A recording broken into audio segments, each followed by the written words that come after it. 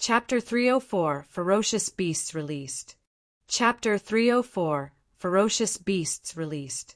In reply to Zhao Yueru's suggestion, Gentle Snow merely shook her head and revealed a smile, not bothering to give any additional explanations. Are we just going to continue fighting like this? Although we have the advantage right now, if we wish to repel world dominators, our losses will be immense. We might very well ruin the great advantage we have in White River City. Snow, you should know that the people of Star Moon City have long since had an opinion of you. If we lose the advantage we have in White River City, they will take advantage of the situation and cause you trouble. Zhao Yueru could not make sense of Gentle Snow's thoughts. Although they were good friends with Black Flame, it wasn't enough of a reason to destroy the influence they had obtained through painstaking efforts. The fight between their two guilds was no longer a simple skirmish, but a war that involved over 10,000 people. Without sufficient benefits, one should never start a war. War was not a child's game. Not only were they required to give out rewards and compensation to the participants, but they also needed to pay for many other expenditures. To put it plainly, war was just a way for players to waste money.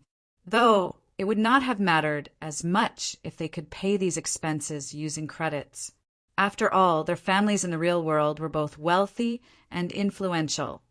They could easily ignore such insignificant expenses. However, what they were not spending credits, but coins, a commodity that could not be easily obtained. If they continued fighting this war, the advantage they previously held over the other guilds in White River City would fall behind significantly.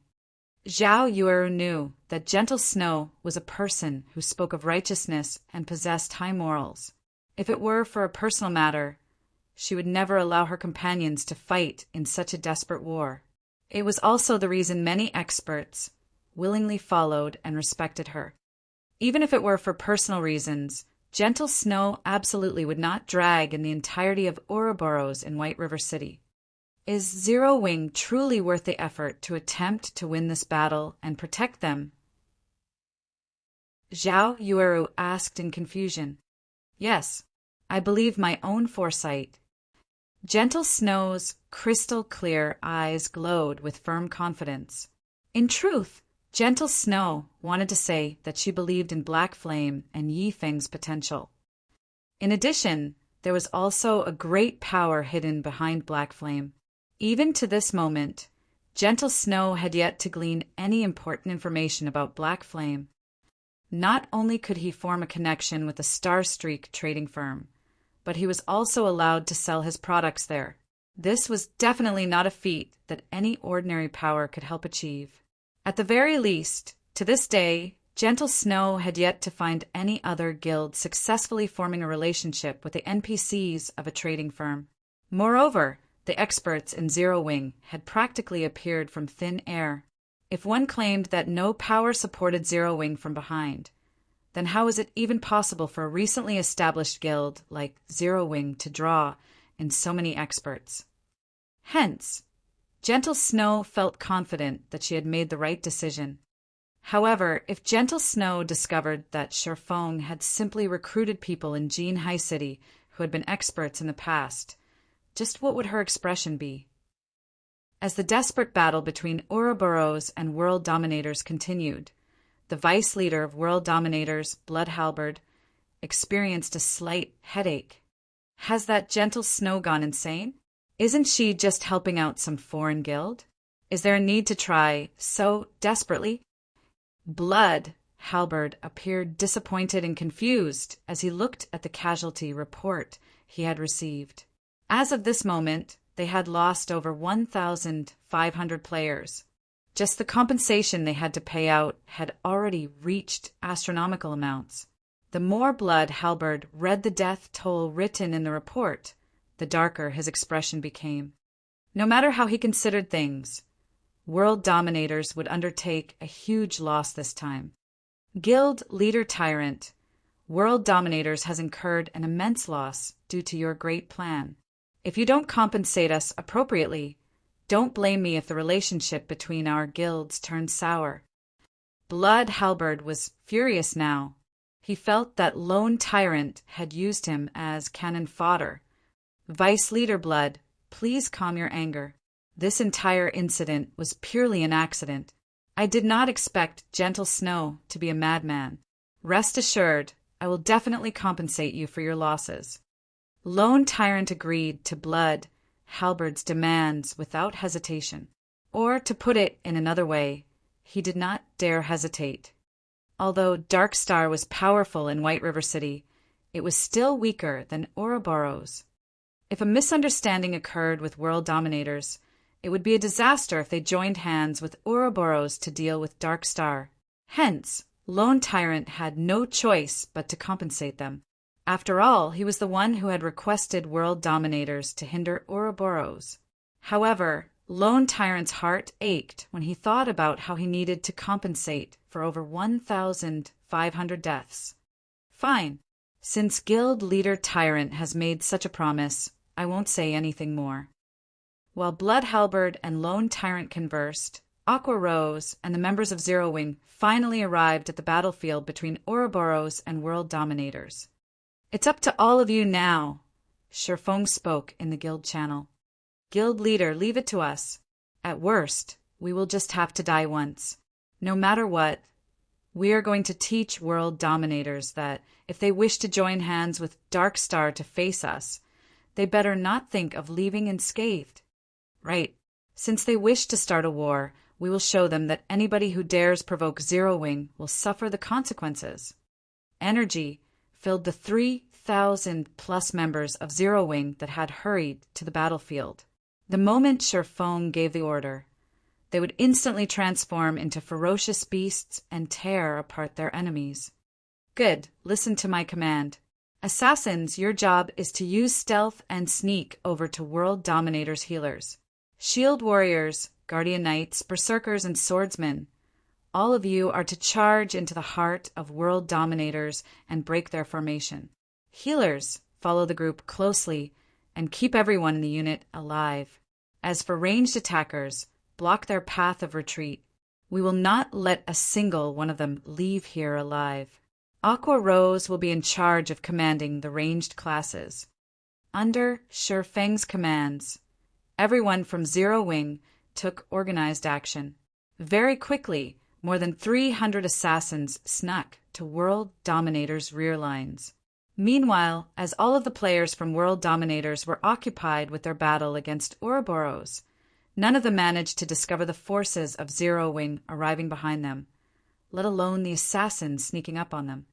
Assassins, confirm your targets. Have 2 people deal with each target and kill the healers with certainty. Do not give World Dominators a chance to react, Sherfong said in the guild channel. Guild leader, we're in position, the assassin party leader reported. Good. On the count to 5, take action together.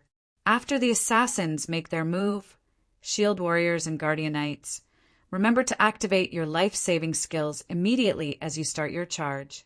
You all are to become a wall for everyone else and block of every bit of damage sent at you. As you move closer to World Dominators, everyone is to attack using the frost grenades that you received to break their first line of defense. Afterward, shatter their formation. Does everyone understand? Sherfong said. Following which, as Sherfong started his countdown, everyone began to grow nervous. It was especially true for the assassins tasked with launching the first attacks. Meanwhile, the healers of World Dominators stood comfortably in their positions as they carried out their duties. None of them had any sense of danger instilled in them at all. However, they could not be blamed for this. After all, they had an army of over 10,000 strong between the perceived enemy and themselves. No enemy should be able to touch them unless they broke through the defensive lines. Also, even if 1 or 2 players managed to sneak past the front lines, what could they possibly do to several hundred healers? The moment they revealed themselves, they would die instantly. Good. On my command. 5, 4, 3, 2, 1. Kill. Let not a single one of them go. After Sherfeng's shout, all 300-plus assassins took action simultaneously, with every 2 assassins launching attacks on a single healer. When ambushed by an assassin, any ordinary healer would lose more than half of their HP, let alone an ambush by 2 elite assassins. Momentarily, many of World Dominator's healers felt a sting at the back of their heads. After they were forced into a fainted state, 2 piercing cold daggers slashed across their necks, followed by 2 frightening damages appearing above their heads. In the next moment, their bodies were no longer under their control. In the blink of an eye, World Dominators lost close to 200 healers. Immediately, Zero Wing's melee players began their charge.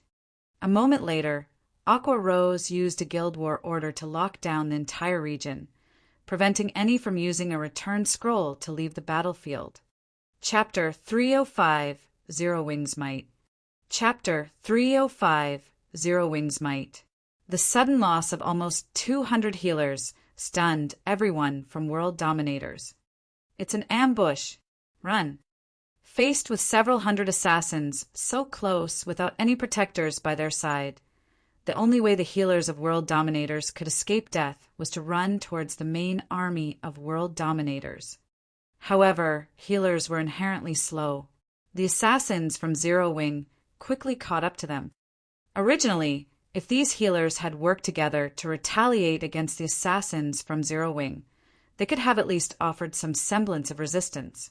It would not have been so easy to kill them. However, their decision to run immediately created chaos, and those who could have originally survived died as well. Without any healing or resistance, these healers were lambs to the slaughter. Zero Wing's assassins killed them arbitrarily. By the time the rear guards of World Dominators came to the rescue, a majority of their healers were already dead. Just as the surviving healers thought they were safe, they quickly discovered several thousand players charging in their direction. Every one of these players was like a ferocious tiger as they crashed into their enemies' ranks, and the several hundred players who served as World Dominators' rear guards were instantly dispersed. This situation allowed the assassins to continue their slaughter of the healers. Guild leader, not good. Our rear line has been ambushed, and we've lost over half of our healers already. These newcomers are fierce, and the rear line needs help to hold them off. One of the team leaders defending against Zero Wing's ambush hurriedly reported. What? Who are these people?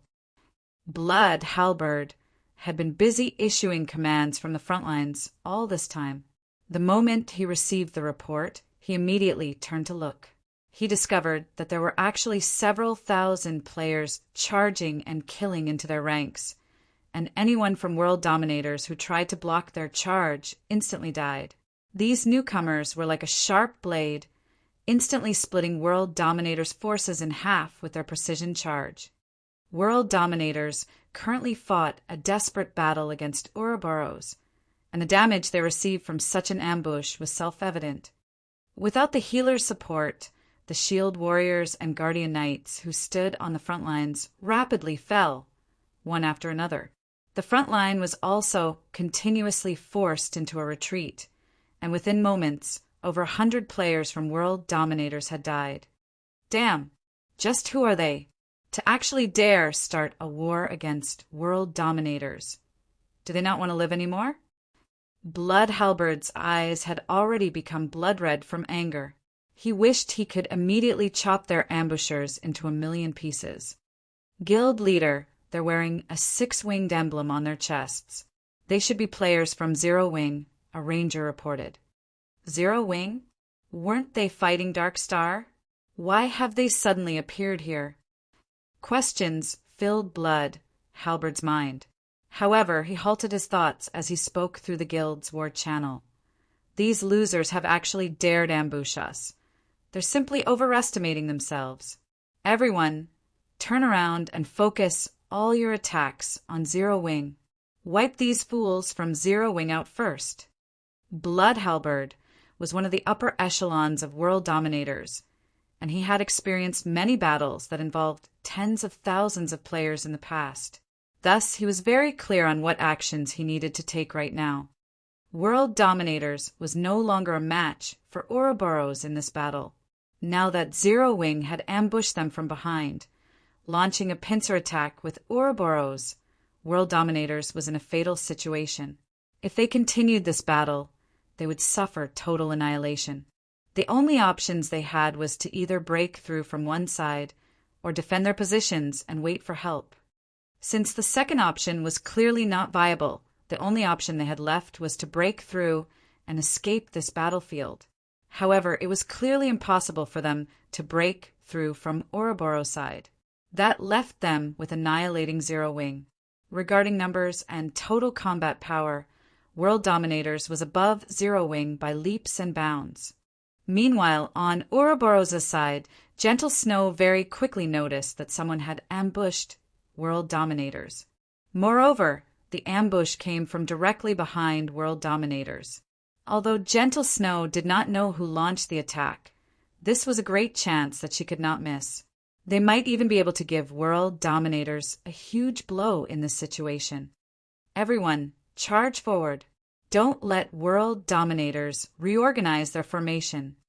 Gentle Snow commanded her forces, wearing a faint smile on her face. To readjust their formation, World Dominators turned around to attack Zero Wing.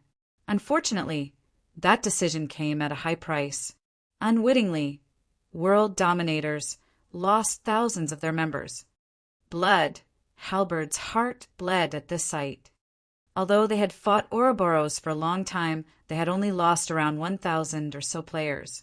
Now, in just a few short minutes, they lost several times that amount. Kill. Annihilate Zero Wing. Blood, Halberd bellowed through the guild channel as he pointed his sword at Zero Wing's 3,000 members. Currently, World Dominators still had close to 10,000 players alive. It would be an easy task for them to deal with just 3,000 players. Both sides immediately entered a desperate struggle, flames and arrows filling the skies. A few independent players that stood a distance away were thoroughly shocked when they witnessed the scene. This battle was far more realistic and shocking than any movie they had watched before. Sounds of smashing and swords clashing filled the surroundings. There was also the constant stream of spells bombarding the land, sending debris and dust flying into the air. This was truly a bloody battlefield. In this battlefield, personal strength was insignificant. When struck by hundreds of fireballs and frost arrows, even the most powerful MTs would die instantly. Very good. It should be about time to use them now. Sher Fong closely observed the battle through the live stream from Aqua Rose. After watching both sides clash for some time and seeing how closely packed the players on the enemy's side were, Sher Fong commanded in the guild channel, "Use all your frost grenades and magic scrolls now. Hold nothing back and use all of them at once." The members of Zero Wing, who had long since hungered for this moment, immediately tossed the frost grenades in their hands. This time around, the members of Zero Wing only used basic frost grenades. Moreover, frost grenades were only half as effective when used against players, so each basic frost grenade only dealt 100 damage to players. However, with several thousand players using them simultaneously, the accumulated damage could easily exceed 10,000 points. Currently, a majority of the players in God's Domain were around level 15, and even top-tier experts would be level 20 at best. Meanwhile, a level 20 Shield Warrior or Guardian Knight would only have around 3,000 HP. In the face of so many basic frost grenades, these players were cannon fodder. They could die at any given moment. Shortly after the basic frost grenades were thrown, a large swath of players from World Dominators died. As for those lucky enough to survive, they transformed into pure white ice sculptures. Immediately, the reinforcements from World Dominators who were just about to charge over were stunned stiff on the spot, intense fear permeating their hearts. As for Gentle Snow, who stood at a far distance, she had only noticed the center of the battlefield suddenly transforming into a snowy field. In this lush, green land surrounded by blistering hot temperatures, This white contrast made for relatively beautiful scenery. However, Blood Halberd was not in the mood to appreciate this pleasing sight. Zero Wing's combined Frost Grenade attack had instantly killed over 1,000 players. Adding in the follow-up control effect of the Frost Grenades and Ouroboros' continuous assault from behind, the death toll in this brief moment was at least 3,000. Moreover, even without this wave of Frost Grenades, Blood Halberd had discovered something very important. Although Zero Wing only had around 3,000 members, a large majority of them were elite players. Not only did they possess high levels, but their equipment was also of good quality. With these two advantages, these players could easily take on 2 to 3 average players. If the 10,000 or so players of World Dominators faced off against 3,000 average players, it would not take them very long to annihilate the latter and break out of this pincer attack. However, it was a completely different story if they faced 3,000 elite players. There was absolutely no way to break through this hurdle in a short time. Not to mention, they also had to pay a huge price to do so. It was the same situation when World Dominators had initially hindered Ouroboros' advance towards the Silverleaf Forest. At that time, they had only used several hundred elite players to block Ouroboros' army of 2,000 players. Now that World Dominators faced 3,000 elite players, in addition to the previous Frost Grenade attack, Blood Halberd began to consider suicide. If he had known about this earlier, he would have chosen to break through the pincer attack through Ouroboros' side. It would have been much easier that way. How did Zero Wing come into possession so many elite players? Blood Halberd could neither understand why nor did he try to understand it, as there was only one thing he could do right now. Everyone listen to my command. All of you use return scrolls and leave this place immediately. Blood Halberd shouted reluctantly in the guild channel. This could not be helped. If they received several more waves of Frost Grenade attacks from Zero Wing, in addition to Ouroboros' assault, World Dominators would be annihilated. There was only one thing they could do now: escape. Although it would be both costly and time-consuming to use return scrolls, and even more people would die, it was a much better alternative than suffering total annihilation. Guild leader, this is not good. This area has been sealed. We can't use return scrolls. Chapter 306, The Price of Being a Passerby. Chapter 306, The Price of Being a Passerby. His subordinates report stunned Blood Halberd. Do they really intend to fight to the bitter end? Blood Halberd's eyes turned crimson, his current mood similar to an imminent volcanic eruption. With the entire area sealed off, preventing the use of return scrolls, World Dominators had no way to escape. The steep slopes on both sides of this area left only one line of movement available. One could only advance forward or retreat backward. There was no third option available. Right now, however, Ouroboros blocked the road back to the city, while Zero Wing blocked the road to the Silverleaf Forest. Originally, Blood Halberd felt only contempt for Zero Wing's attempt to launch a pincer attack on World Dominators. Now that he had personally witnessed Zero Wing's strength, however, Blood Halberd no longer dared underestimate Zero Wing. Whether it was Ouroboros or Zero Wing, neither of them was easy to deal with. Blood Halberd's current situation could be perfectly described as being stuck between a rock and a hard place. However, inaction would similarly result in World Dominators' complete annihilation.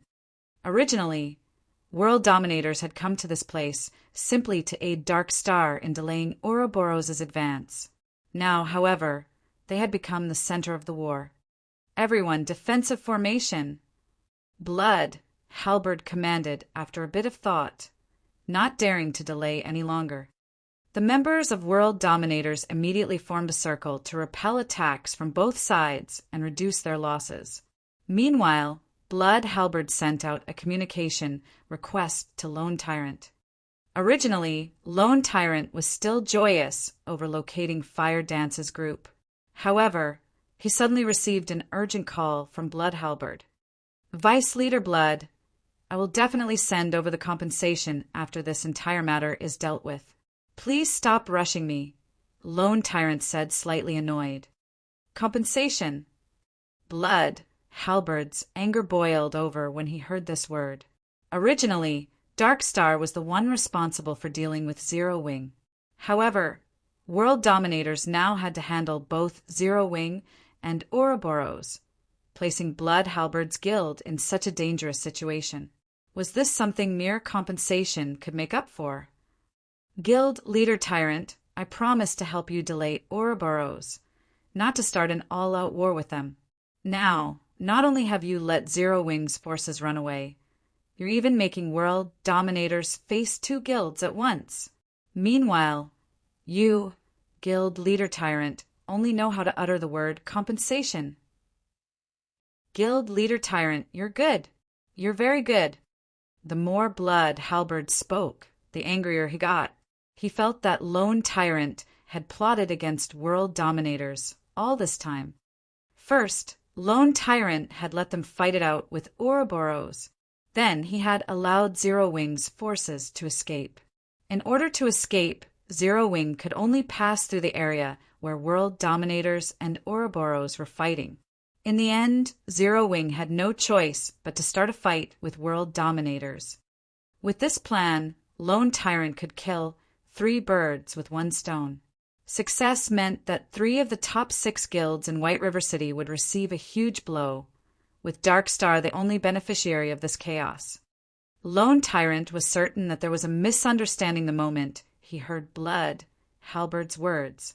After all, he had not intentionally allowed Zero Wing to escape. Instead, the players from Zero Wing had left on their own, and they just happened to encounter World Dominators on their way back, which resulted in World Dominators suffering a pincer attack. Everything was simply a coincidence. As for Zero Wing's decision to directly oppose World Dominators, any normal person would not do that. Currently, Darkstar was in an all-out war with Zero Wing, a war that would end only when one side was completely annihilated. Just before, Black Flame had even publicly declared that he would make Darkstar pay the price of 30,000 people. So, why would they suddenly go and provoke a first-rate guild like World Dominators? Only a person who wished to die a quicker death or a person with brain damage would declare war simultaneously on 2 of the top 6 guilds in White River City. However, no matter what Lone Tyrant said now, Blood Halberd definitely would not believe him. Hence, Lone Tyrant hurriedly said, Vice Leader Blood, I truly know nothing about this matter. I'll send my army over there right away. If we execute a pincer attack, I'm sure we can wipe out Zero Wing. Well, come quickly then. Blood Halberd shouted in rage. The more he listened to Lone Tyrant speak, the more disgusted he was with this person. Lone Tyrant had actually used World Dominators as bait. However, the priority right now was for the guild to escape this predicament. Everything else was secondary. Okay, I'll have them head over immediately. Lone Tyrant ended the call and promptly contacted his troops stationed outside the Silverleaf Forest. Of the 6,000 players there, Lone Tyrant sent 5,000 over to deal with Zero Wing, while the remaining 1,000 stayed behind to continue blocking the exits of the Silverleaf Forest.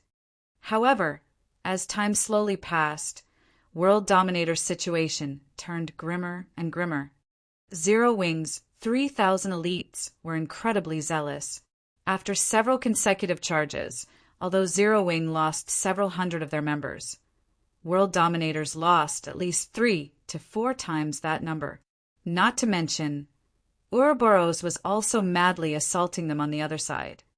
After gathering up his courage, one of the team leaders of the elite teams, Lonely, walked up to Blood Halberd and asked in a soft tone, Guild Leader, if this situation continues, we'll definitely be finished. Are the reinforcements from Darkstar not here yet?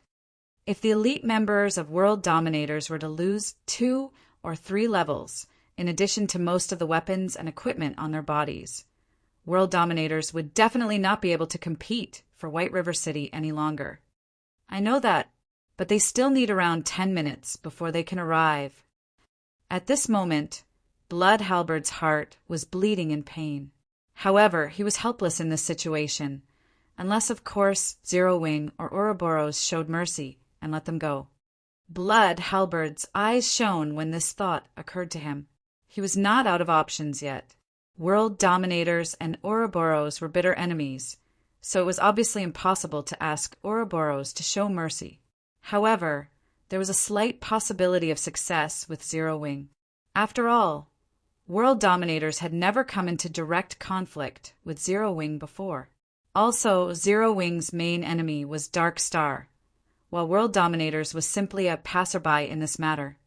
Hence, Blood Halberd immediately tried to contact Sherfong.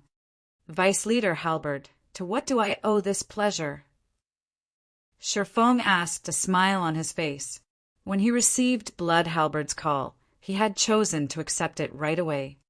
Guild Leader Blackflame, the war between our guilds is just a misunderstanding. World Dominators has a feud only with Ouroboros. We came here simply to fight Ouroboros, and we truly never intended to fight your guild. In regard to the losses and inconvenience caused to your guild, I can compensate you on behalf of World Dominators. As long as Zero Wing stops attacking us right now, I will immediately have our guild's finance department send over 1 million credits to serve as compensation. What do you think, Guild Leader Blackflame? Although Blood Halberd had tried to speak casually, he could not completely hide the panic in his tone. After all, at least one elite member of World Dominators was dying with each passing second. 1 million credits. In past virtual reality games, even well-known gaming workshops needed a month's time to earn such a sum. Hence, Blood Halberd's offer of 1 million clearly showed his sincerity. So it was all a misunderstanding. Sherfong acted as if he had come to a sudden realization, letting Blood Halberd feel a hint of hope. However, before Blood Halberd could even feel joy, Sherfang's tone changed abruptly as he said, I am moved by Vice Leader Halberd's generosity. Sadly, one of my shortcomings as a person is that I am extremely headstrong. Since it is a misunderstanding, let us just continue this misunderstanding, then. You're making an enemy out of World Dominators. Aren't you afraid of our retaliation? Blood! Halberd screamed in anger. Vice Leader Halberd, what's there to get angry about? The moment we started playing this game, we were bound to meet with some trouble. If you aren't even prepared to suffer such a small setback, I think it is better for you to retire sooner rather than later. Although World Dominators is only playing the role of a passerby in Dark Star's plan this time, by provoking Zero Wing, you also have to pay a terrible price. Sherfong chuckled. However, don't you worry. Dark Star will soon be joining you all. After Sherfong disconnected the call, he then contacted Aqua Rose saying no need to be polite. Leave none of them alive. Show everyone the consequences for those who dare to be a passerby and have thoughts about Zero Wing.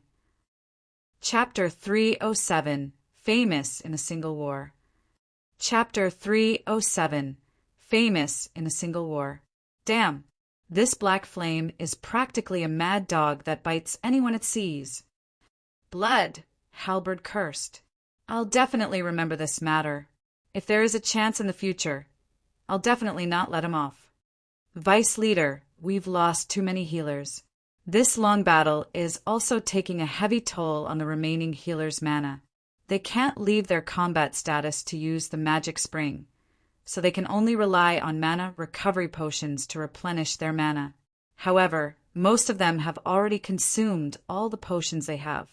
If the reinforcements from Dark Star still don't arrive, we will definitely be finished, Lonely reported hurriedly. Naturally, Blood Halberd was aware of this matter.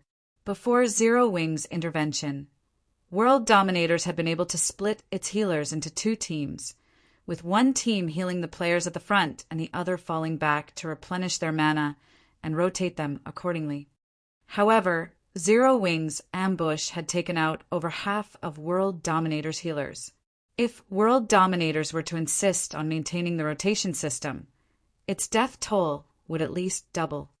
Damn, that lone tyrant! If he had not goaded me into hindering Ouroboros, we would not have fallen into this situation. Blood Halberd also hated Lone Tyrant greatly at this moment, regretting his decision to listen to him. If he had known that Zero Wing was so powerful and also how insane Black Flame was, he definitely would have chosen to watch this entire affair play out from a safe distance. In the end, he now suffered from his own decision. Originally, there had already been a gap between World Dominators and Zero Wing in overall combat power.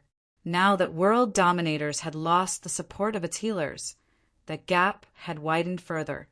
Following the crippling of World Dominators' healers, its players were like wheat being reaped, their lives effortlessly harvested by the members of Zero Wing.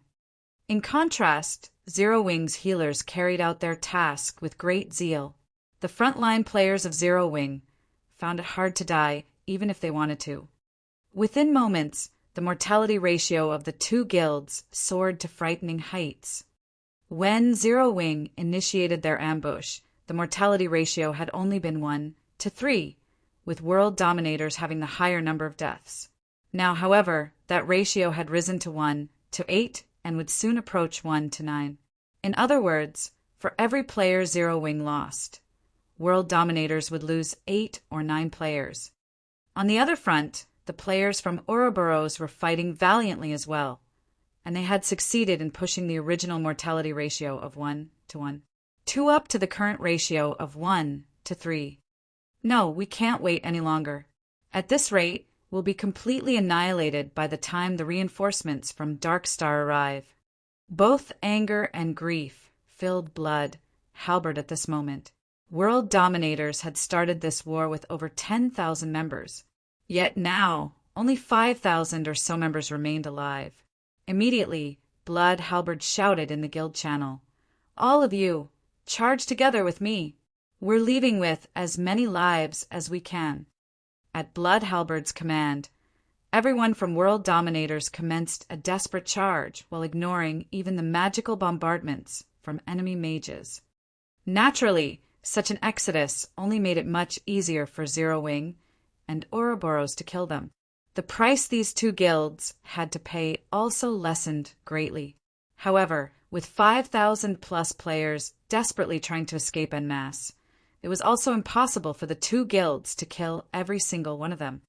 In the end, less than 500 of the 10,000 plus members World Dominators had started this war with made it out alive. Everyone else died. After suffering such a massive loss, World Dominators no longer had any chance of competing for dominance in White River City. Zero Wing really is amazing. Although they only number around 3,000 or so, a large majority of them are actually elite players. After obtaining victory in this battle, Zhao Yueru had a renewed opinion of the guild called Zero Wing. With only around 5,000 members in Zero Wing, its total member count was not even comparable to a third-rate guild's. However, after Zhao Yueru witnessed the combat power its 3,000 plus members displayed in this battle, she no longer found it strange for Zero Wing to be considered one of the top 6 guilds in White River City. Zero Wing was indeed worthy of its fame. Second-rate and third-rate guilds would be no match for Zero Wing at all. Moreover, the destructive force displayed by the frost grenades that Zero Wing had used was simply too shocking. If not for those tools of mass destruction, this war might still be ongoing right now, while the price Ouroboros had to pay would also be greater. Snow, your foresight is as diabolical as always. Zero Wing is indeed not a simple existence, Zhao Yueru giggled. Although World Dominators managed to escape with a few hundred of its members, its heavy losses this time means it no longer has any chance of fighting over White River City. Without this old nemesis of ours, Ouroboros has a greater chance of becoming the overlord of White River City. Gentle Snow rolled her eyes at the giggling Zhao Yueru. The girl actually dared describe her in such a way. However, Zero Wing's performance had truly surpassed her expectations. Although Zero Wing had a mere 3,000 or so members on their side, in the face of World Dominator's overwhelming numbers, Zero Wing had lost only a paltry 1,000 or so members. This was definitely a brilliant battle record. If the beginning of this battle had not been so intense, the peak of mortality occurring during this period of time, Zero Wing would have lost at most 500 or 600 members in this entire battle. Meanwhile, World Dominators had lost over 10,000 players. One could just see how powerful Zero Wing was. After the end of the battle, both sides started distributing the spoils of war. Even leaving aside the equipment that was originally dropped by both sides, the number of weapons and equipment dropped by the 10,000 plus players from World Dominators remained quite considerable. Very quickly, Aqua Rose and Gentle Snow agreed to split the loot in a 2-to-8 ratio based on the total value of all the equipment dropped. Zero Wing would receive 20% of the total loot, while Ouroboros would receive 80%. However, Zero Wing would mainly receive equipment of bronze rank or higher. Aqua Rose settled for such an unbalanced ratio due to Shifeng's arrangements. As to why Shifeng would propose such a division, firstly, it was his form of gratitude for Ouroboros' aid. Secondly, they had no use for that many pieces of equipment. The reason being, most of the equipment left behind by World Dominators were not even bronze rank. As for mysterious iron equipment, there were only a pitiful amount of them dropped in this battle. Arming the guild's normal members with such poor quality equipment might be fine, but for the elite members, Shifeng had yet to fall to such a low standard. Hence, he was satisfied as long as he could obtain some bronze-ranked weapons and equipment to arm the newcomers of the guild. Meanwhile, after the battle involving tens of thousands of players ended, the independent players who had been observing it uploaded recordings of the entire battle to the forums. The battle instantly became a sensation in White River City. Nobody could have ever imagined that Zero Wing was actually so fierce. Its battle record was also brilliantly amazing. However, Zero Wing's decision to fight World Dominators confused many.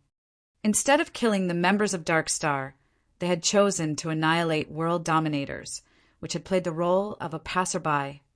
Many people posted about Zero Wing's ruthlessness for such a decision. In regard to this, Shifeng did not offer any explanation.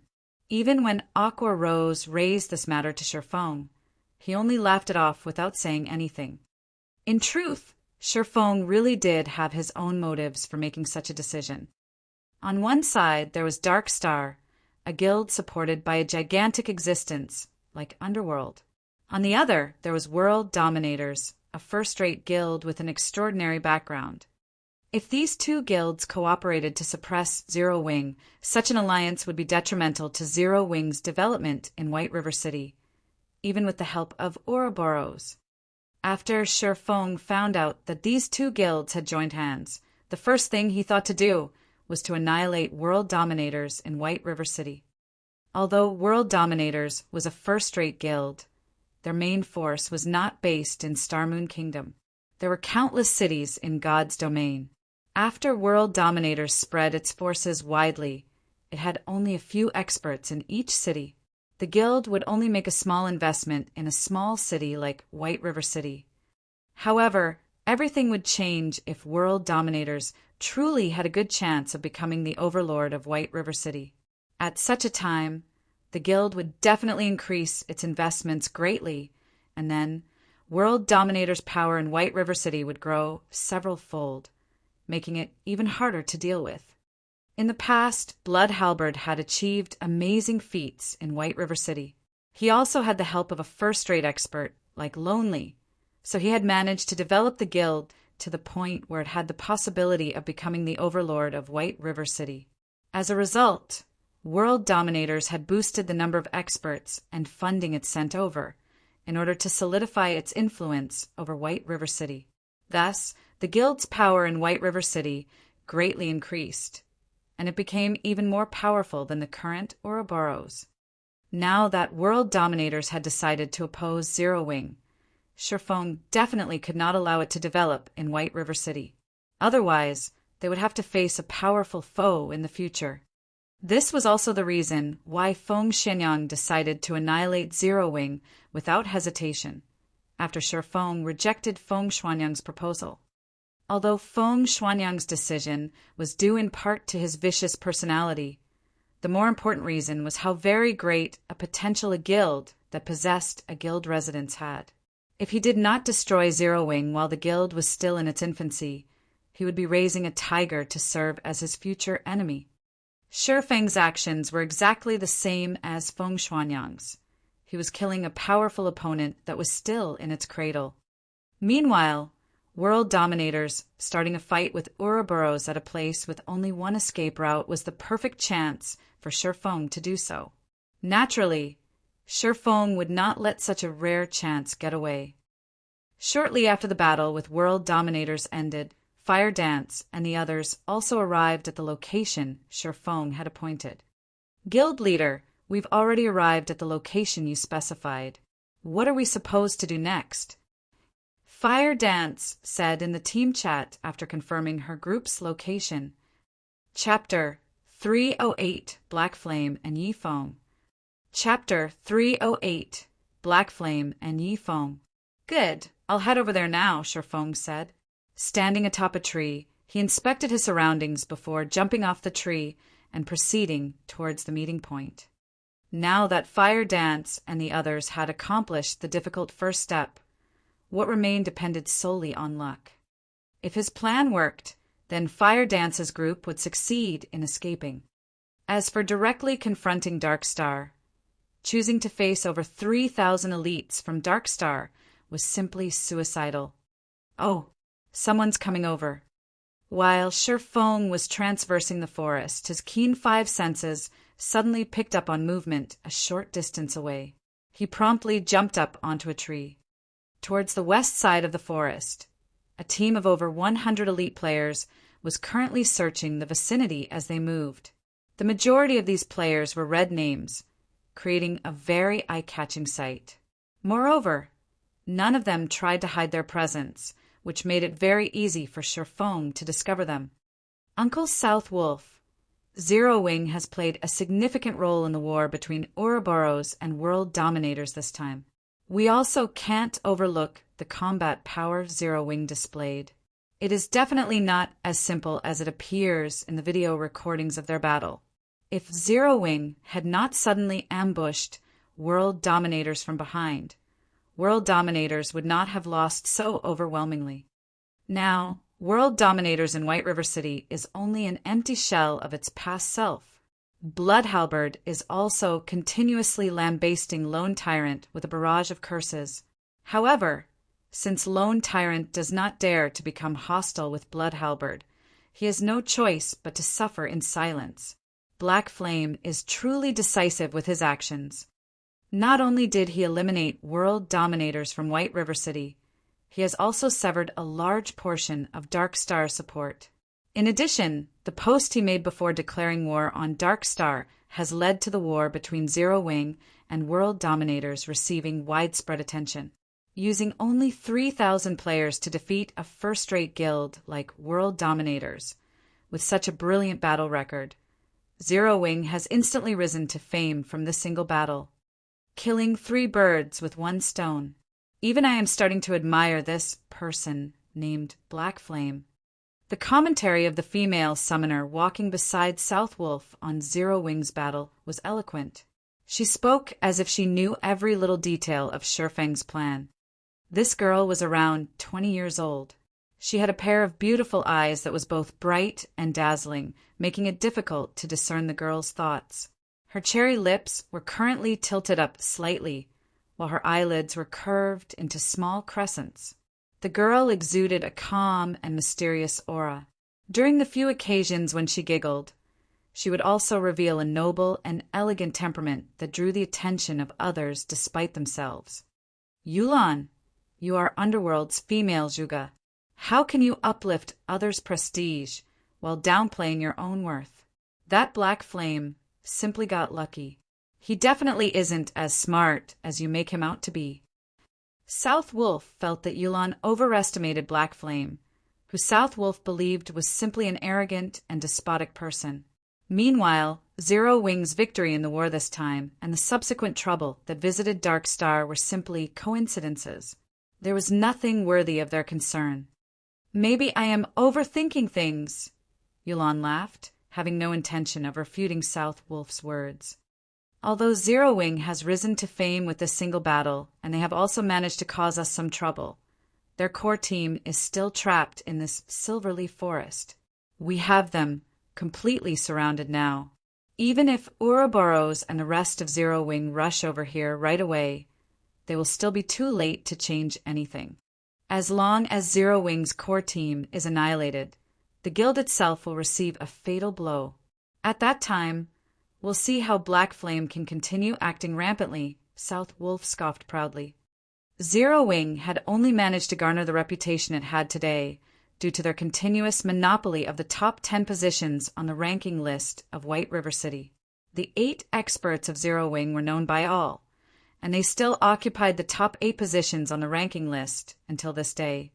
Nobody had managed to threaten their positions all this time. If these 8 players died today, they would definitely fall out of the top 10.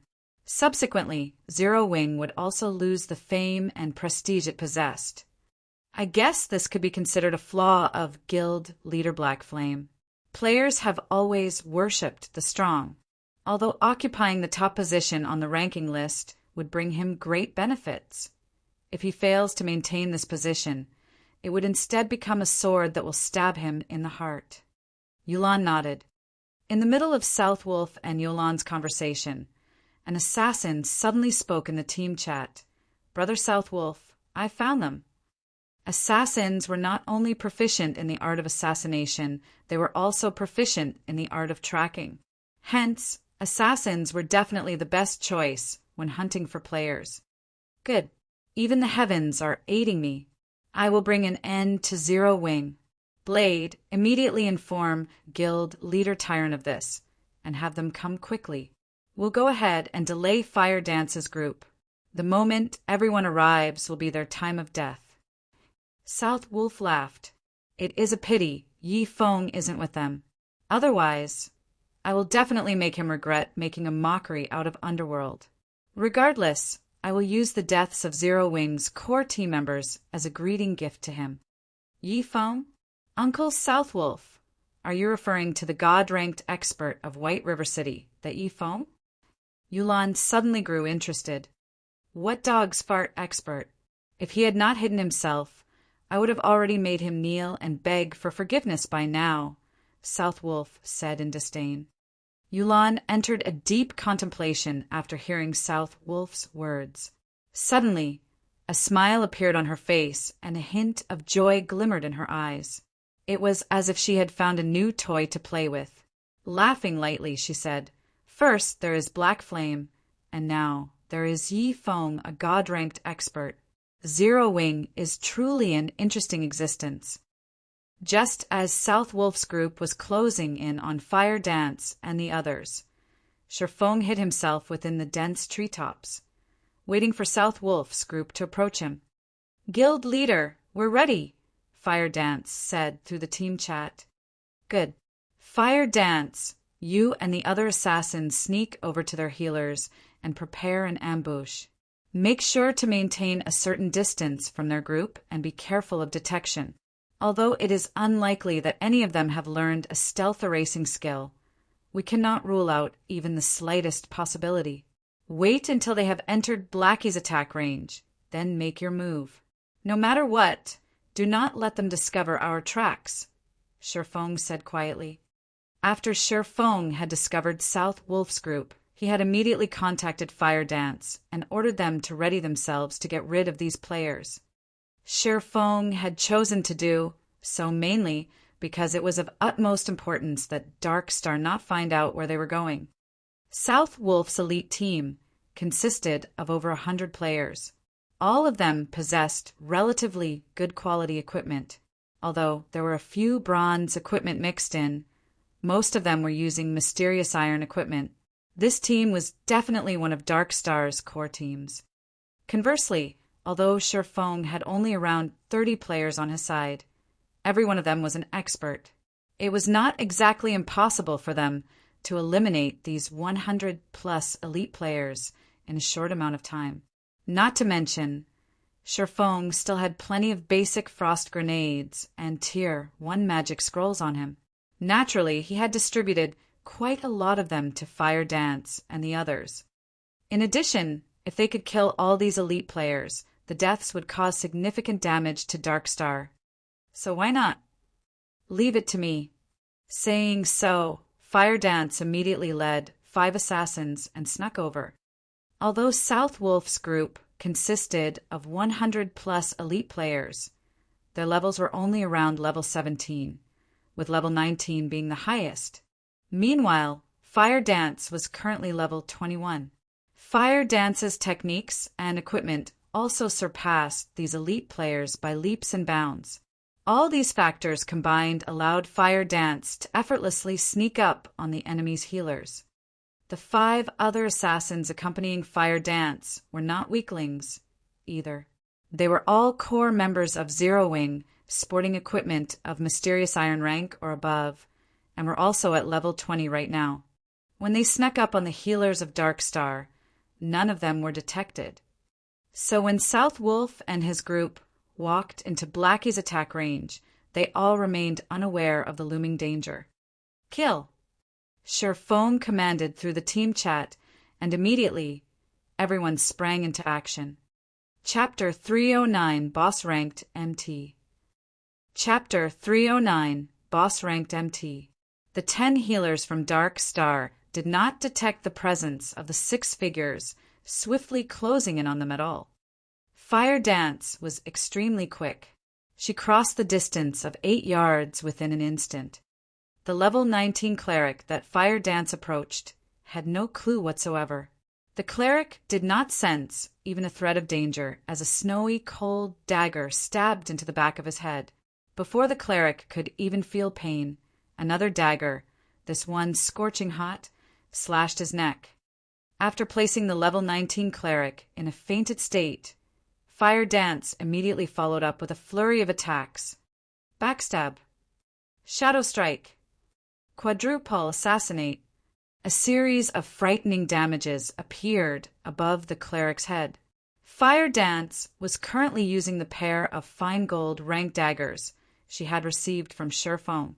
In addition, the equipment she wore consisted of fine gold and even dark gold items. For her, dealing with a cloth armor class like a cleric was a piece of cake. She instantly killed the level 19 cleric, who did not possess even 1,800 HP. The other 5 assassins that moved with Fire Dance performed similarly well, killing their targets almost as quickly as Fire Dance had hers. They actually dared to lay an ambush on us. What a bunch of suicidal fools. Everyone, do not panic. Guardian Knights, cast Protection Blessing on the healers. Rangers, mark those fools immediately. Absolutely do not let them disappear again. Elementalists, use Ice-type magic to restrict their movements. Everyone else, charge at them. South Wolf quickly issued commands after discovering the deaths of 6 of their healers, a cold sneer on his face. The shield warriors and berserkers closest to the healers reacted quickly. They used charge on the 6 enemy assassins in an attempt to save the remaining healers in their team. Simultaneously, the Guardian Knights of Dark Star cast Protection Blessing on the 4 remaining healers, reducing the physical damage they received by 50%. One could not help but admit that the Dark Star elites were truly skilled players. Their response made it practically impossible for Fire Dance's group to kill the remaining 4 healers now. In the face of the shield warriors and berserkers' charge, and also the barrage of frost arrows sent by the elementalists, Fire Dance and her fellow assassins promptly used wind steps, gaining more than a second's worth of invincibility thanks to the skill's effect. All 6 of them then turned around and ran, leaving behind only the corpses of the 6 healers they killed as they plunged into the forest. Despicable. Assassins chase after them. Make sure you don't lose track of them. South Wolf bellowed, anger filling his heart. Their team consisted of 100+ elite players. Yet, not only had they lost 6 of their healers in an ambush by 6 assassins, they had even allowed these ambushers to escape. Wouldn't they become laughingstocks if others were to find out about this matter? Before the elites of Dark Star could set off in pursuit of Fire Dance's group, the female summoner, Yulan suddenly shouted loudly, "Do not chase after them! Everyone scatter immediately." The moment Yulan finished speaking, she promptly sprinted away from this part of the forest. South Wolf was confused by Yulan's actions, failing to understand why she would do such a thing. However, he still chose to listen to her advice and started running. At the same time, in the distance, Blackie finished chanting the final verse of his spell's incantation.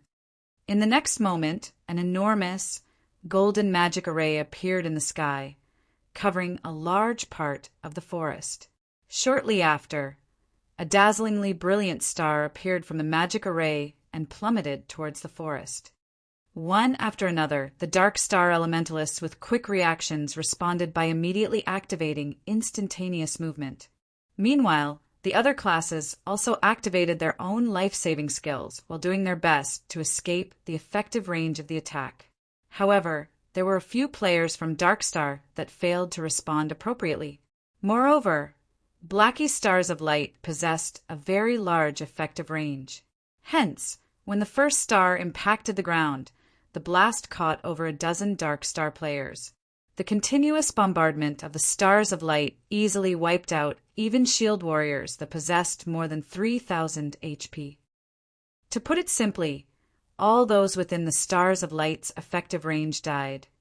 What an amazing skill, now that I'm seeing it in person.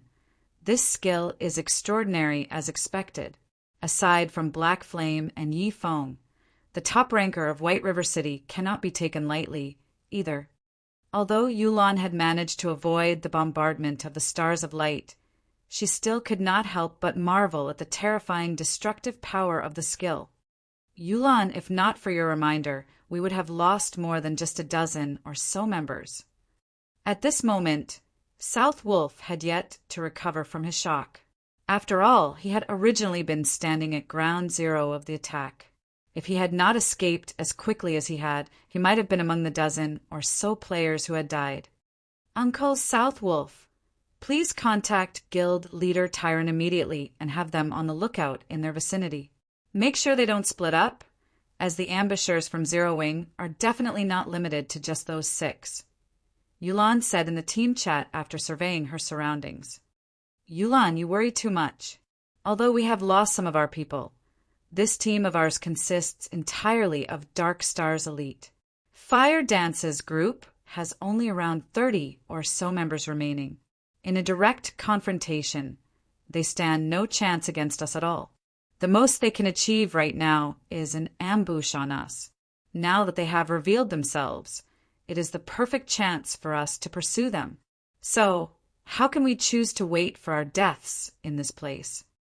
South Wolf felt that Yulan was panicking slightly after seeing the stars of light.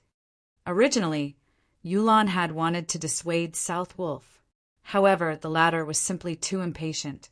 He also did not wish to miss this great chance to get rid of Fire Dance and her group. Hence, before Yulan could say anything more, South Wolf had already led the team off, charging in the direction where Fire Dance and the others had disappeared. Just in time. Seeing South Wolf and his team running over, Shifeng revealed a smile as he waved his hand. At Shifeng's gesture, Kola and the other plate armor classes immediately charged forward to meet with the Dark Star members.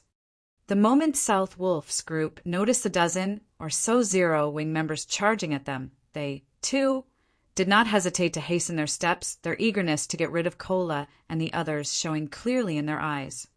Kola was the chief MT of Zero Wing, and his current level was at level 21.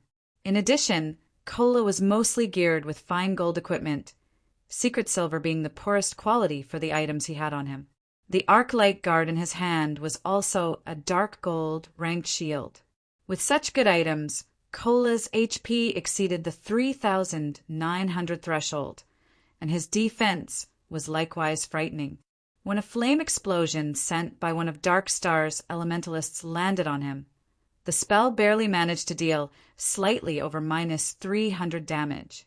The caster of the spell goggled from shock when he saw such a low damage, his eyes nearly popping out of their sockets. Meanwhile, an arrow shot by a ranger from Darkstar dealt only around -100 damage. The attack could barely be considered a scratch on Cola. To make matters worse, Cola also excelled at dodging. In the face of a sky filled with spells and arrows, Cola actually managed to dodge over half of these attacks. Meanwhile, standing at the rear, Violet Cloud merely had to gesture with her delicate hand, casting a basic recover on Cola. Instantly, the spell fully restored the 400+ HP Cola lost, returning the Guardian Knight to full health. Moreover, recover was a skill that restored the target's HP once every 3 seconds for a duration of 15 seconds. Seeing this scene, everyone from Darkstar was immediately dumbfounded. What kind of healer is she? I am a cleric as well, yet my recover can restore only around 200 HP each time. She's already comparable to the top 5 healers of Darkstar. A cleric for Darkstar commented in shock. Originally, they were already having a hard time trying to kill Cola. Now that there was also an amazing healer supporting him from behind, it was simply impossible for them to kill him. Shortly after both sides started confronting each other, the players from Darkstar suddenly discovered a shocking matter. Cola's HP had actually risen past 5,000. Moreover, the heals he was receiving had also increased from the original 400+ to 500+, making him even more impossible to kill. Unknown to the members of Darkstar, Cola's sudden upgrade was all due to the Arclight Guard's passive skill, Sound of Life. Every time Cola received an attack, he would receive a stack of Power of Life. Each stack of Power of Life increased Cola's maximum HP by 3% and the healing he received by 2% for 1 minute, and Cola could accumulate a maximum of 10 stacks of Power of Life. Hence, Cola suddenly became much more powerful. Kill him. All range classes. Focus fire on him. South Wolf knew that if Cola did not die, it would be a huge blow to the team's morale. Therefore, killing Cola had priority. Immediately, half a dozen berserkers surrounded Cola, while the ranged damage dealers sent a continuous stream of attacks at him. They no longer treated Cola like a player, but a boss monster. In response to their actions, Cola simply smiled in disdain. He then activated Protection Blessing, reducing the damage he received by 50%. Now, the highest damage the players from Darkstar managed to inflict on Cola did not exceed -200 points. A majority of the attacks were even below -100 damage. In the face of Cola's 5,000+ HP, such damages were simply insignificant. However, due to the large number of attacks, Cola's HP quickly fell below the 50% threshold. Right then, Violet Cloud took action again. She casually cast Guardian Shield and Recover on Cola.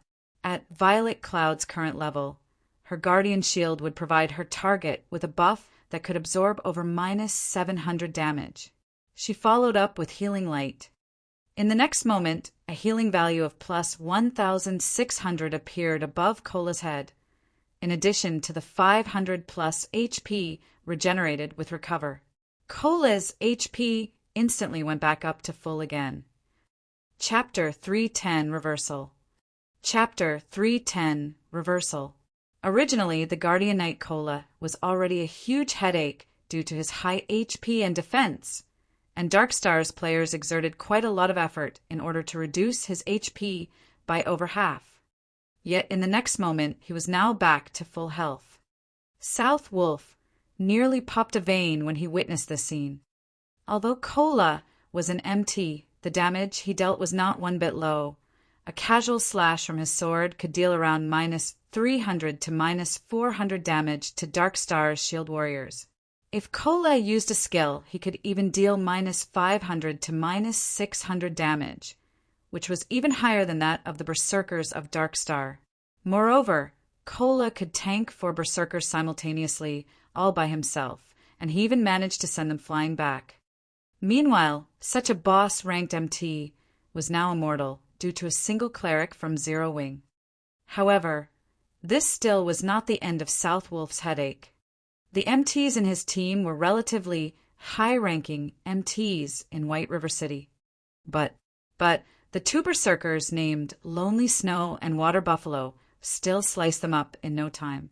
For example, one of the Guardian Knights of Darkstar had come under the combined assault of the 2 Berserkers. At first, the Guardian Knight had received 2 normal attacks from the Berserkers. Unfortunately, both attacks had achieved a critical hit, with Lonely Snow dealing over -1,400 damage and Water Buffalo dealing over -1,300 damage. Without leaving any gaps, the 2 then followed up with Beheaded, both of their skills dealing over -1,000 damage each.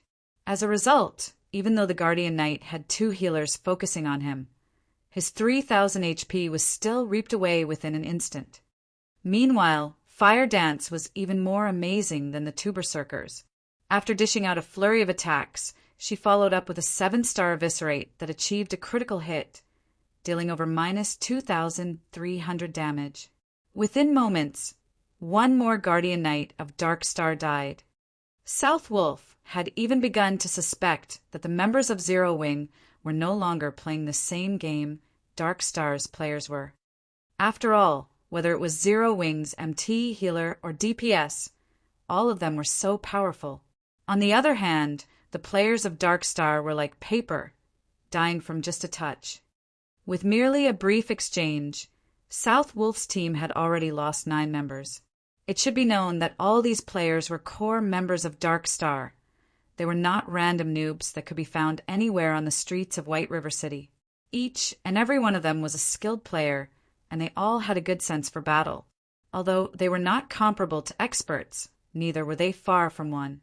Yet, even so, these elite players still died with barely any resistance. As the battle continued, the players from Darkstar grew more and more frightened. They had yet to kill a single player of Zero Wing, even until now. This was definitely a huge psychological blow to the elites of Darkstar. Don't panic. We outnumber them thrice over. Assassins and Rangers, take out their healers first. As long as the healers are dead, the others will soon follow, even if their combat power is superior. South Wolf was no idiot, and he immediately sought to utilize Darkstar's advantage. Zerg tactics. It was the easiest tactic for obtaining victory in any virtual reality game. As South Wolf had the numerical advantage, he could afford to divide his troops into 2 groups, one to pin down the enemy forces and another to circle around and strike at the enemy's weak point. Very quickly, over 20 assassins and rangers from Darkstar flanked Zero Wing's forces and immediately charged towards Violet Cloud's group of 5 healers. Contrary to expectations, however, even when Violet Cloud's group noticed Darkstar's players charging towards them, none of them chose to run away. Instead, they continued healing their allies at the front, paying no attention to their attackers at all. In regard to the healers' lack of reaction, Darkstar's players did not give it too much thought. They simply continued charging forward, having concluded that Zero Wing's healers had already given up on escaping. When there was only a short distance of 8 yards between the assassins and Violet Cloud's group, an intermediate frost grenade suddenly landed, exploding in the midst of the assassins. Darkstar's rangers, who stood 30 yards away, also received an intermediate frost grenade of their own. In the blink of an eye, both groups were frozen solid. A damage of -400 also appeared above each of their heads. Although the 8 assassins immediately used Vanish to escape the freezing effect, they were still unable to advance as an ice wall appeared, blocking the path between them and Violet Cloud's group. Meanwhile, the person responsible for casting this ice wall was one of the 5 demon generals that Shi Feng had recruited, Ice Queen Su Qianlu. Ice Wall was the perfect skill for this scenario. Without magic immunity, if the assassins were to charge into the ice wall, their movement speeds would slow to a crawl. At that time, their fates would be as good as sealed. Although Ice Wall had a short duration of only 2 to 3 seconds, it still provided the healers with a brief but important moment of respite. As for the Rangers of Dark Star, none of them had any skills that could be used to dispel the effects of control skills, and neither did any of them possess any life-saving skills. Hence, they could do nothing but stand there and watch. At this moment, Shi Feng used silent steps and suddenly appeared behind these frozen rangers. To Shi Feng, a group of immobile players was entirely negligible. Shi Feng was currently at level 23. He was also equipped with the newly acquired 7 Luminaries ring and had recently received the Golden Stigmata. His overall attributes surpassed these elite players manyfold. Moreover, Shi Feng currently had the aura of fire activated, the aura effect increasing his damage by 30% while also reducing his target's defense by 30%. Immediately, Shi Feng sent a level 8 thundering flash at the group of rangers. Green arcs of lightning crackled as they instantly pierced the bodies of these rangers. Damages of minus 1,102, minus 1,528, and minus 2,140 appeared above each of the 12 rangers' heads. Although none of Shi Feng's attacks had achieved a critical hit, these rangers had only around 2,000 HP. Meanwhile, Shi Feng's thundering flash had dealt more than minus 4,700 damage in total, far surpassing the rangers' maximum HP. The members of Dark Star saw Shi Feng killing all those rangers with a single strike. Each and every one of the witnesses was completely dumbfounded, their jaw hanging wide open. South Wolf nearly had his eyes pop out of their own sockets. The 12 rangers simultaneously collapsed to the ground, their actions in complete unison. In the next moment, piles of weapons and equipment were scattered around their bodies.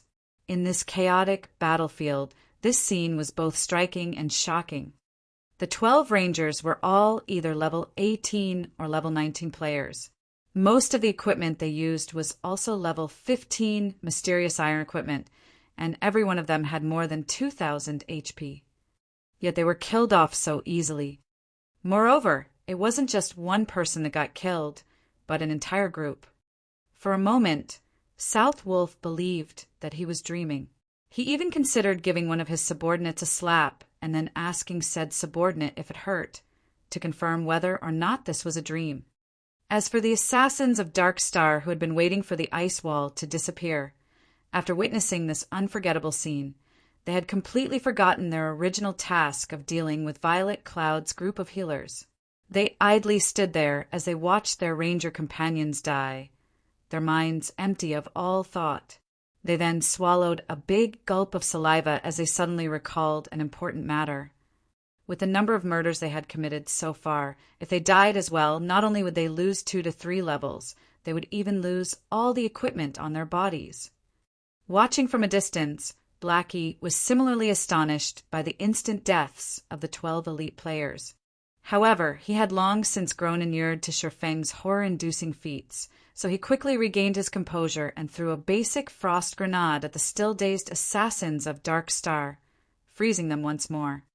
This time, none of the assassins could use Vanish to remove the freezing effect on them.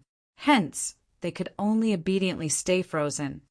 Following which, Blackie chanted an incantation and used Hell Flame.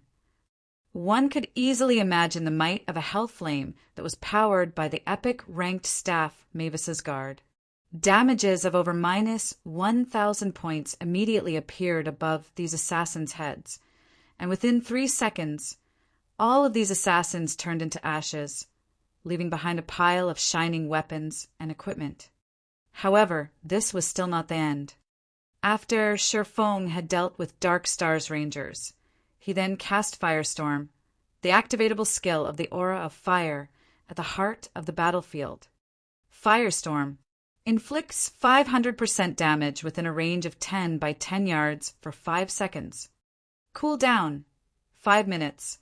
In terms of damage, Firestorm did not lose out to Stars of Light by much. However, it had a much smaller effective range. Currently, Cola was surrounded by plenty of Darkstar's elite players. Before anyone could react, a storm of flames suddenly emerged above them, and the HP of all of Darkstar's players within 10 yards of Cola fell at a crazy rate. Although Shield Warriors and Guardian Knights were classes with high HP and defense, Shifeng's equipment was simply too amazing, which resulted in his current attack power being well over 800 points. With such a high base value, even though the Shield Warriors and Guardian Knights of Darkstar possessed plenty of damage reduction items, they still received more than minus 2,000 DPS. As for the other classes, they received more than minus 3,000 DPS. Even when the Shield Warriors and Guardian Knights activated their life-saving skills, which allowed them to have the damage they received, they still could not avoid death. After Firestorm ended, all of Darkstar's players caught within its effective range were reduced to cinders. Only Cola and the other frontline members of Zero Wing remained alive. Darkstar's 40 or so frontline players had died. All of a sudden, Zero Wing's side outnumbered Darkstar's. "Black Flame, why are you here?" South Wolf instantly recognized the person responsible for killing the majority of Darkstar's players. At this moment, South Wolf's eyes were filled with incomparable shock as his trembling finger pointed at Shifeng's crimson red name. South Wolf failed to understand why Black Flame would appear at this place. He also could not understand why Black Flame was so powerful. Wasn't Black Flame just a forger? Originally, there had been a huge numerical difference between the two sides. However, in the blink of an eye, a strategic change occurred, all because of Black Flame's fleeting blow. Darkstar was no match for Zero Wing, even when Darkstar had the advantage of numbers. Now that the situation was reversed, the end result was obvious. Chapter 311, Absolute Control. Chapter 311, Absolute Control. Watching up to this point, South Wolf knew that defeat was inevitable, though he was loath to admit it, and his heart was filled with indignation. Currently, his team had fewer than 30 players, and practically all of them were mages and healers. He alone was the only melee class alive. With such a team composition, Darkstar stood absolutely no chance against Zero Wing's core team, which currently consisted of over 30 players. The single sword strike Black Flame had displayed far exceeded South Wolf's imagination. Not only was Black Flame inconceivably fast, his grasp of his skills had also reached perfection, as shown by his single attack's impeccable coverage of all 12 rangers. Such a feat required one to possess excellent control over the skill itself and the angle of attack as well. South Wolf was no fool, and neither was he a greenhorn that had been playing virtual reality games for only 1 or 2 years. As a representative of Underworld, he had met with and recruited lots of gaming experts before. He had also participated in a considerable number of team battles, so his experience in the virtual gaming world was quite plentiful. Naturally, he understood the strategy Black Flame had used since the start of the battle. Black Flame made the Guardian Knights, Shield Warriors, and other plate armor classes charge forward to lure the members of Darkstar into gathering around them. The female cleric, Violet Cloud, was pivotal to this strategy.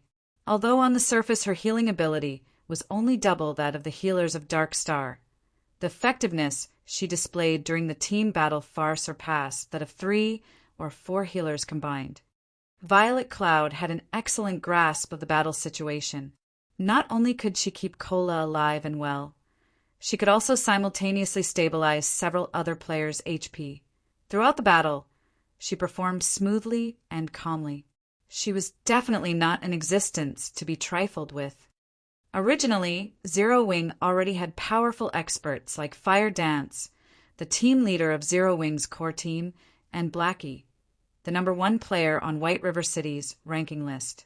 Now, South Wolf suddenly discovered that Zero Wing possessed not only Fire Dance and Blackie, Cola and Violet Cloud were definitely first-rate experts as well. Everyone else in Zero Wing's core team were also all experts. Meanwhile, Black Flame, who had suddenly appeared, was even more terrifying. The strength he displayed far surpassed that of all those previously mentioned. The scene South Wolf witnessed was like a replay of the god-ranked expert Yi Feng slaying the hundreds of players of Martial Union. South Wolf could not figure out why there were so many experts gathering at a newly established guild like Zero Wing. Even a guild that was newly established by a major corporation could not achieve what Zero Wing had managed in such a short amount of time. South Wolf truly wondered how Black Flame had accomplished such a feat. Although South Wolf was shocked by Black Flame's personal strength and by Blackie, who possessed a strategic level skill that could affect the entire battlefield. Black Flame, you are indeed amazing. However, the entire Silverleaf Forest is already under Dark Star's control. Although your team of 30 or so players can easily defeat an elite team with more than 100 players, do you think you can do the same against 3,000 players? You have simply delayed the time of your demise. South Wolf laughed coldly as he looked at Sherfong, his current appearance making it seem as if he no longer cared about the many elite players that had died. Let's go. It will be their time of death when Guild Leader Tyron arrives. Since his team was no match for Zero Wing, South Wolf naturally would not remain in this place and increase his losses. The fact that he had discovered Black Flame, Zero Wing's guild leader, here easily made up for the elite players he lost. After all, Black Flame's death would become a huge blow to Zero Wing's reputation and prestige in White River City. Coming and going as you wish. Do you think the Silverleaf Forest is your house? Sherfong smiled calmly, his eyes revealing a cold, killing intent. Since you've already pursued us to this place, I insist that you stay. Do you think you can keep me here? South Wolf laughed in disdain. He was an assassin, the class that boasted the greatest survivability in the wild. If he hid himself in the dense forest, nobody would be able to find him. You can try. If any single one of you manages to escape today, then I will let you go. Sherfong waved, and all 30+ members of Zero Wing immediately charged forward, starting their hunt of South Wolf and the surviving players of Dark Star. The reason why South Wolf had never participated in the battle before was to leave a path of retreat for himself. This was a habit of his. After all, once he entered combat status, he could no longer use stealth. At that time, he would only be left with Vanish to enter stealth mode.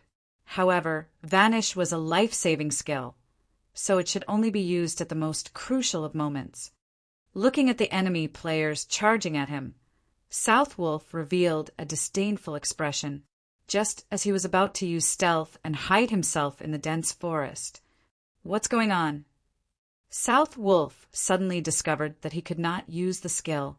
Like a prisoner deprived of his freedom, South Wolf frantically called out his skill bar to look for the cause of this situation. Boss South Wolf, we can't use our skills. What are we supposed to do now? The elementalists of Dark Star asked, frightened. Originally, they had intended to cast Ice Wall to delay Zero Wing's charge. Now, however, none of them could use any of their skills, and an elementalist that could not use skills was like a lamb to the slaughter. Aside from sacrificing their lives to earn a few extra seconds for their allies, they were helpless. Run first, talk later. South Wolf was confused about this situation as well, and he suspected that something must have gone wrong with the system. Since none of them could use skills, they could only rely on their 2 feet to escape. As an assassin, South Wolf had great confidence in his own speed. However, just as he was turning to escape, he suddenly discovered that his movement speed had been greatly reduced.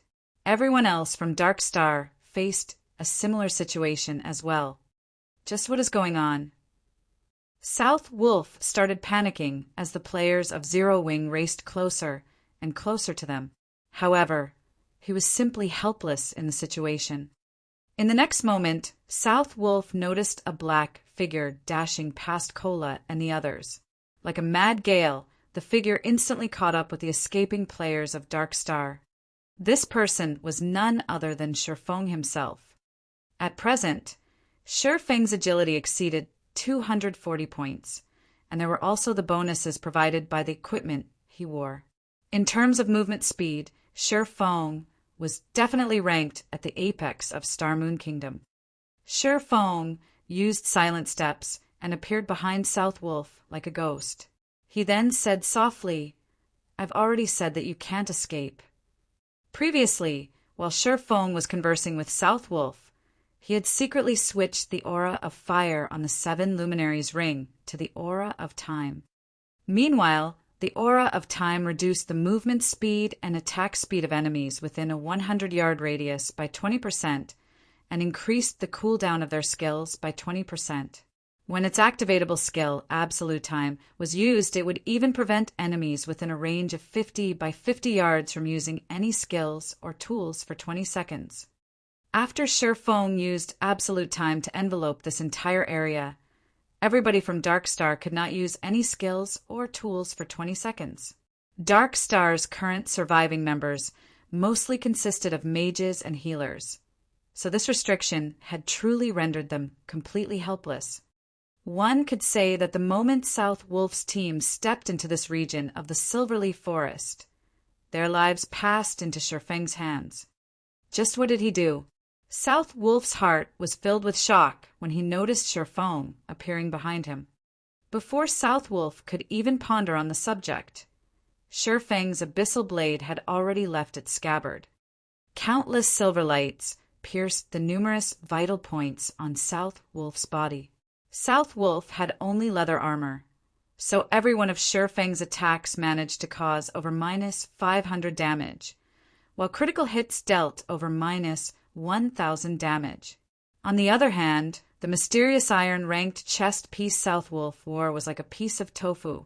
Not only was it easily pierced by Shifeng's abyssal blade, each attack it received greatly diminished the armor's durability.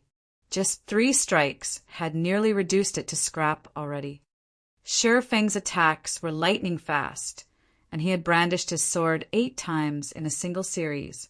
By the time South Wolf had recovered from shock, his 2,000+ HP was completely gone.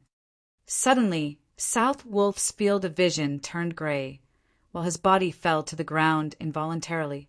Even as he died, shock and confusion still filled his face. As South Wolf had not participated in any of the battles so far, his name remained white all this time. After he died, only one piece of equipment dropped by his body. He also lost only a single level. However, were Shifeng's attacks as simple as they looked? The reason why Shifeng had chosen not to use any skills and had instead carried out only normal attacks was to destroy the equipment on South Wolf's body. When South Wolf died, nearly half of the equipment on his body had already turned to scrap. Now that he had dropped yet another piece of equipment, he had definitely suffered heavy losses. Chapter 312, Diving into Danger Alone. Chapter 312, Diving into Danger Alone. After South Wolf died, the members of Dark Star were like headless flies. Frightened and scared, they fled in all directions. Zero Wing's berserker, Lonely Snow, swiftly closed the gap between him and an elementalist of Dark Star to 20 yards before using charge to instantly catch up to and incapacitate the elementalist. After that, Lonely Snow used Thunderclap, Violent Strike, Suppression, and Whirlwind Slash in rapid succession, making quick work of the elementalist. Following closely, everyone else from Zero Wing took action as well, against a group of mages and healers that could use neither skills nor tools. In addition to the fact that these classes were innately slow runners, the members of Zero Wing required no time at all to finish off the surviving Dark Star members. As these players died, they left behind piles of weapons and equipment. Ha ha ha! What a fun battle!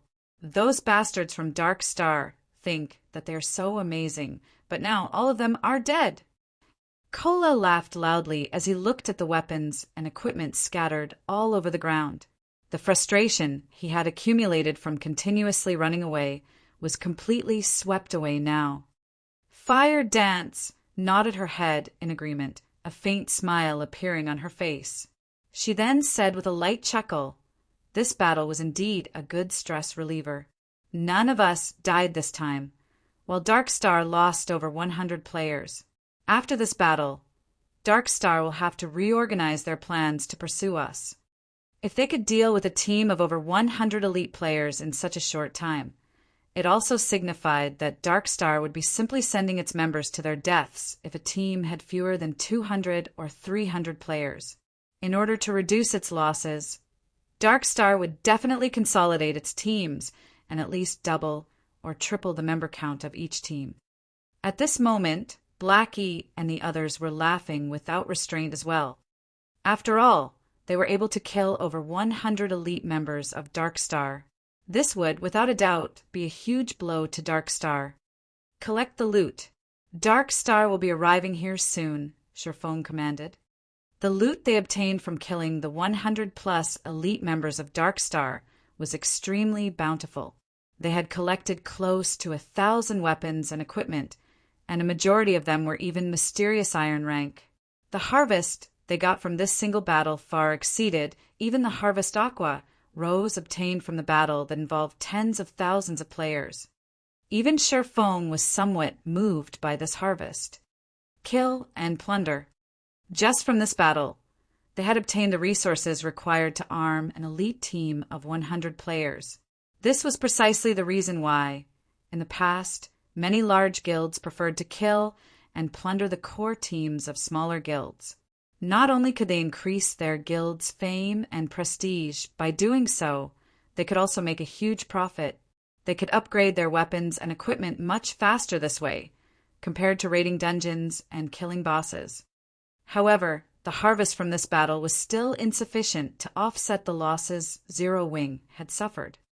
After all, the weapons and equipment of Darkstar's elites were inferior to those of Zero Wing's elite members, not to mention those of Zero Wing's core members. Every core member of Zero Wing possessed quite a few pieces of secret silver ranked weapons and equipment, and some even possessed fine gold and dark gold ranked weapons and equipment. "Guild leader, why aren't you leaving?" Fire Dance looked curiously at Sherfone, who had jumped onto a large tree. "You guys go first. I'll hold down the fort." Sherfone was not a lord who would sit comfortably in his throne while his subordinates fought. Since he was already here, naturally he needed to take something away from Darkstar. "But, guild leader, this place is too dangerous. You're also not an assassin," Fire Dance said worriedly. "You guys have done enough. Let your guild leader handle the rest." Sherfone waved them off, hurrying Fire Dance and the others to the designated location. Upon hearing Sherfang's words, everyone from Zero Wing was immediately moved. In God's domain, guild leaders who were willing to brave danger for his fellow guild members were definitely as rare as a phoenix's feather. Not to mention, Sherfone was currently a famous existence in God's domain. If he were to die, his reputation would be greatly affected. "Then I'll stay behind as well," Blackie said. "How could I be left out from such an important matter?" Kola stepped forward.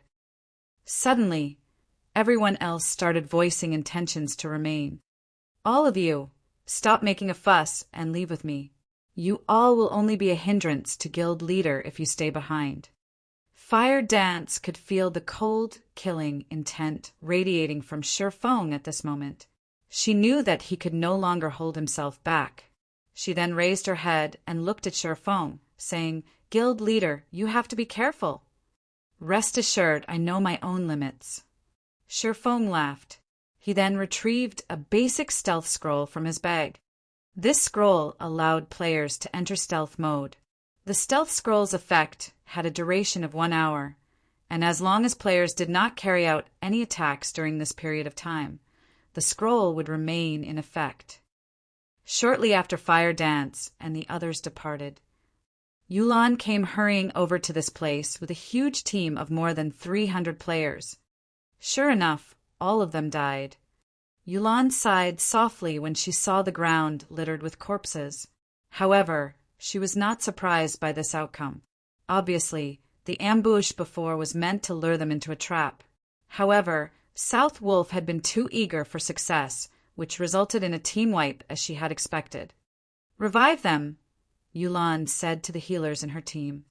Immediately, the 30-plus healers in the team started using resurrection skills.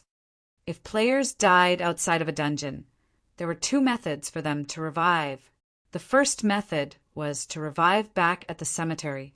However, players were required to wait for half an hour before they could do so.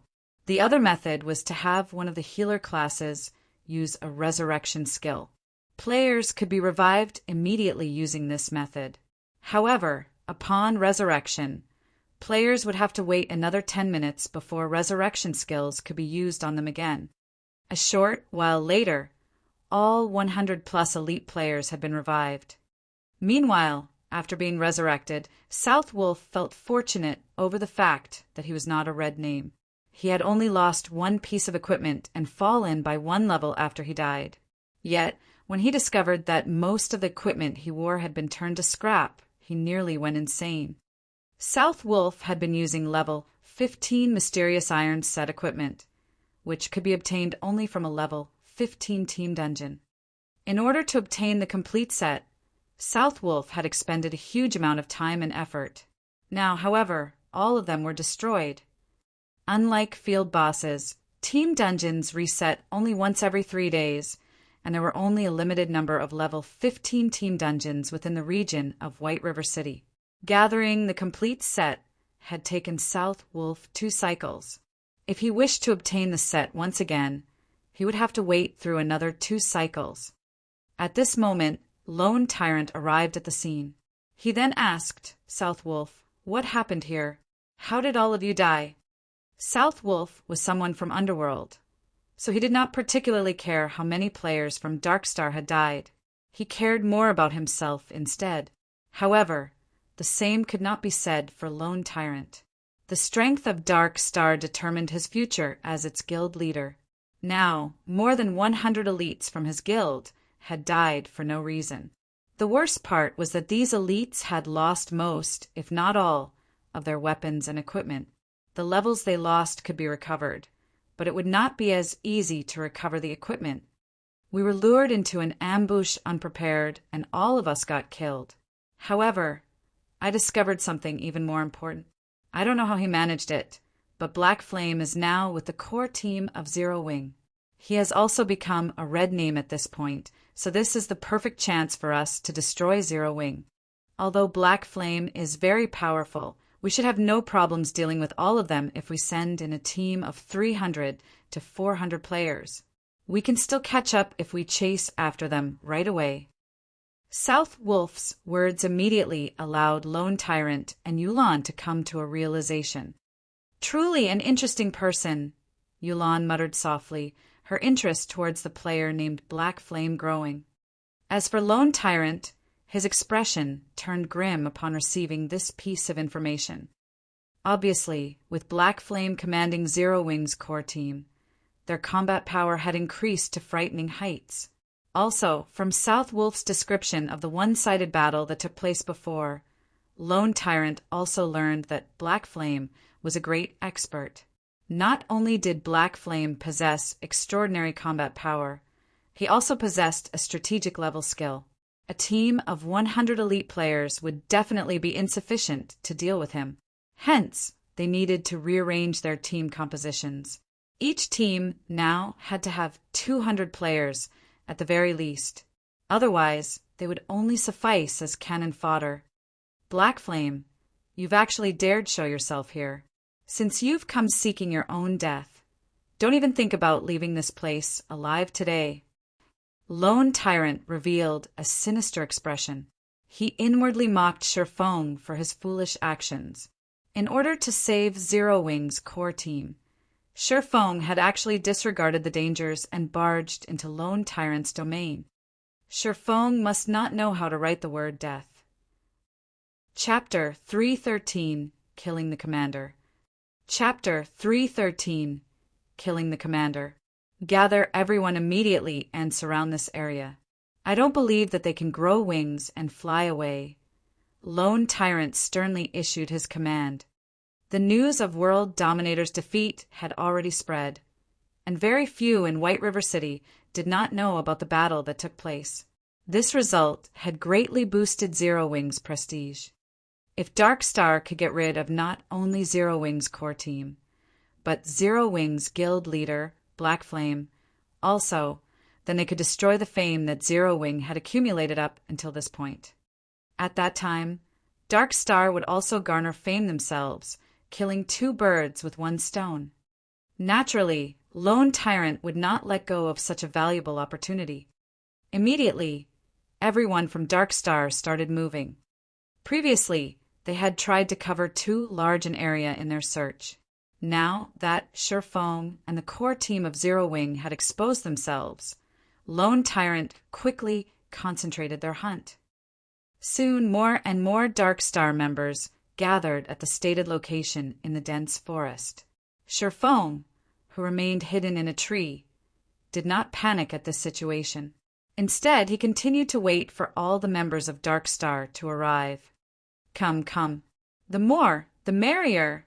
Shifeng inwardly chuckled as he saw that the number of players gathered had already exceeded 1,000. Before the battle even started, Shifeng had already considered the consequences. If he had not come fully prepared, he would not have allowed Fire Dance and the others to obliterate South Wolf's team of elites.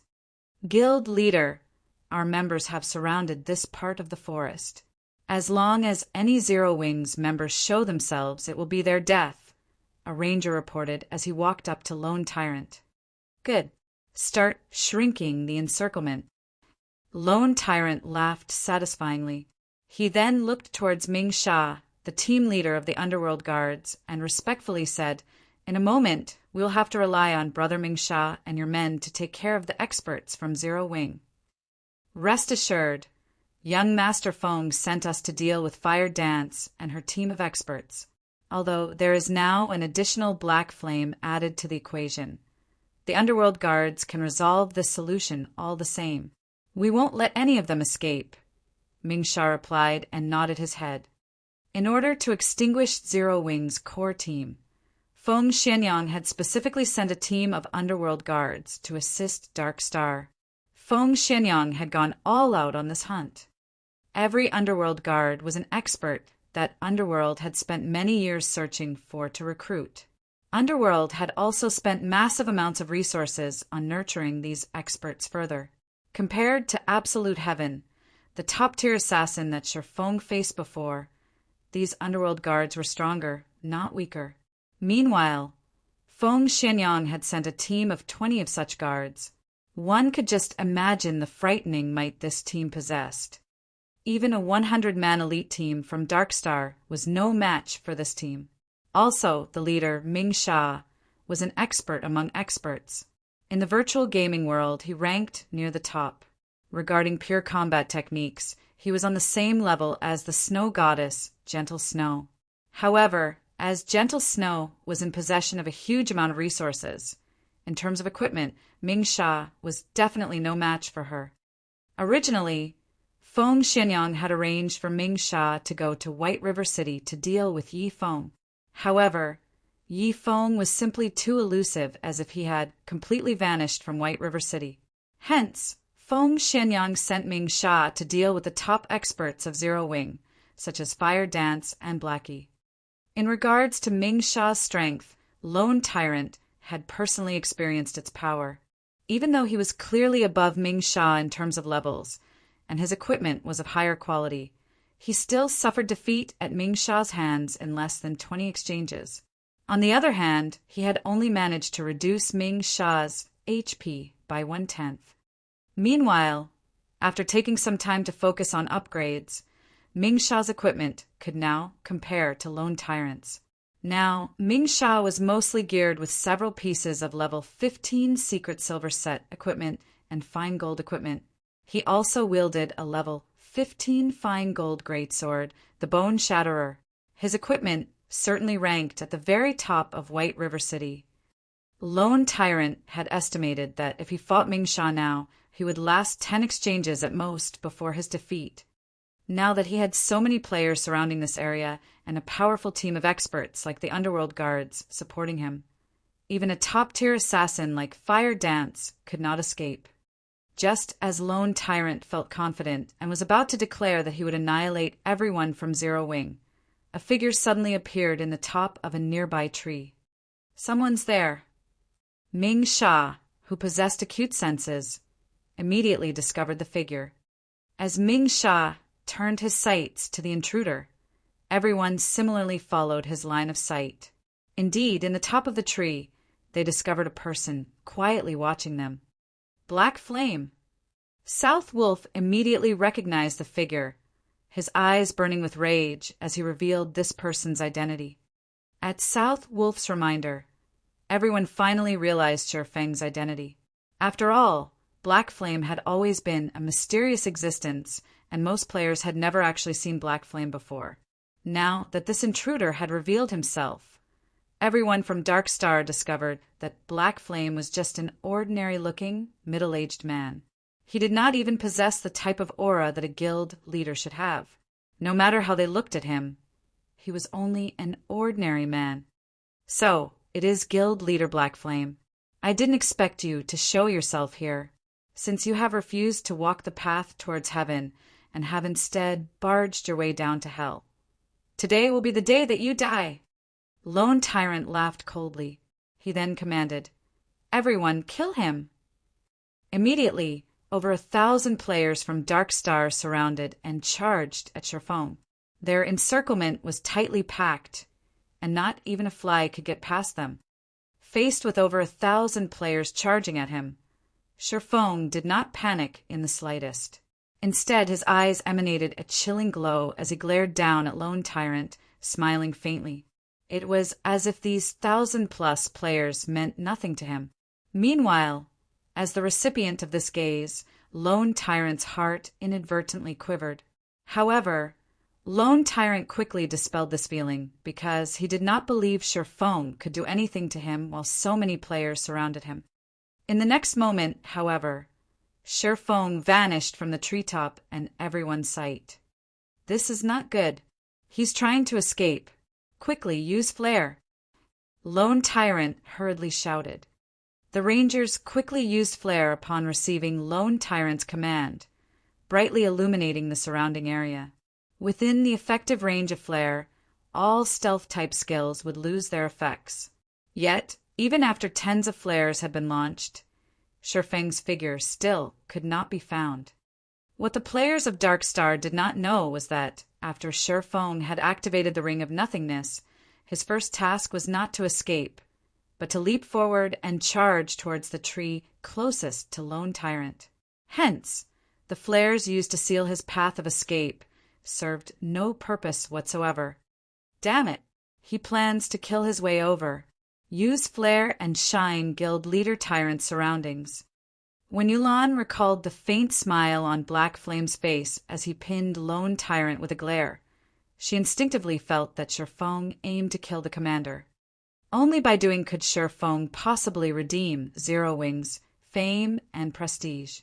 At that time, even if Dark Star managed to annihilate Zero Wing's core team, it would not damage Zero Wing's reputation if Lone Tyrant, Dark Star's guild leader, died at Black Flame's hands. After all, even though Zero Wing only had tens of players on their side, they would still have managed to kill Dark Star's guild leader while under the protection of over 1,000 players. At that time, Dark Star would be the one suffering humiliation.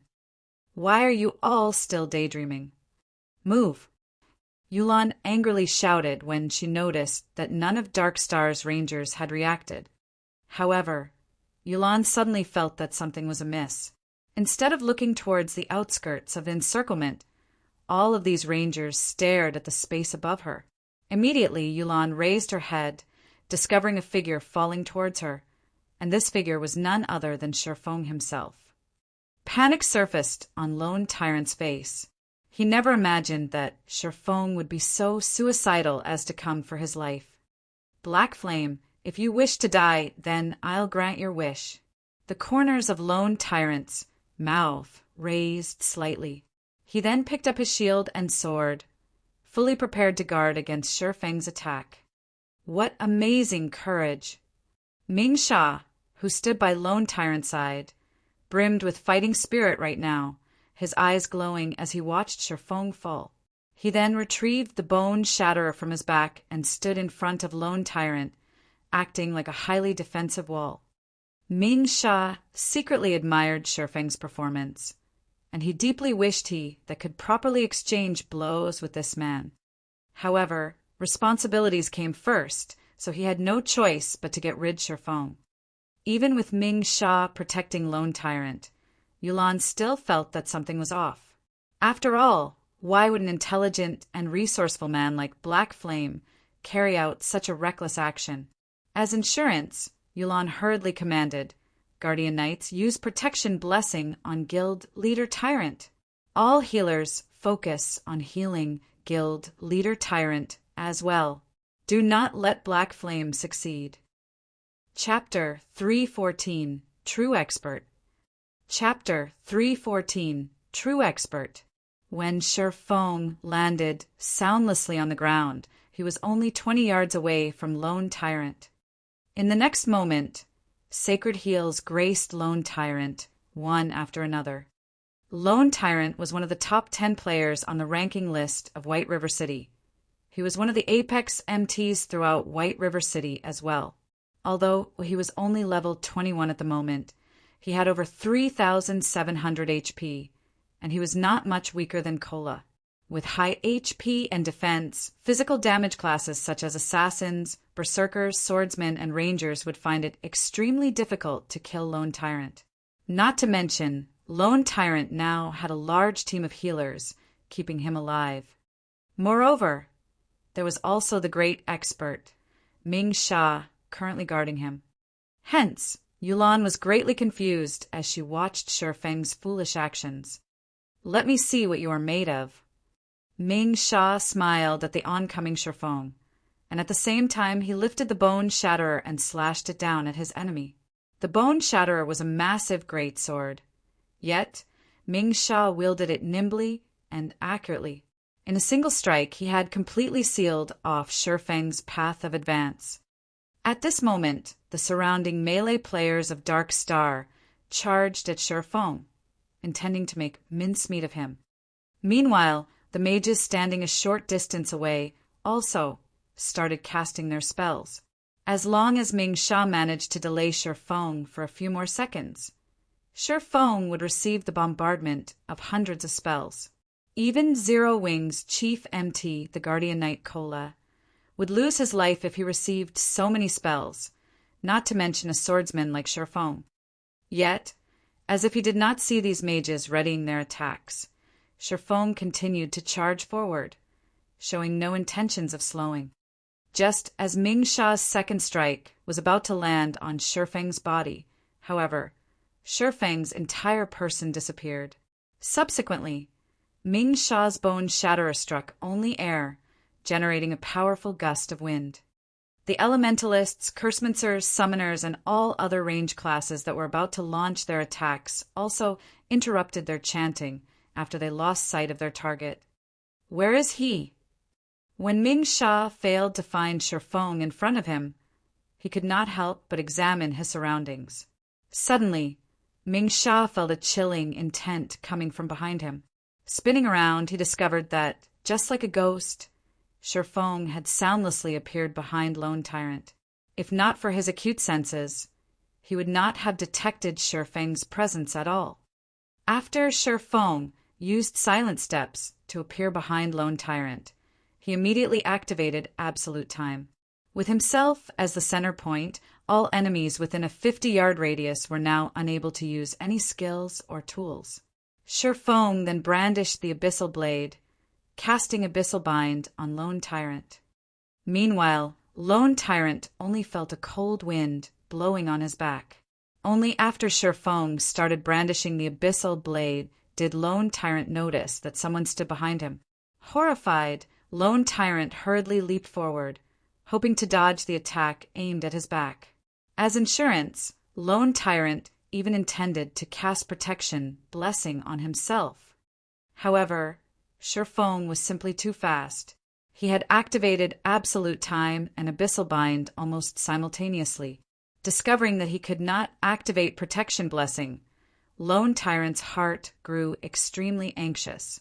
In the next instant, 9 pitch-black chains bound his body, preventing him from moving even an inch. Meanwhile, the healers standing in the distance could only watch this scene play out. With their skills locked, the most they could do was provide moral support. Damn. Seeing that Shifeng was the only person standing close to Lone Tyrant, Mingsha realized that he had been tricked. Shifeng had deceived him into leaving Lone Tyrant's side. Suddenly, a feeling that he had just been played for a fool grew in Mingsha's mind. This was the first time he had felt such a feeling.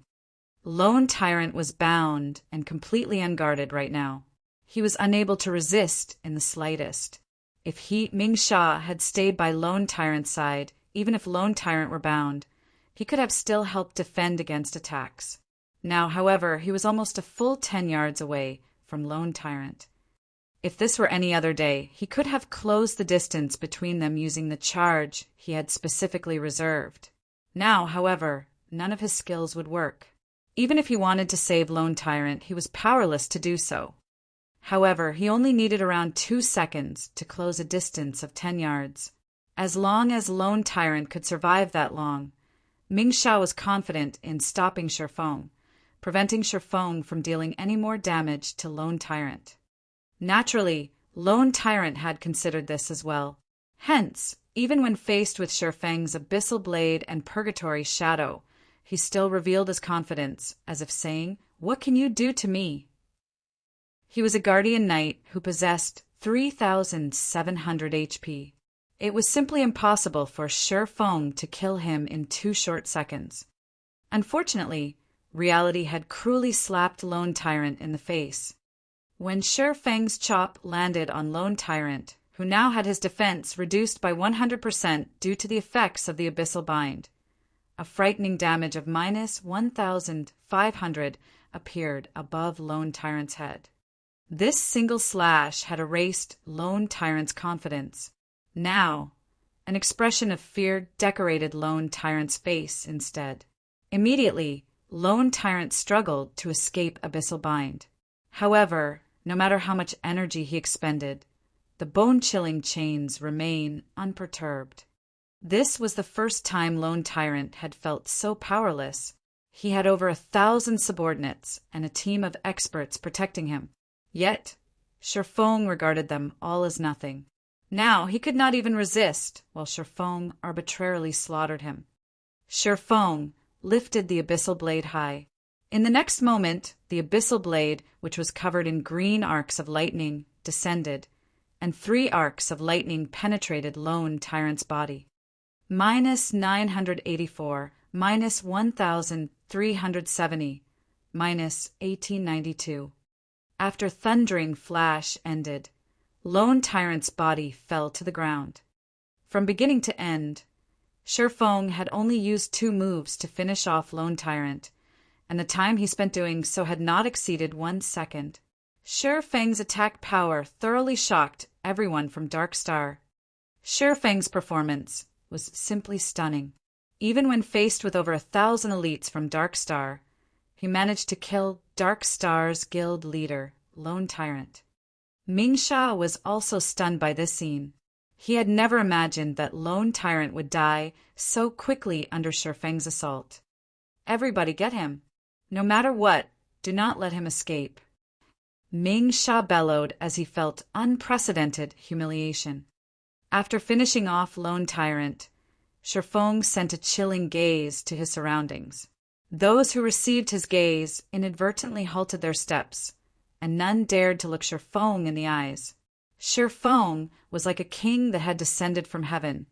Nobody dared compete with him over dominance. Faced with Mingsha's glare, Shifeng simply raised his index finger at Mingsha. He then made a hooking motion with his finger and softly chuckled.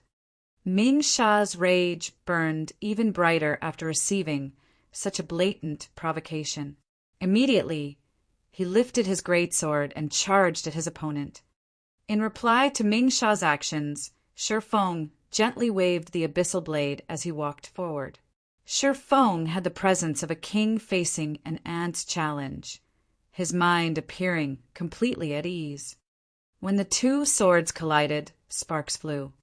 The impact of the attack forced Ming Sha to retreat multiple steps before he could stabilize himself. Shi Feng, however, had not moved an inch. The gap in strength between the two was clear at a glance. Giving Ming Sha no time, Shi Feng instantly charged forward and brandished his sword. 1 slash, 2 slashes, 3 slashes. Shi Feng's attacks were like a violent gale. Ming Sha desperately dodged and blocked the onslaught. However, each time Ming Sha was knocked back, it was very difficult for him to stabilize his form. After receiving over a dozen attacks, Ming Sha finally failed to block an attack. He received a hit to his abdomen, and the blow sent him flying. However, Shi Feng was not done. Shi Feng's feet suddenly exerted an explosive force, creating a deep pit in the ground as his body shot towards Ming Sha like an artillery shell. While his body remained in midair, Ming Sha was unable to exert any force to retaliate or dodge. The moment Shi Feng shot past Ming Sha, he brandished his swords multiple times. Each and every attack struck Ming Sha's vital points, all of them causing over -600 damage. In the blink of an eye, Ming Sha's life was no more. The scene dumbfounded the audience from Dark Star. What they had witnessed was simply Shi Feng flying past Ming Sha, followed by silvery sword streaks wrapping around Ming Sha's body. By the time Shi Feng passed Ming Sha's body, Ming Sha was already dead. Meanwhile, after Shi Feng dove into the dense forest, with a few leaps, his figure completely vanished. At this time, some of Dark Star's members finally responded and rushed in the direction Shi Feng had disappeared. Yulan, do we chase after him? South Wolf worriedly asked as he looked to Yulan. South Wolf was very clear about just how powerful Ming Sha was. Yet, such a powerful expert still died at Shi Feng's hands. Moreover, from beginning to end, Shi Feng had not used any skills in the exchange with Ming Sha. He relied purely on techniques to kill his opponent. This was something that South Wolf had never dared to imagine possible in the past. Now, however, South Wolf finally realized what a true expert was. Yulan shook her head and released a soft sigh, saying no. If Black Flame possesses such strength, even if we chase after him, what can we actually do to him? Not to mention, our speed can't compare to his at all. We should save our energy and give up. First, he had killed Lone Tyrant, Dark Star's guild leader, amidst an army of thousands. Next, while he was escaping, he managed to kill an expert like Ming Sha. This time, Dark Star had truly lost all dignity. Even if Dark Star managed to exterminate Zero Wing's core team at a later date, it would only add on to the gossip about Dark Star. This time, Dark Star had truly suffered a defeat. Chapter 315, Breaking Past the Encirclement. Chapter 315, Breaking Past the Encirclement. Are we giving up just like that? South Wolf still held some resentment in his heart. After all, Shi Feng had killed him once before. Then what do you propose? Yulan revealed a calm smile. She then pointed towards the direction of the silverleaf forest in which Shi Feng had disappeared, saying, If you aren't satisfied, be my guest. However, you have already fully experienced Black Flame's horrifying might. Under that complete silencing skill, he can easily kill whoever he wants. As long as the cooldown for that skill refreshes, he might turn around and start another massacre. At that time, the first target he'll go after will be you. When South Wolf heard her reasoning, cold sweat permeated his forehead as he recalled the scene of Shi Feng killing Ming Sha before escaping. Even until now, fear lingered within him. But how should we explain things to young Master Feng? Although South Wolf feared Shi Feng, Feng Xianyang was not someone he could afford to provoke. I'll deal with young Master Feng. Today we experience Black Flame's true strength, so consider it a great harvest. As for the other matters, let's leave those to Guild Leader Tyrant to deal with, Yulan said as she revealed a mysterious smile. She then turned around and left. Feeling helpless, South Wolf sighed and departed with Yulan. Now that both Lone Tyrant and Ming Sha had died, what could he, South Wolf, possibly do? Moreover, his main task for today was to show Yulan around the guild and allow her to assess the situation at Dark Star. Hunting Zero Wing was a side task. At a lake nestled in the Silverleaf Forest, Fire Dance and the other core members of Zero Wing had been waiting for a long time now. However, even after so much time had passed, Shi Feng had yet to show up, causing them all to grow slightly anxious. Sister Fire Dance, Guild Leader, still hasn't shown up yet. Why don't we check on him? One of the 5 demon generals, the assassin Flying Shadow, asked. In the past, Flying Shadow had been a solitary person. However, his strength could rank at the very top of Shadow. Although he had not performed any outstanding feats during the early stages of the game, he had not performed badly either. In general, he had been an average player. In this life, however, after Shi Feng recruited him into the Zero Wing workshop, he immediately assigned him to Zero Wing's core team. Many in the guild had initially voiced their opinions against this matter. However, as time slowly passed, everyone finally realized that Shi Feng's decision was still as impeccable as always. It was not something the likes of them could hope to compare to. Within the Zero Wing's core team, Fire Dance had always been the publicly acknowledged #1 assassin of Zero Wing. Meanwhile, the position of #2 assassin had been undetermined. However, after Flying Shadow joined the guild, his techniques rose rapidly with each passing battle and friendly competition. Very quickly, everyone began to acknowledge him, and now he was considered the most powerful assassin in Zero Wing after Fire Dance. No, since Guild Leader has chosen to stay behind, he obviously is confident of obtaining victory. We will only be a hindrance if we try to help. Fire Dance shook her head and rejected Flying Shadow's proposal. In reality, however, she was also worried about Shi Feng. At this moment, a black figure pierced through the brush, landing by the lakeside soundlessly. Before anyone noticed, this black figure had arrived before them. Fire Dance and Violet Cloud were the first to detect this figure's presence. Instinctively, Fire Dance retrieved the daggers from her waist, preparing to meet with a great enemy. Soon after, everyone else discovered the presence of this newcomer as well, and they too promptly readied their weapons. Although they could not see this black figure's appearance clearly, the pressure the figure emitted was no less than a Lord-ranked boss. Guild Leader. Fire Dance quickly recognized Shi Feng's appearance, and she was greatly shocked when she felt his aura. Previously, as they had been in a hurry to escape, she had not noticed Shi Feng's change. Now that she confronted Shi Feng face to face, she suddenly realized that Shi Feng's strength had greatly improved. Right now, even she could not determine exactly how powerful Shi Feng was. It was especially true for the sharp and frightening aura he emanated. It seems that all of you have improved greatly recently. You actually managed to discover me so quickly. Shi Feng examined his guild members and revealed a satisfied smile.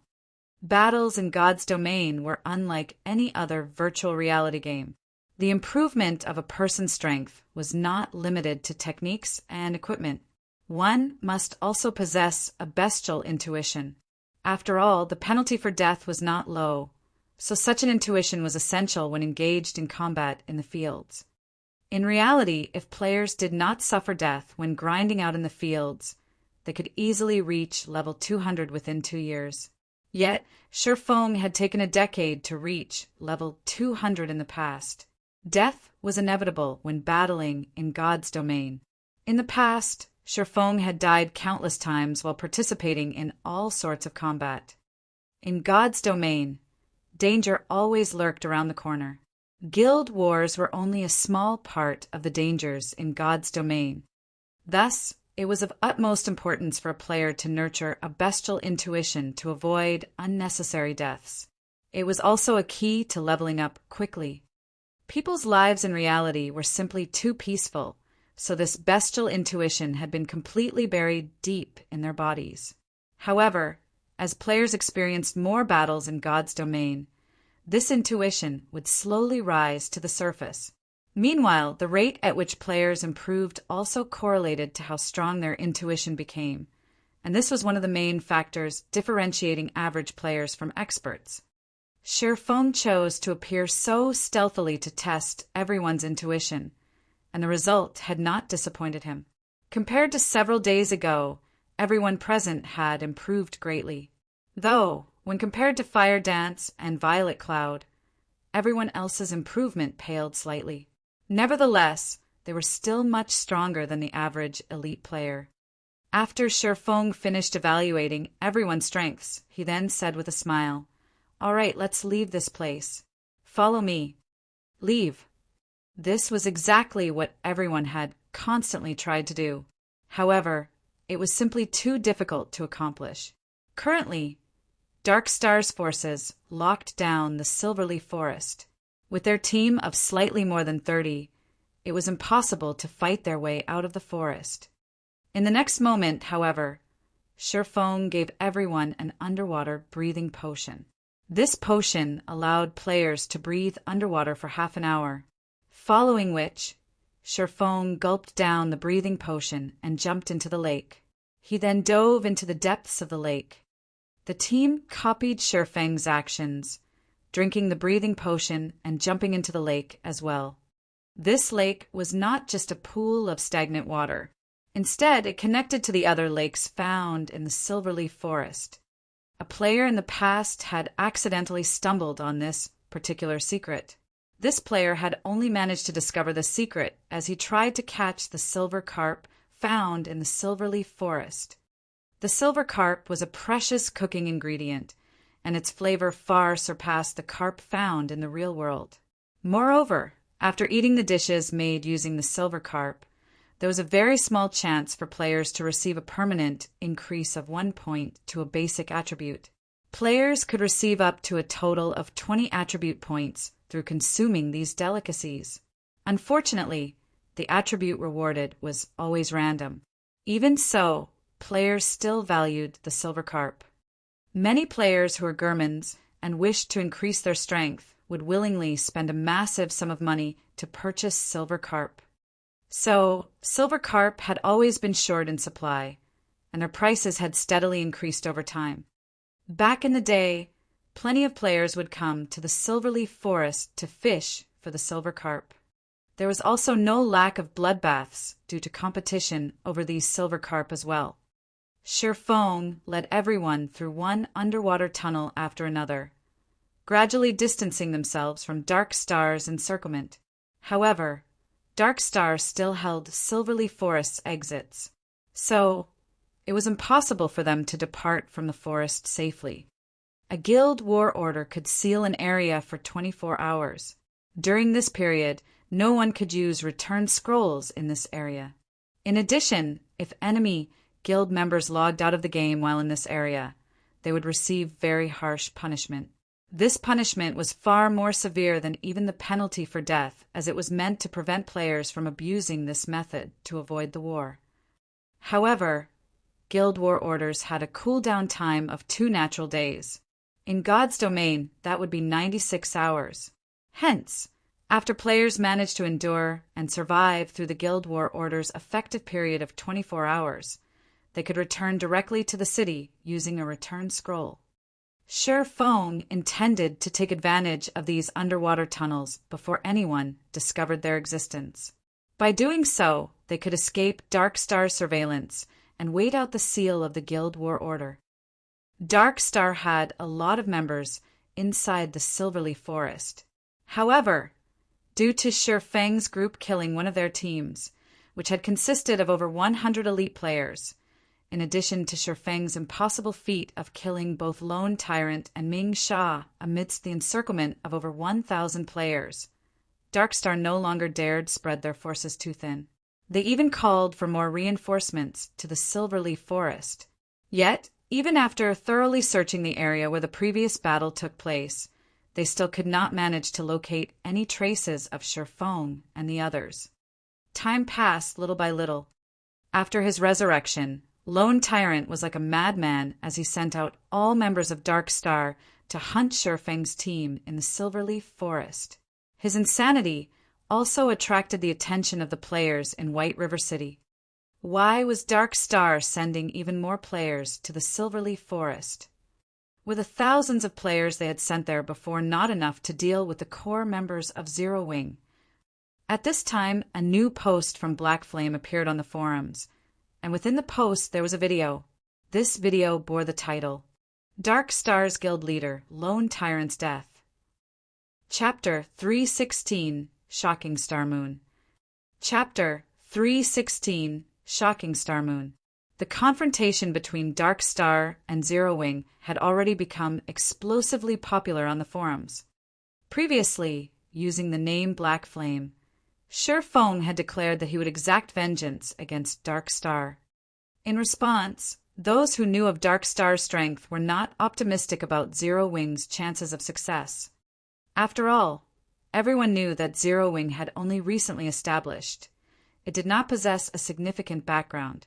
However, Zero Wing was still the first guild in Star Moon Kingdom to possess a guild residence, so most considered it to have great potential. If it spent a few more months developing, it might become an existence that surpassed even Dark Star. At the moment, though, it was simply too early for Zero Wing to go against Dark Star. Yet, sometime later, such remarks about Zero Wing completely disappeared. World Dominator's veteran first-rate guild had actually suffered defeat.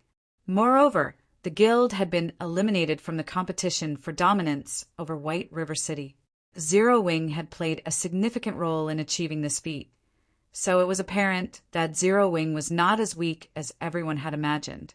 Hence, the moment the video of Shi Feng killing Dark Star's guild leader, Lone Tyrant, uploaded, its popularity instantly grew. In particular, the scene where Shi Feng indifferently faced off against an army of over 1,000 elites and managed to kill Lone Tyrant by himself garnered huge amounts of attention.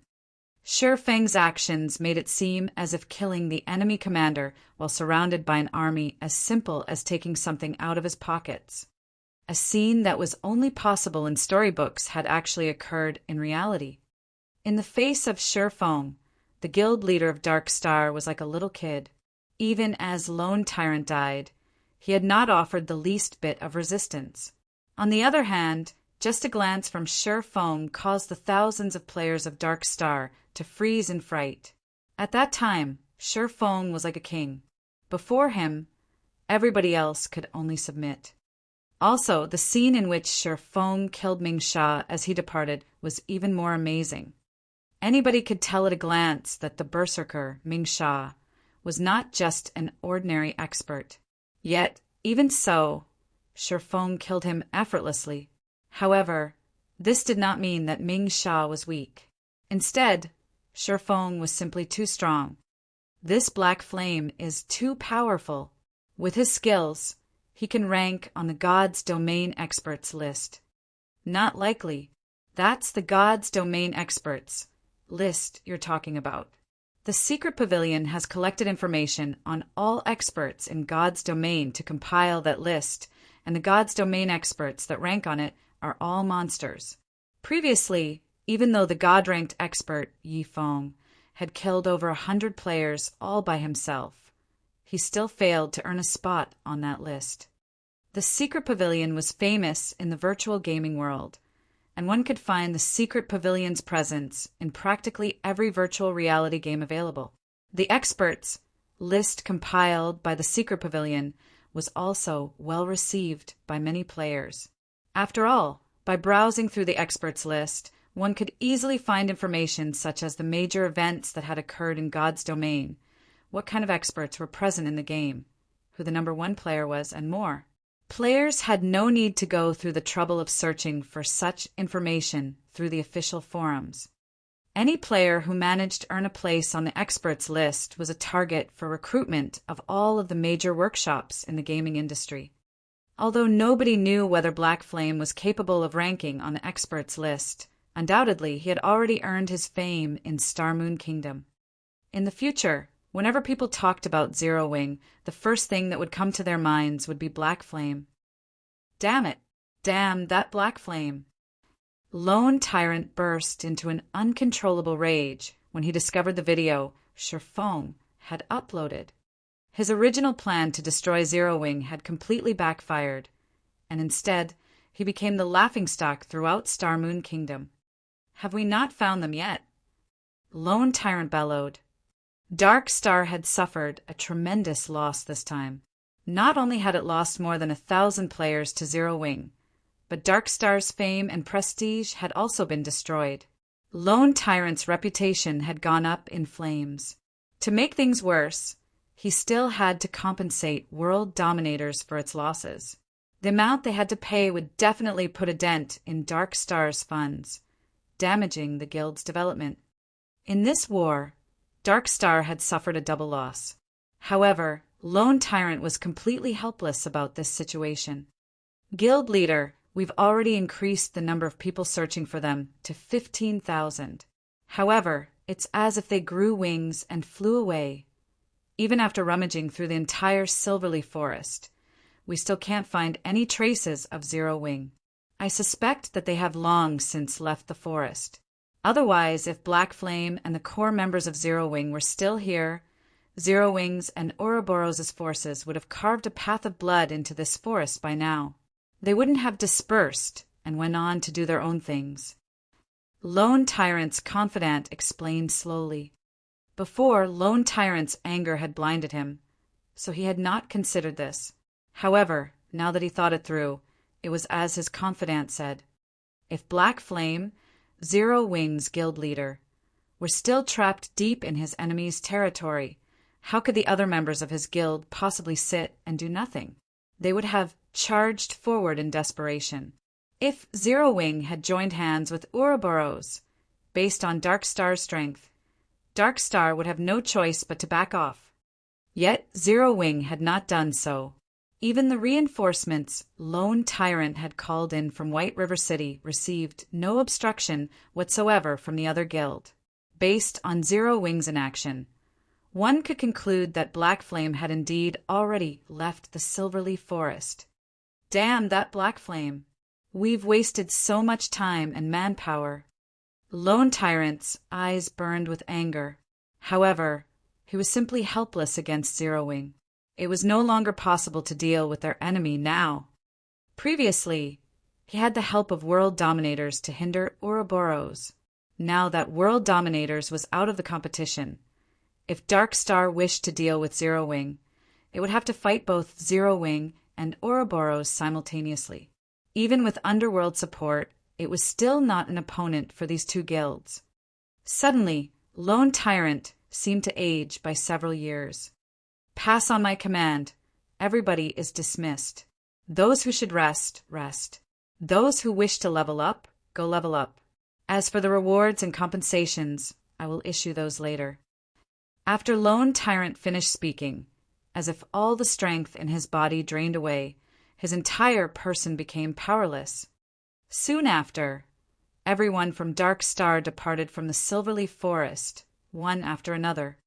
As for the seal of Guild War Order, that too had dissipated. When the thousands of players from Dark Star hunted Sherfang's group, having nothing better to do, Sherfang and the others had spent their time searching for silver carp at a lake. Currently, nobody that knew how precious silver carp were. Moreover, now that the underwater areas of the Silverleaf Forest had yet to develop, one could find a large number of silver carp in the lakes in the area. Even in the very beginning, each silver carp sold for 20 silver coins. Presently, 20 silver was worth 3,000 credits. It could compare to the monthly salaries of white-collared workers.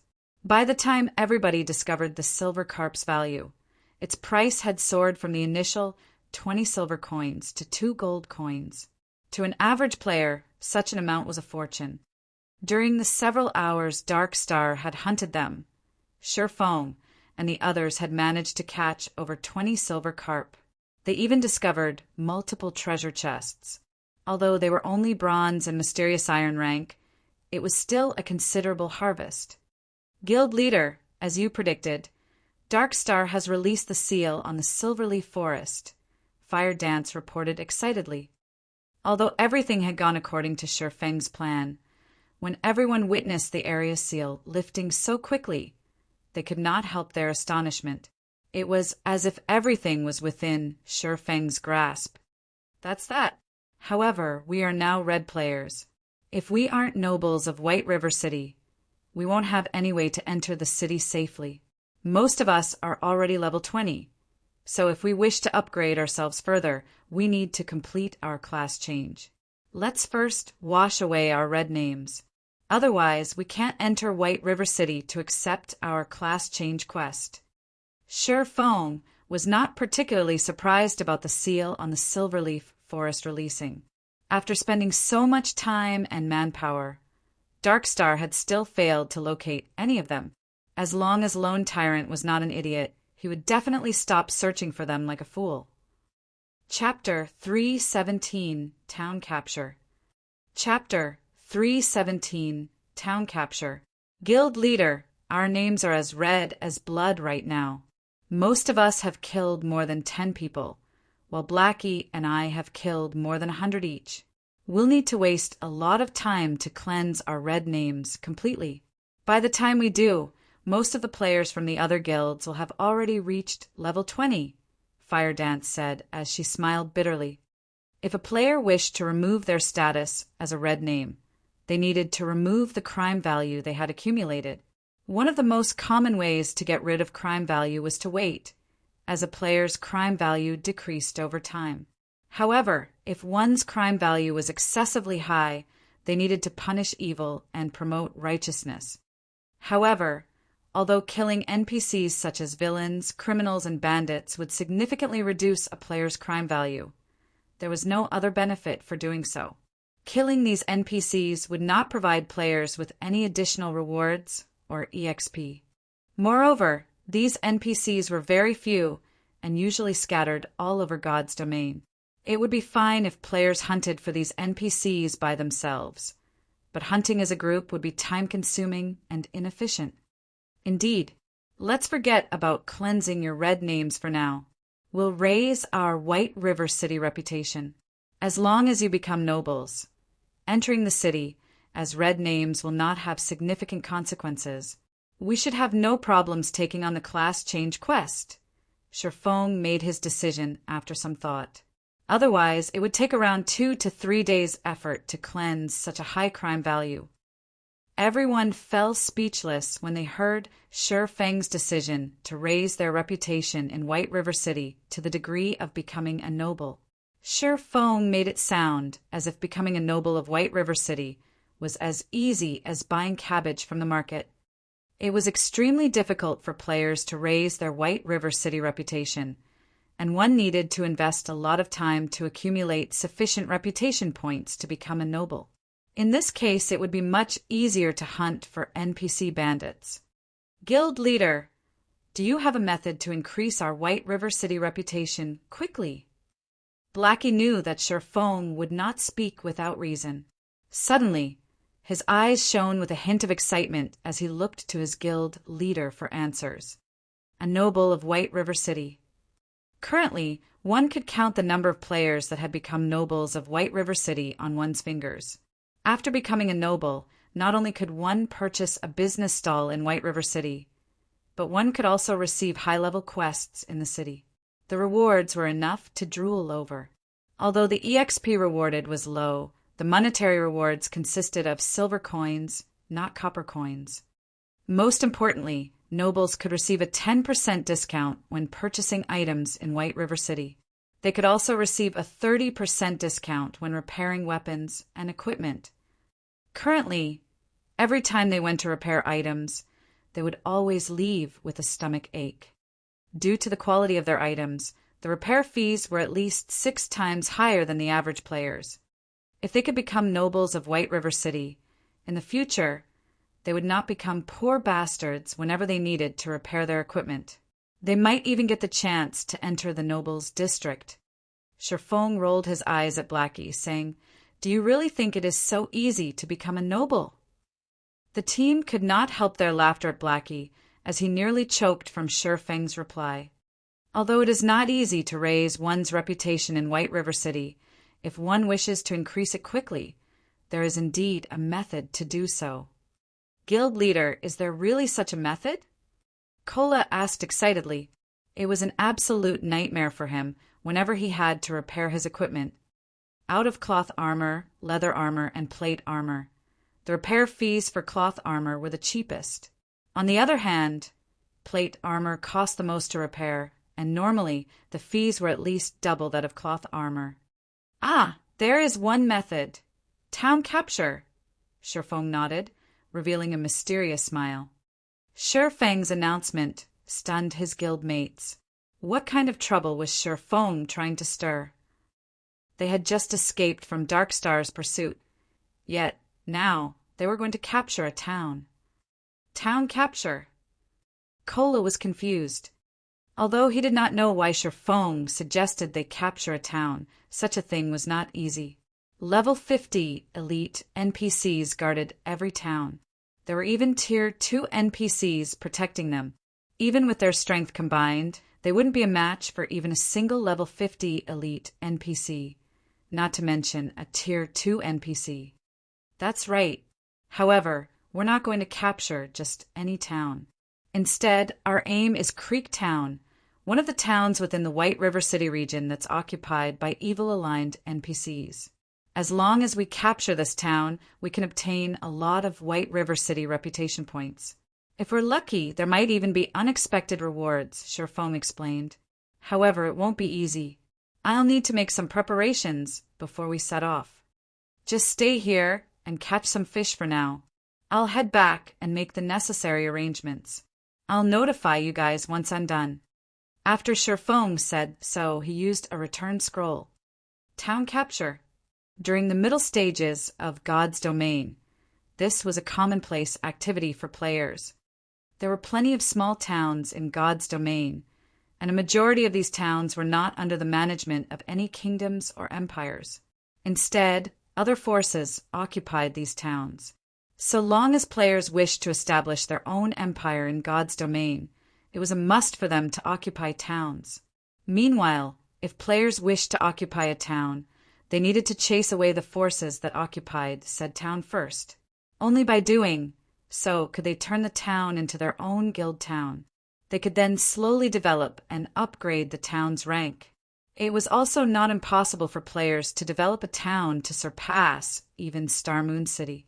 However, the conditions for doing so were extremely demanding, so it was very difficult for players to succeed. Moreover, capturing a town was easier said than done.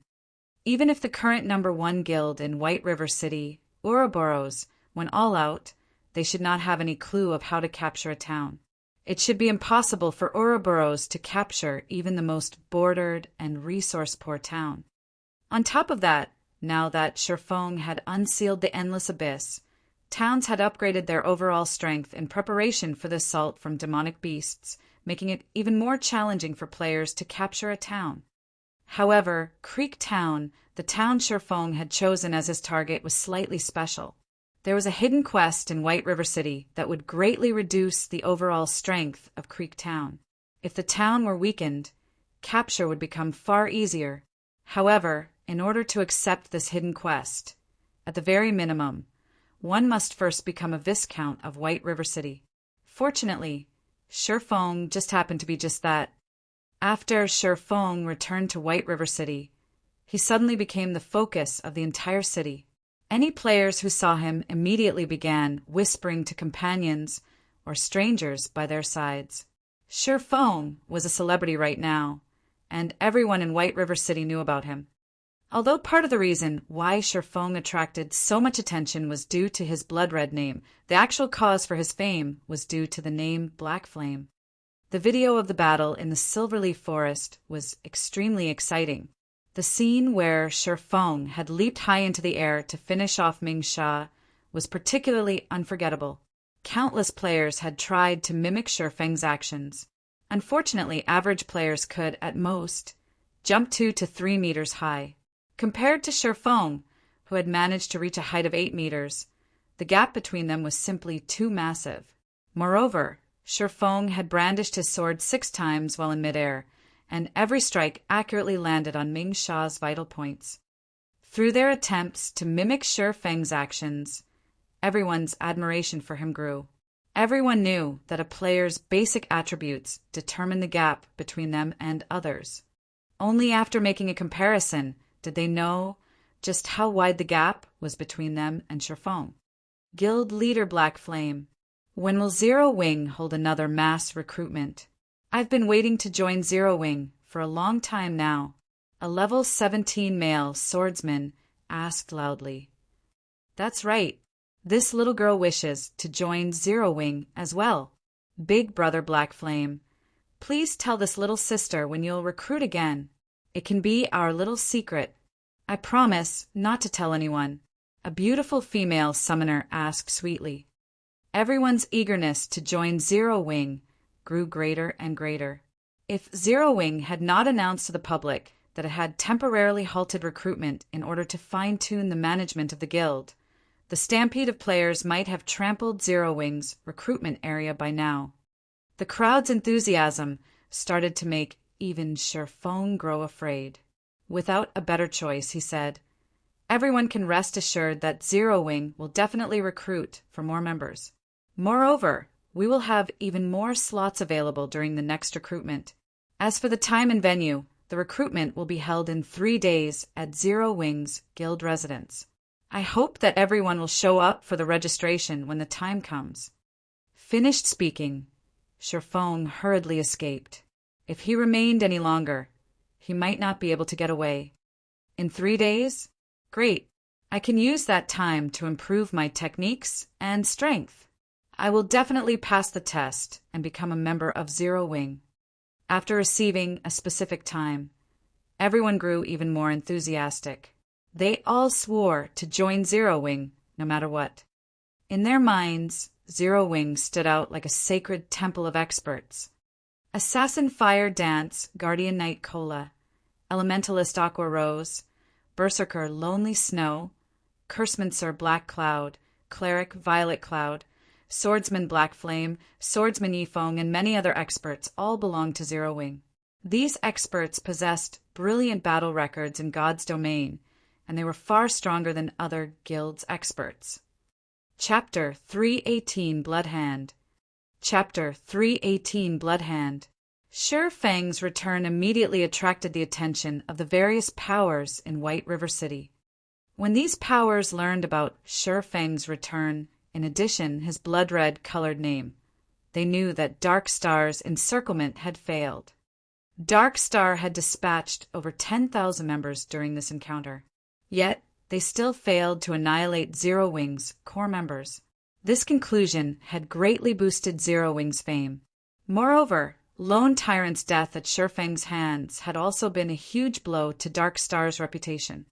Excluding world dominators, which had already been eliminated from the competition for the dominance over White River City, Dark Star's current reputation ranked at the very bottom of the top 6 guilds of White River City. As a result, many players who had originally intended to join Dark Star now had their sights on Zero Wing instead. As things stood, it was only a matter of time before Zero Wing surpassed Dark Star. After escaping the attention of the passionate players surrounding him, Shifeng immediately draped a black cloak over his shoulders, covering his face and hiding his name. He then hurried towards the Adventurers Association of White River City. On the way, Shifeng contacted Aqua Rose and had her bring around 60 core members to the Adventurers Association to meet up with him. 20 minutes later, Aqua Rose showed up at the entrance of the Adventurers Association with the requested guildmates. Every one of these core members wore equipment that was mysterious iron rank and above. Among them, many possessed secret silver equipment. The group looked dazzling when they stood in front of the entrance, invoking the envy and admiration of many passing players. Although Dark Star's ambush and the battle with world dominators had significantly damaged Zero Wing, fortunately the guild possessed a relatively large stock of bronze and mysterious iron equipment to compensate for the loss. Only, some time was required to regain the lost levels. Meanwhile, Aqua Rose's group consisted of players that had been busy raiding dungeons while the guild war had taken place. They had not been able to make it in time to help. "Big Sis Aqua, why do you think the guild leader called us here?" a female cleric called Snow Goose asked curiously. "Isn't it obvious? Dark Star caused us trouble picking a fight. Our guild leader obviously wants us here to plan our payback," a berserker said, laughing. "That's great. The dungeon we raided before was too far away, so we couldn't join in the guild war. Now, I'll get to teach those bastards from Dark Star a lesson." Snow Goose giggled as she waved her delicate fist around. Watching this scene, Aqua Rose could not help but laugh, saying, "Snow Goose, aren't you a little too aggressive? Although the guild leader hasn't expressed his plans for us yet, I feel that he called us here for something else. Otherwise, if we start a war against Dark Star with the few numbers we have here, we won't even fill in the gaps between their teeth. Stop guessing blindly. In any case, we'll know what he wants us to do soon enough." Hearing that their guild leader had called them here for something else, Snow Goose's mood dampened slightly. The others also revealed disappointed expressions. Shurfeng finally arrived after Aqua Rose and the others had waited at the Adventurers Association's entrance for a short while. "Guild leader, why are you still wearing a cloak? Are we not allowed to expose ourselves in this operation? Should we leave and sneak back over here?" Aqua Rose could not help her confusion when she saw Shurfeng hiding his face. At this moment, Shurfeng looked like a wanted criminal who was afraid of being discovered. "I hadn't intended to use it. However, being too famous doesn't help me either. If I removed my cloak, I don't think I will get further than the front door of the Adventurers Association," Shurfeng said, laughing bitterly. "Forget about it. Invite me to the team, and let's get down to business." From Shurfeng's brief explanation, Aqua Rose imagined the comical scene of a horde of players mobbing Shurfeng. Involuntarily, Aqua Rose's lips hooked up into a bright smile. The dignified guild leader of Zero Wing had been fearless even against an army of thousands. Yet now he was actually afraid of his fans' enthusiasm. After Aqua Rose invited Shurfeng to the team, she passed the team leader position to Shurfeng. After becoming the leader of the team, Shurfeng immediately examined everyone's level, and he could not help but feel proud at what he saw. A majority of the team was level 19, while a small portion had already reached level 20. This was unimaginable in any other guild. As the various large guilds competed over the first clear of the 3 great dungeons, naturally, they would not hurry to level up.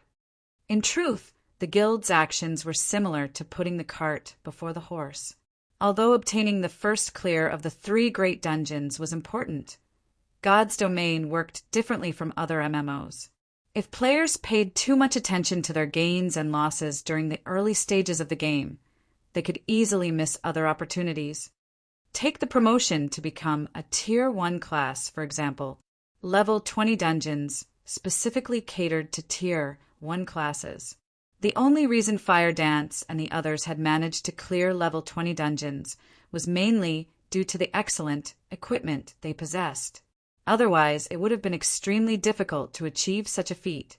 Not to mention, there were still the 50-man and 100-man level 20 large-scale team dungeons.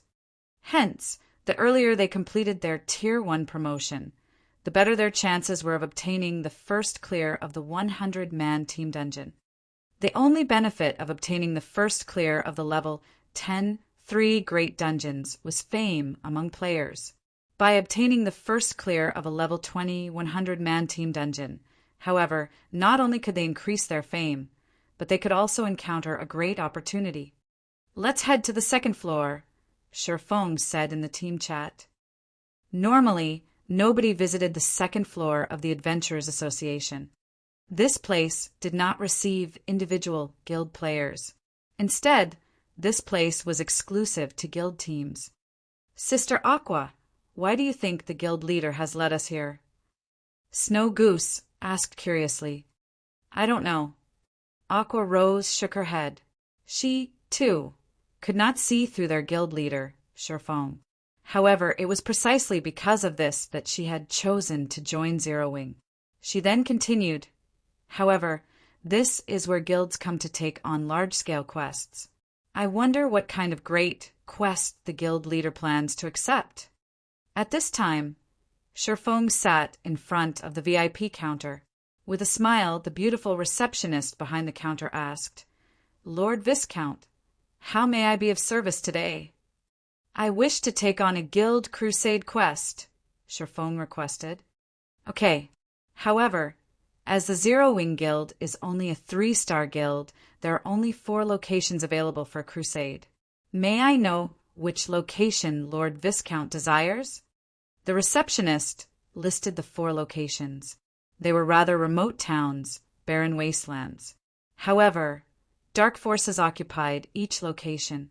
Without 2,000 to 3,000 level 30 Tier 1 players, one should not even consider capturing it. Of course, this was only in the case for attacking normally. If it were a crusade, however, the difficulty of capturing the town would significantly decrease. Even so, it was still extremely difficult. If one attempted to capture these towns with only 100 players around level 20, it would be suicide. Creek Town, then. Sherfong was very familiar with the crusade quests available in White River City. He chose Creek Town, which was occupied by the Blood Hand Association, without hesitation. Among the many dark forces in the White River City region, the Blood Hand Association was one of the weakest and smallest powers. It ranked at the very bottom. Taking on any of the other 3 locations, each of which was controlled by lower middle-class dark forces, would be nothing more than suicide for Sherfong and his team. They would have no chances of successfully capturing the town at all.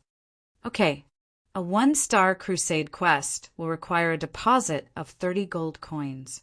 If the quest is not completed within 5 days, then the deposit will not be refunded.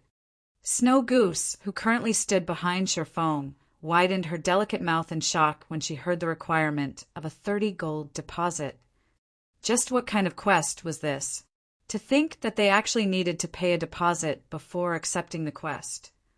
Moreover, the deposit was even 30 gold coins. Big Sis Aqua, what kind of quest is that? It actually needs 30 gold coins. Even if I sold myself, I still wouldn't earn so much money, Snow Goose said, stunned. Snow Goose's words left everyone speechless. Sherfong, on the other hand, merely revealed a calm smile as he paid the 30 gold coins deposit gladly. He then said in the team chat, "This is a guild crusade quest. Unless one becomes a true noble of White River City, they can't even accept such a quest. Moreover, 30 gold coins is actually very cheap." Cheap. Everyone was truly speechless this time. At this stage of the game, 30 gold coins was practically the maximum a third-rate guild would possess. If they could not complete this crusade quest, those 30 gold coins would be gone forever. Chapter 319, Windbreaker. Chapter 319, Windbreaker. After Sherfong accepted the 1-star Guild Crusade quest, he led everyone to the Twilight Temple. The Twilight Temple was a main hub for healer classes.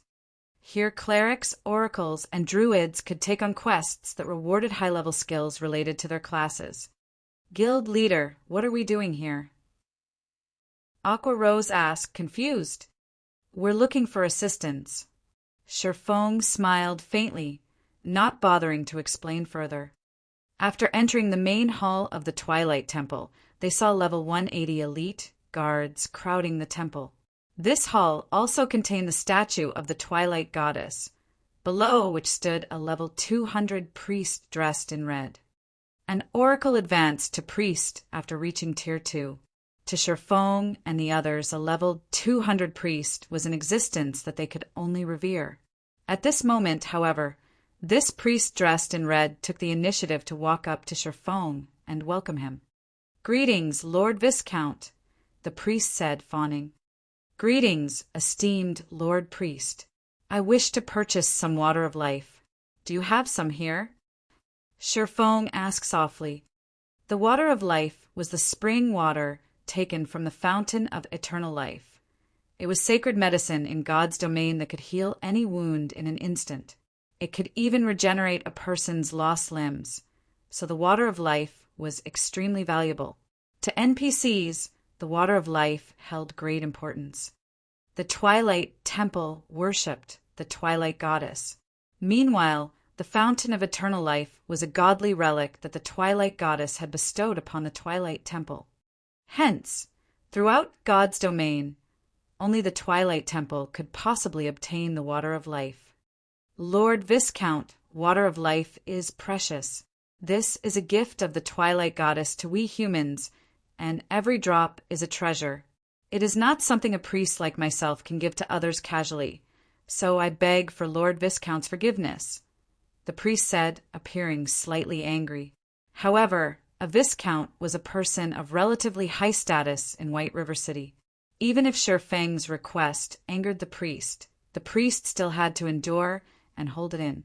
If any other player stood in Sherfang's place right now, the priest might have thrown them out of the temple already. Naturally, Sherfang knew this. Although he had guessed that his identity as a Viscount would not get him the water of life, the priest's unwavering refusal still shocked him slightly.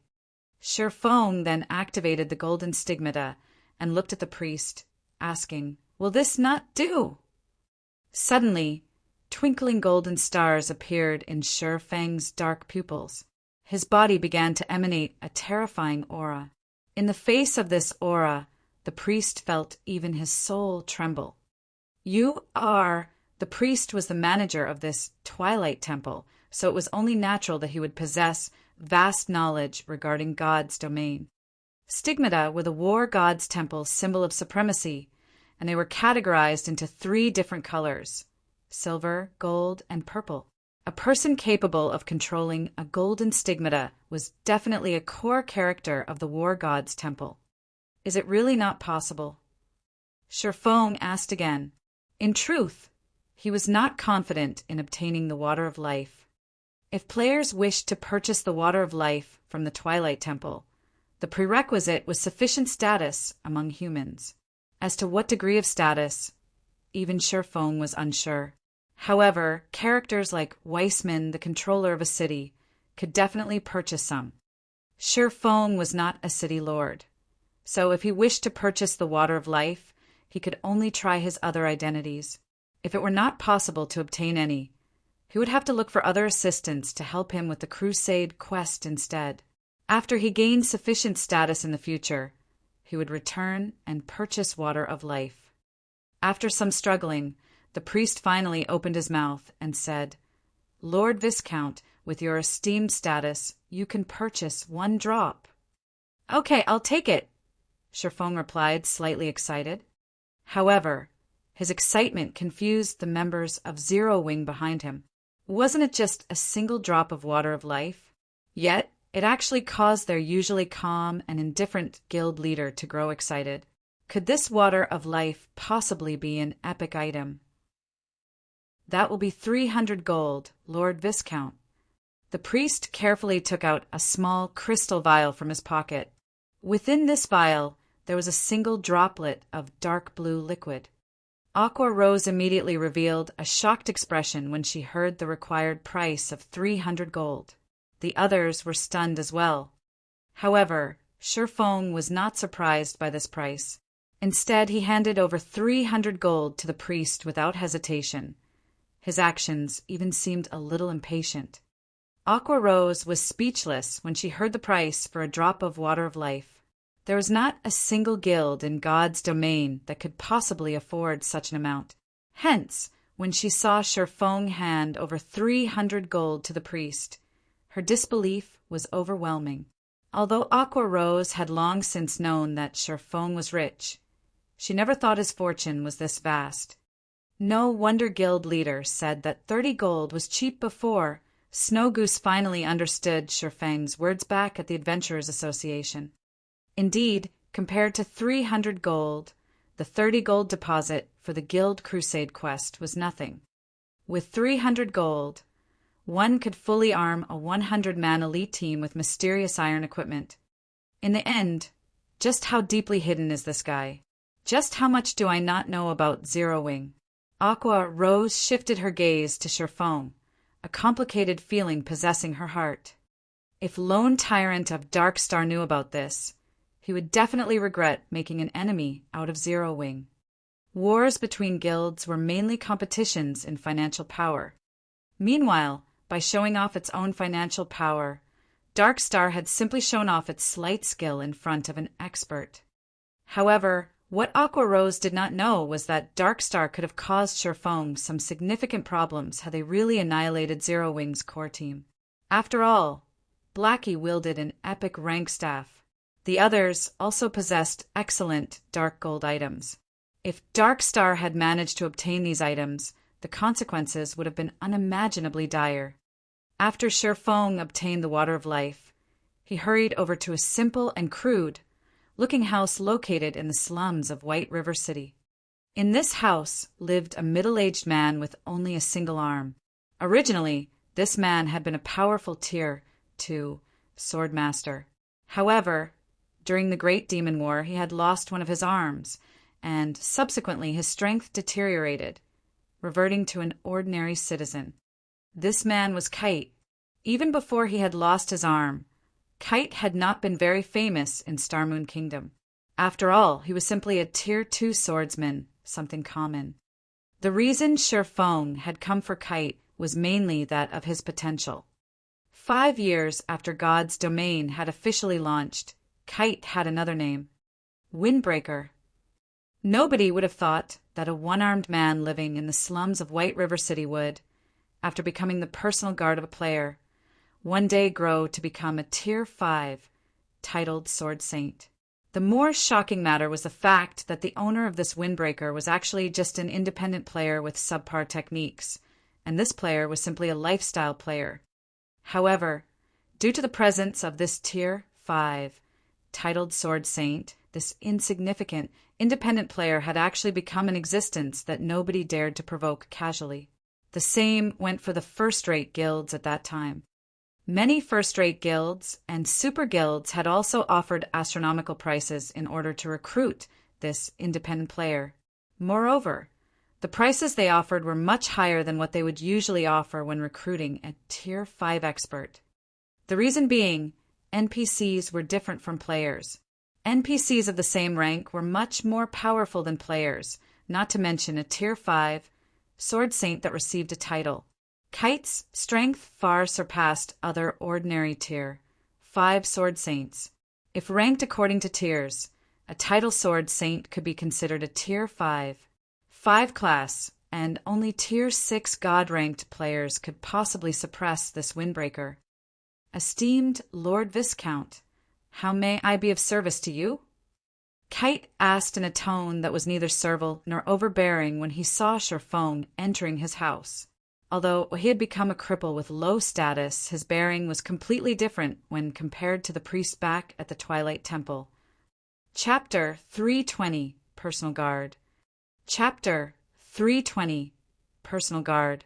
When Sherfong saw Kite's depressing state, Sherfong wondered just how much determination that independent player, Drunk Shao, had when he decided to recruit Kite as his personal guard and invest in grooming swordsmen. However, reality had proven that Drunk Shao certainly had impressive foresight. When choosing a personal guard, players relied on two things: foresight and luck. If a player made the wrong choice, they could only blame themselves for being dull and impatient. Before placing an NPC under their command, players had absolutely no access to said NPC's data. They would have no access even if they took in an NPC as a normal guard. In the case of Anna, Sherfong could only view her data because she was an assistant provided due to an epic quest. Anna belonged to Sherfong completely, so she fit under the category of a personal guard. After becoming a Viscount, players were given 2 slots for personal guards and 48 slots for normal guards. These slots were precious, as after signing the contract with an NPC, players were required to pay a considerable fee should they ever wish to dissolve the contract. If it were merely dissolving the contract for normal guards, most players could afford the fee. After all, normal guards were incapable of growth. As a player's strength grew, sooner or later, they would have to replace these normal guards. However, personal guards were a different story. Personal guards could grow with a player. Even if it were Sherfong, he would not dare dissolve contracts of personal guards casually, as the price was simply too high. Hence, after players became Viscounts, they would be very careful when selecting their personal guards. They absolutely would not waste these 2 slots. However, leaving it empty was also unwise. Even if one accepted personal guards with slightly lower potential, these personal guards could be of great help when properly developed, especially when leveling up.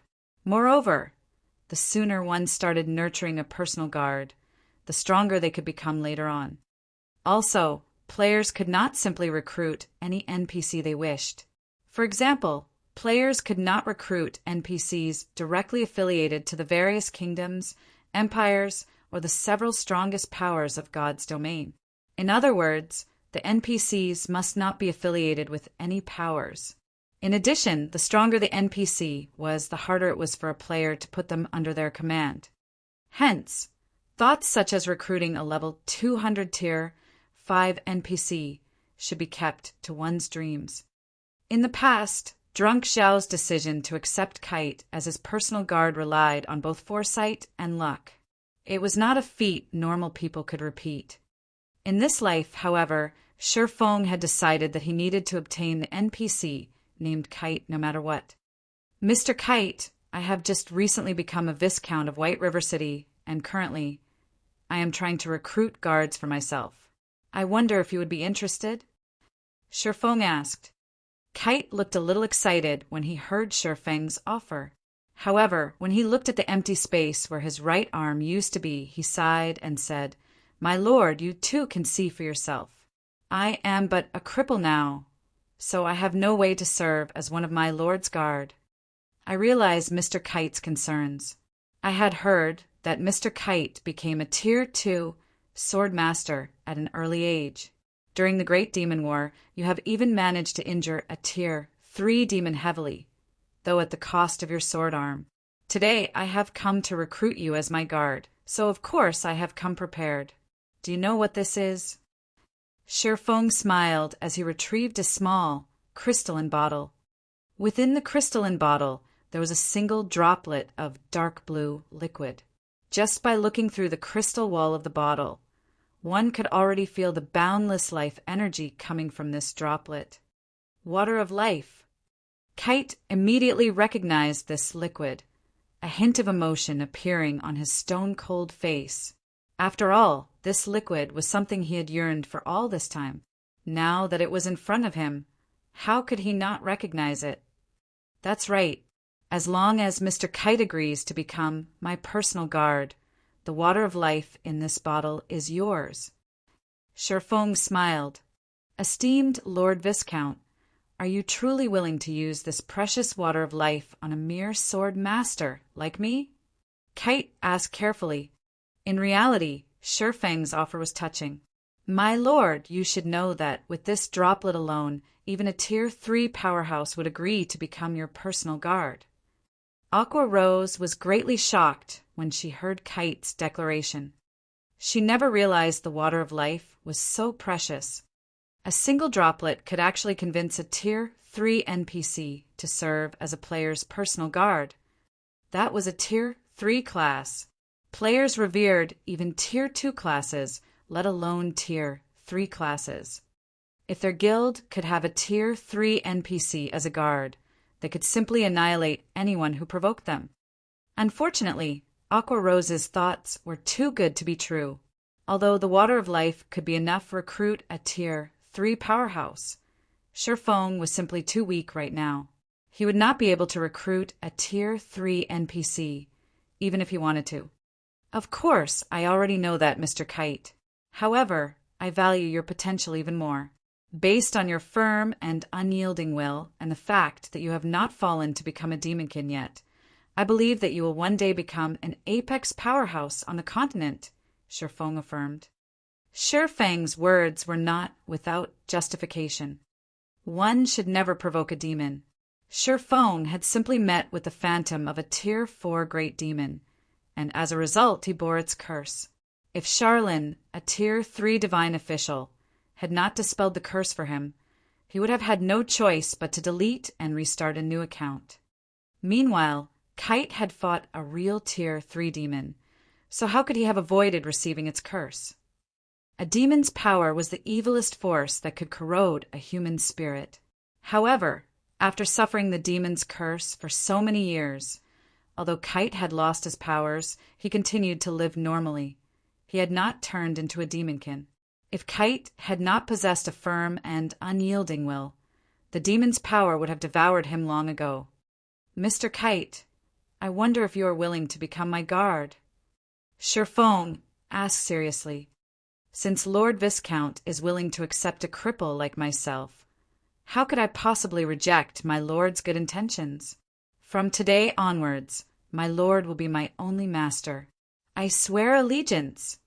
Kite dropped to a knee in front of Shifeng, receiving the Water of Life respectfully. System, do you wish to assign Kite as your personal guard?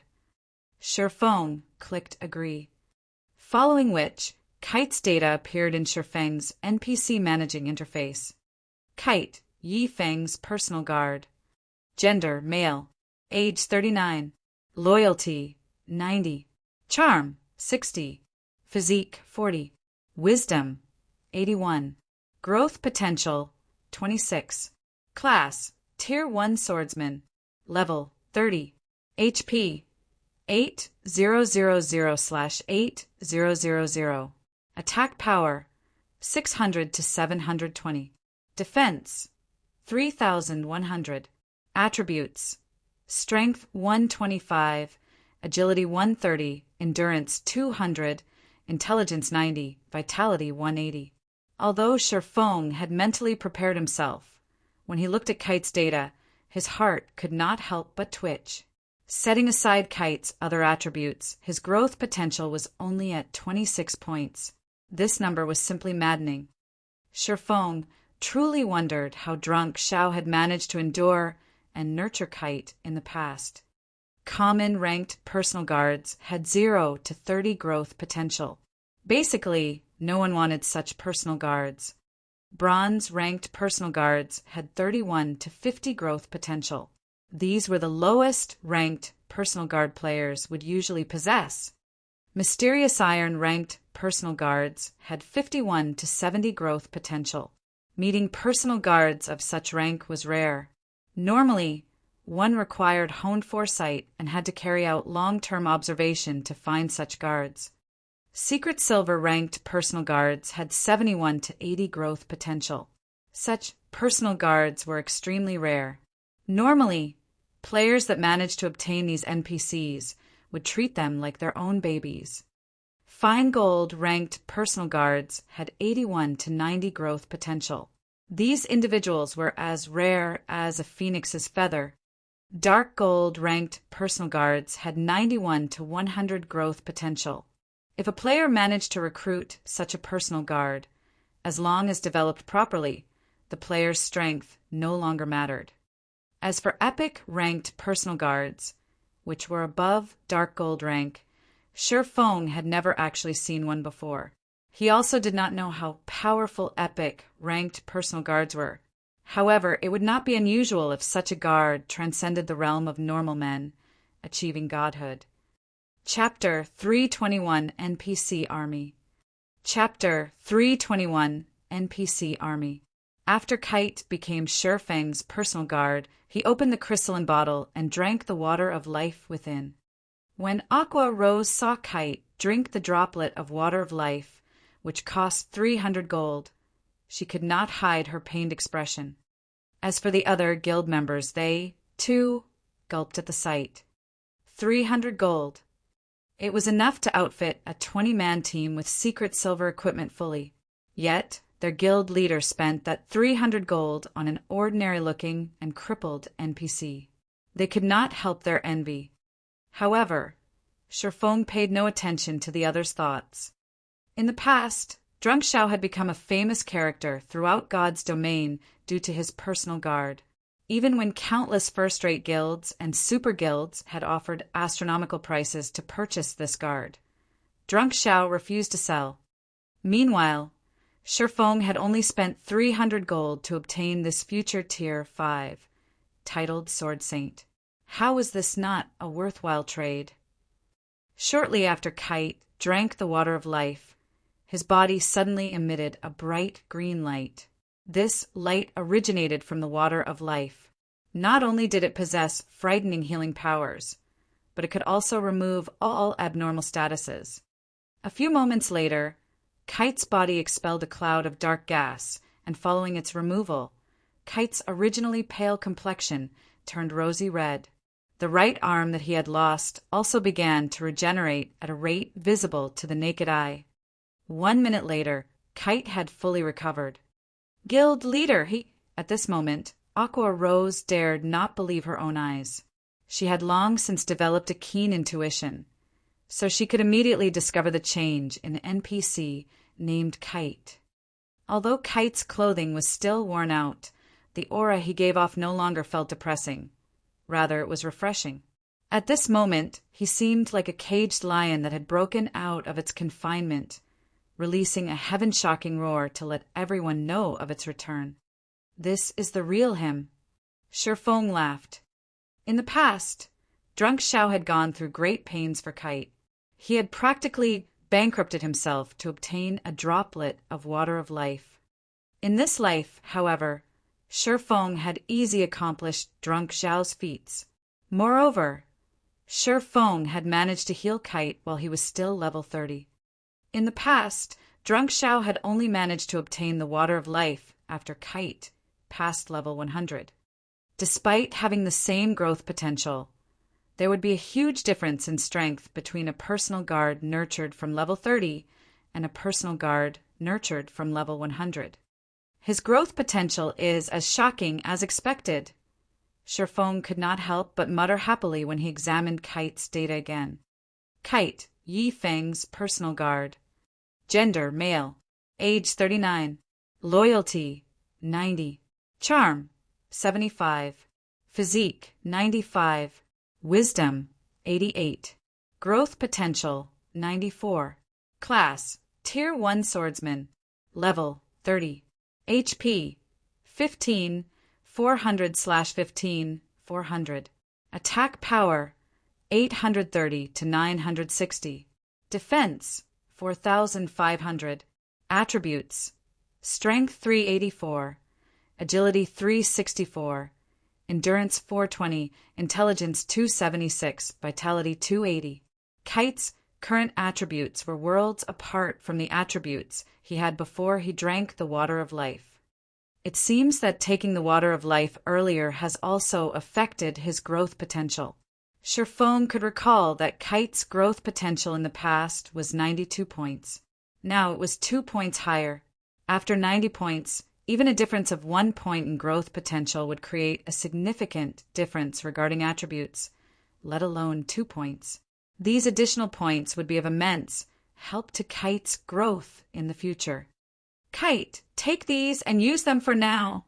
Issuing his instructions, Shifeng retrieved several pieces of level 20 mysterious iron equipment and passed them to Kite. Although they were somewhat incompatible for the level 30 swordsman, they were all Shifeng had at the moment. After all, Zero Wing had yet to start raiding level 20 team dungeons.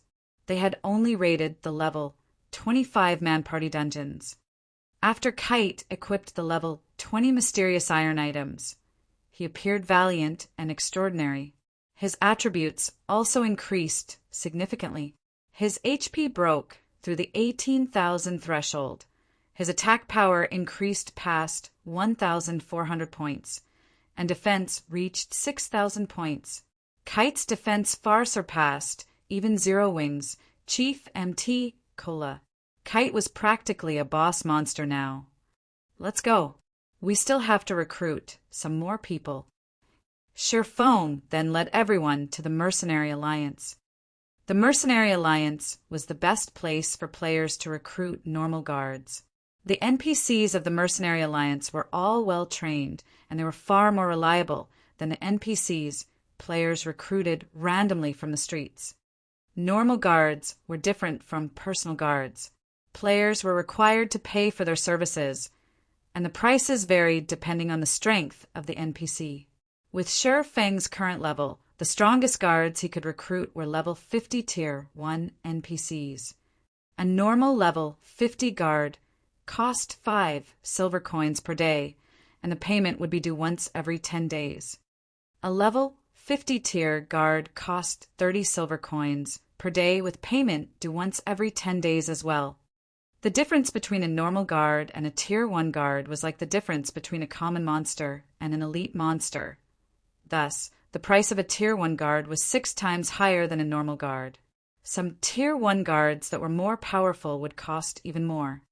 After arriving at the Mercenary Alliance, Sherfong signed a contract with 48 level 50 Tier 1 NPCs. Among them, some were melee classes, some were range classes, and some were healers. Of the 48 NPCs, there were 6 NPCs in particular that were more powerful than the others. They were Tier 1 advanced guards, and they cost 50 silver coins per day. Sherfong had hired these guards for 1 month, and the fee totaled to 468 gold. Sher Feng's financial power completely eclipsed all the guilds in White River City. Afterward, Sherfong led the 48 NPCs and walked through the streets, the group of level 50 Tier 1 guards looking valiant and mighty. Many players even consciously moved out of the way, not daring to block the path of this small army of powerful NPCs. Crap, why are there so many Tier 1 NPCs? Did something happen in White River City? No, look. Some of them aren't NPCs, but players. Aren't they members of Zero Wing? Where are they heading? The players quickly discovered the problem. This small army of NPCs and the members of Zero Wing were actually together. Moreover, all of these NPCs were level 50 Tier 1 NPCs. With such a large NPC army, who, in White River City, would dare make an enemy of Zero Wing? In the face of so many level 50 Tier 1 NPCs, even Dark Star's army of tens of thousands of players amounted to nothing. The level suppression alone would leave the players of Dark Star completely helpless. Not to mention, these Tier 1 NPCs also possessed many powerful skills in their arsenal. Zero Wing is too amazing. I heard that Zero Wing is going to recruit members again in 3 days. I will definitely have to apply. The number of players gathered on the street continued to increase, and many started recording this majestic scene. This army of 48 NPCs was more imposing than an army of thousands of players. The combat power this small army possessed was no weaker than the total battle power of a starting town. Although nobody knew what relationship this NPC army had with Zero Wing, the fact that Zero Wing could mobilize so many NPCs was already amazing. Meanwhile, the news of this matter spread quickly, creating a sensation on the official forums and increasing Zero Wing's fame once more. The members of Dark Star wore extremely ugly expressions when they discovered about this matter, deeply afraid that Zero Wing would lead this group of NPCs to attack them. Many of Dark Star's members chose to hide in cities or towns. Some chose to remove their guild emblems temporarily and secretly grind monsters. At the same time, the members of World Dominators were similarly frightened by this news, and they were also hiding, not daring to explore and level up. Chapter 322: Crusade against Creek Town. Chapter 322 Crusade against Creek Town. Creek Town was one of the border towns within White River City's jurisdiction. The town was nestled in a desert, and it was so desolate that not even birds would come to lay their eggs. However, such a small town was a popular gathering place for red names and those who walk the path of darkness. Unlike towns, cities like White River City were managed strictly. Hence, red names who had often killed other players for equipment during the initial stages of the game could only find a desolate place like Creek Town to receive quests and level up. Near Creek Town, high-leveled monsters dwelled, ranging from level 15 to level 30, which were perfectly suitable for players at this stage of the game. In Creek Town, red names crowded the streets. Most of these players were above level 15, while only a few were below level 15. The Blood Hand Association, a dark force, managed the town. So, naturally, the NPCs here would not kill these red names. On the contrary, the NPCs welcomed these red names. Red names could also receive better quests depending on their crime value, and through completing these quests, they could raise their reputation among the dark forces they served. Guild Leader. There are over 1,000 players in this town. In addition to the NPCs guarding this place, I don't think we can conquer it successfully. After spending a long time scouting, Aqua Rose had obtained a general grasp on Creek Town's overall combat power. Setting aside the fact that there were over 1,000 red names in this town, there were more than 500 NPCs guarding the town, the lowest of which was level 50. Among them, there was no lack of elite guards. There was even a few level 70 tier 1 guard captains. If they charged in, the actual number of enemy NPCs might increase further. With only 100 players and 49 guards, they stood no chance at all. Also, if a town were attacked, the NPCs within would not wait for players to close in on them before retaliating. Instead, all of the guards in the town would gather and fight back. Moreover, there was a huge difference between NPCs and monsters. The reason being, unlike monsters, NPCs knew how to coordinate with each other, making them far more difficult to deal with. Furthermore, these red names would definitely try to take advantage of their battle with the NPCs, inconveniencing them at the very least. Moreover, these red names were not easy opponents. The fact that these players that could survive as a red name until now and possessed such a high level indicated that they had strong fighting techniques. Naturally, the equipment they used would be of high quality as well.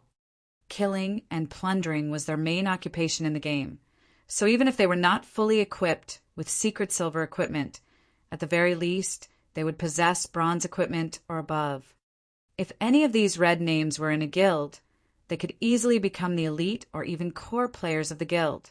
Moreover, the frequent PKs they took part in allowed them to gain plenty of combat experience, so there was no shortage of experts among these red names. To put it simply, although there were only around 1,000 red names in Creek Town, these 1,000 or so players could easily rival 2,000 elites of Dark Star. Thus, if they wished to conquer Creek Town, the task could only be described with one word: challenging. Of course, we stand no chance against them if we attack normally. However, we have come here with a crusade quest. Sherfong knew how difficult it was to capture a town. How could a crusade quest possibly be easy? If it were, the system would not reward players with shocking rewards and reputation. These red names were usually the bandits. They were not used to being the victims. This time, however, it was their turn to shed some blood. Fire Dance. How are the preparations coming on your side? Sherfong asked through the team chat. The 48 level 50 tier 1 guards Sherfong had recruited were no pushovers. Although these guards could not be used to kill monsters or raid dungeons, they could defend a town or private residence. More importantly, they could also help players complete large-scale guild quests. If not for this fact, Sherfong would not have recruited so many Tier 1 guards. However, even though all 48 were Tier 1, they were insufficient to deal with all of the NPCs in Creek Town. Moreover, Shi Feng had not intended for them to launch a frontal assault on the guards of Creek Town. Among the 48 Tier 1 guards Shi Feng had recruited, some are rangers and assassins. Hence, Shi Feng had tasked Fire Dance and the others to take along one of these guards to lure the Blood Hand Association's NPCs out of town. After all, the intelligence the Tier 1 guards possessed was much lower than players. If Shi Feng allowed the Tier 1 guards to lure the enemy NPCs, they could easily fail. Yet, if players lured the enemy NPCs, due to the great disparity in attributes, the NPCs could catch up and kill the players. Hence, Shi Feng's solution was to have players instructing the Tier 1 guards individually. We're all ready. We've grasped most of the basic commands, so we're only waiting for your command now, Fire Dance said with a smile. Good. After I initiate the crusade quest, all of you take action immediately. Remember not to lure the town guards too far. Otherwise, they will run back to town. After Shi Feng gave a few reminders, he then walked towards Creek Town. Shi Feng stopped a few hundred yards before the town, taking out the crusade order. He then pointed the crusade order at the sky. Suddenly, rays of golden light shot from the crusade order, and in the next moment, a golden magic array appeared above Creek Town. In the evening sky, this magic array was extremely conspicuous, and it quickly attracted the attention of many players inside the town. A short moment later, the magic elements of this array burst open, and one after another, golden ripples spread from this magic array, enveloping the entire region of Creek Town. At this moment, if viewed from the outside, a protective, golden dome appeared, covering Creek Town. Creek Town System Announcement. Zero Wing has started a crusade against Creek Town. Unrelated parties, please leave immediately. Creek Town System Announcement. Zero Wing has started a crusade against Creek Town. Unrelated parties, please leave immediately. Creek Town System Announcement. Zero Wing has started a crusade against Creek Town. Unrelated parties, please leave immediately. The crusade announcement repeated 3 times, and all of the red names in Creek Town were shocked by this notification. There was actually a guild that dared to capture a red name town. Shortly after, all of the players belonging to the Dark Forces in Creek Town received another message. However, the message this time was from the Blood Hand Association. The message stated that, as long as they could successfully defend the town, all players would receive bountiful rewards. Moreover, players would receive achievement points for each enemy they killed. After the battle was over, players could exchange these achievement points for weapons and equipment. Zero Wing sure is kind. They have actually come to gift us money. Do they think they are amazing? Since they dared to come into our territory and make trouble, we'll annihilate every single one of them. The players of Creek Town's blood boiled. Their killing intent rose to new heights. Although Zero Wing shone like the sun in mid-sky in White River City, in their eyes, Zero Wing wasn't worth mentioning. After all, they all had impressive techniques and none of them mingled in White River City, so they had no need to fear Zero Wing's vengeance. Even if Zero Wing tried to take revenge on them, they only needed to hide, and Zero Wing could do nothing to them. The barefooted are not afraid of those who wear shoes. They were the hoodlums of God's domain, so why would they fear Zero Wing? Inside one of the bars in Creek Town, an assassin clothed in black currently drowned himself in alcohol. The man felt like a piece of ice to others. He exuded a chilling intent that made others instinctively distance themselves. Shockingly, this man was actually level 20, and all of his equipment was secret silver equipment. In White River City, this man would definitely be considered a first-rate expert. This black-clothed assassin was stunned when he received the system announcement, the beer bottle in his hand falling to the ground. Zero Wing? Doesn't that mean that Yi Feng might show up as well? The black-clothed assassin's lips curled upward, forming a sinister smile. The last time I lost to him because of equipment quality. This time, I'm going to take back everything that he owes me. If Sher Fong could see this assassin's appearance, he would recognize this person as none other than Absolute Heaven, the assassin that he killed in the past. Chapter 323 Nightmare. Chapter 323 Nightmare.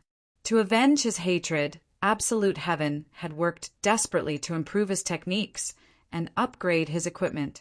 Now, even if Yi Feng were not involved in this sudden assault, he would still give the members of Zero Wing a taste of his new strength. However, just after Absolute Heaven walked out of the bar's entrance, he discovered the golden magic array hovering in the evening sky.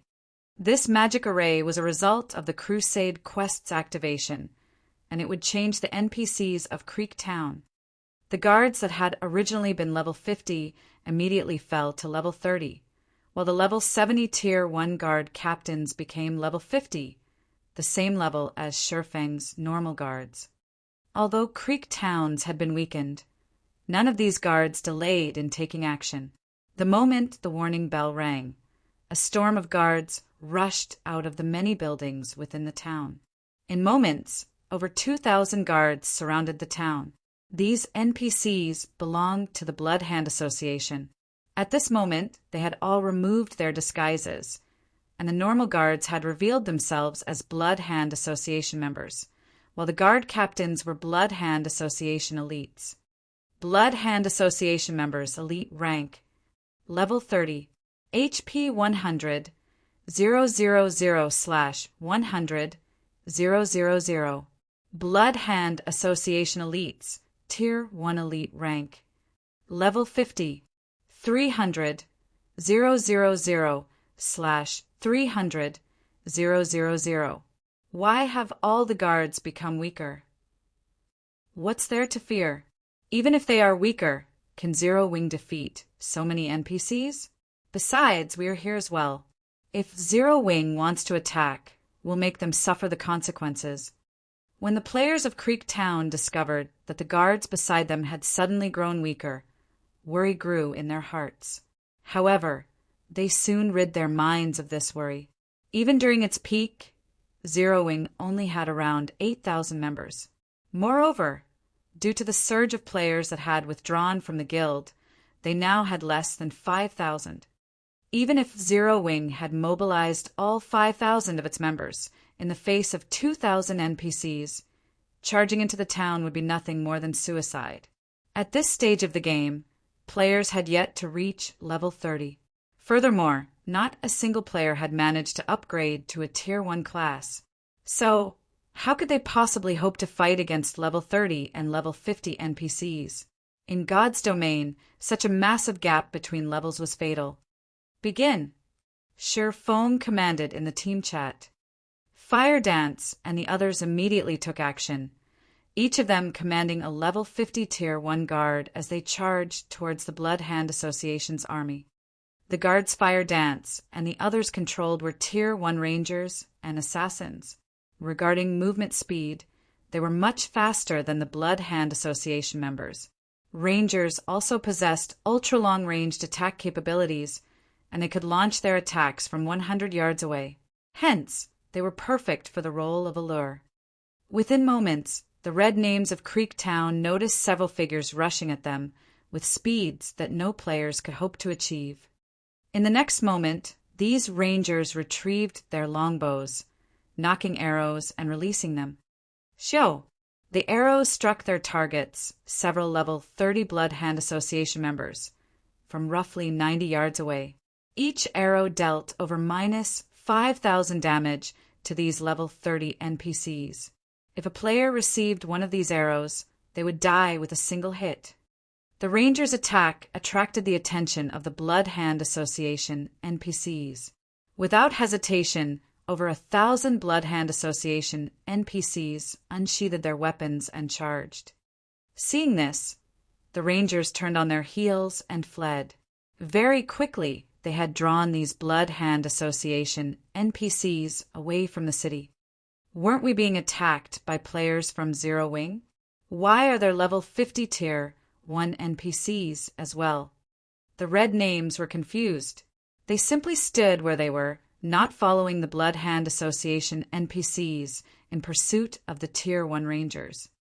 Level 50 Tier 1 NPCs only needed a single hit to kill them. If they did not possess life-saving skills, fighting such an NPC was suicide. Moreover, they were all red names. If they died, they would pay a severe penalty. At the very minimum, they would lose 2 to 3 levels and a majority of their equipment. Naturally, they had to weigh the costs and benefits before they took action. Not to mention, they had never intended to charge with the NPCs since the very beginning. Instead, they had planned to take advantage of the confusion while the Blood Hand Association NPCs and Zero Wing clashed. Now, however, those NPC guards had lured away all of the Blood Hand Association NPCs. At this moment, even they began to wonder whether they should join in the pursuit or not. Just as these red names contemplated their actions, the Blood Hand Association NPCs had distanced themselves several hundred yards from the town. This is bad. The Blood Hand Association NPCs are gone.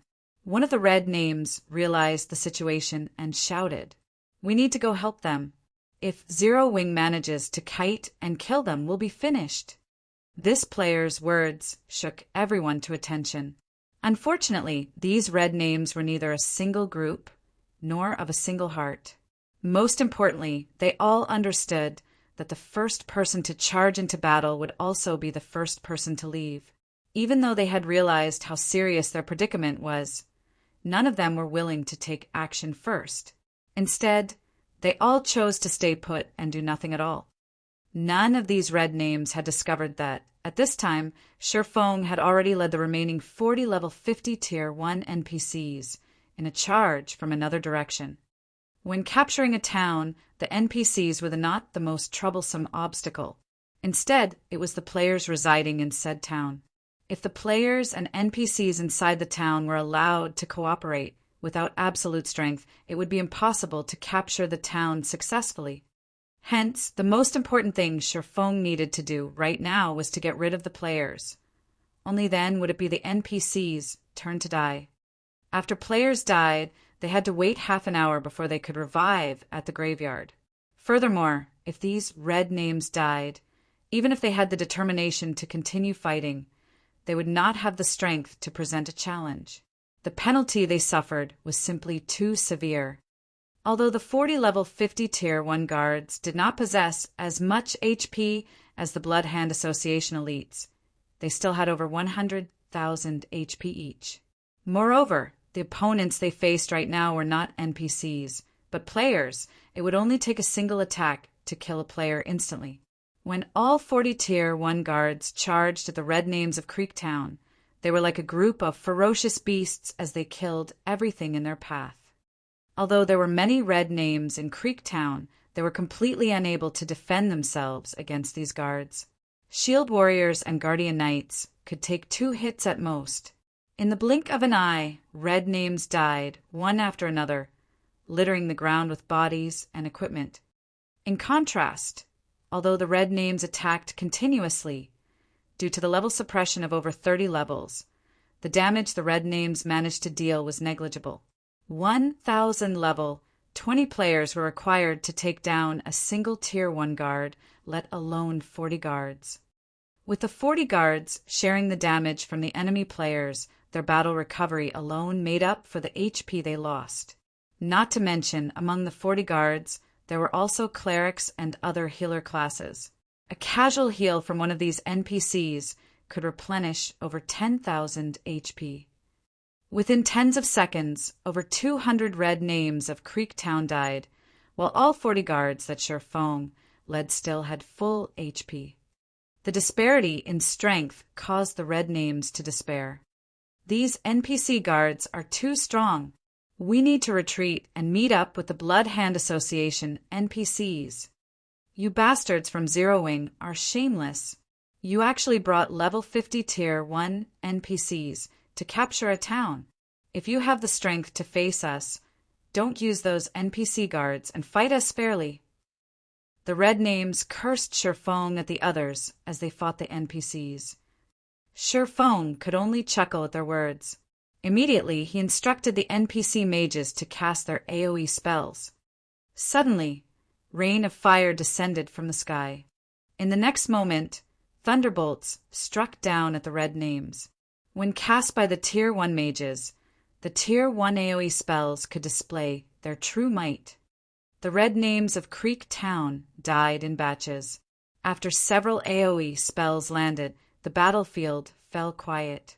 Of all the red names that had resided in Creek Town, only 400 or so remained, while everyone else was dead. This scene not only shocked the players of the town, but Aqua Rose and the others were also stunned. A single wave of AoE spells became a nightmare for the red players of Creek Town. Run. Nobody knew who shouted, but every surviving red name agreed wholeheartedly as they fled in all directions. Let's start the slaughter. A majority of these red names wear mysterious iron equipment. Killing one of them will profit us more than killing a small boss. Such an opportunity will be rare in the future, Sherfong laughed. Following which, with Aqua Rose in the lead, both players and NPCs chased and killed the fleeing red names. When Sherfong was the last remaining on the high slope, he suddenly opened his mouth and said, "Now that no one is around, you can come out, right?" Shortly after the battle began, Sherfong faintly sensed someone spying on them from nearby. Moreover, the gaze that he felt contained a cold, killing intent. However, it was only a feeling, so Sherfong had not paid too much attention to it. After his team left, however, this feeling became much clearer. He then activated the Golden Stigmata's skill, Omniscient Eyes. The skill allowed him to perceive everything within 100 yards, and all stealth effects were useless in the face of this skill.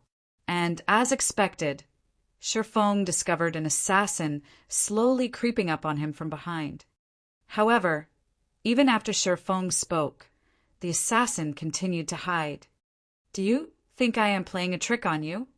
Sherfong unsheathed the abyssal blade and immediately sent a thundering flash behind him.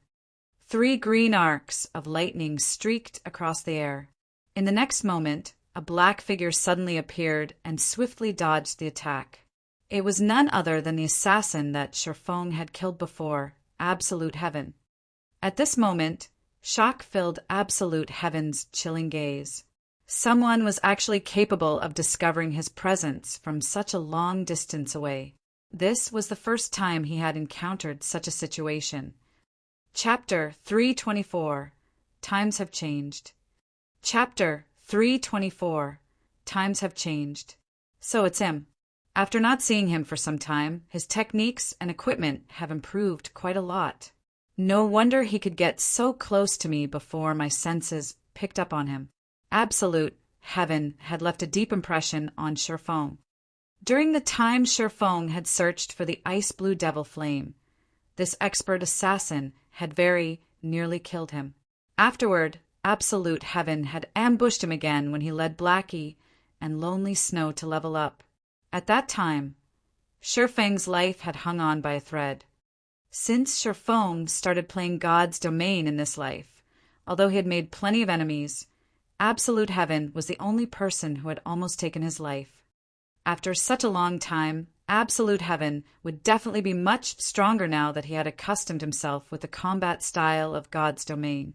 If Absolute Heaven had not been careless and underestimated Black Flame, Sherfang's alternate identity, by not concealing his killing intent, Absolute Heaven might have successfully ambushed Sherfong.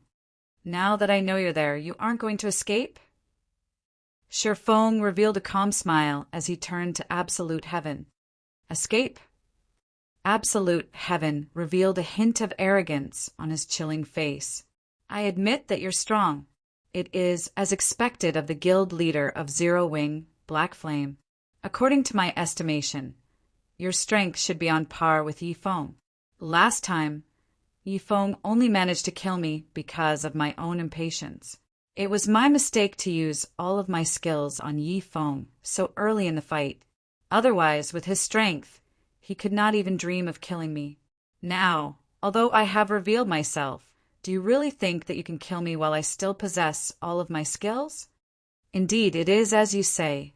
Unless all of your skills are on cooldown, it will not be easy to kill a top-tier assassin like yourself.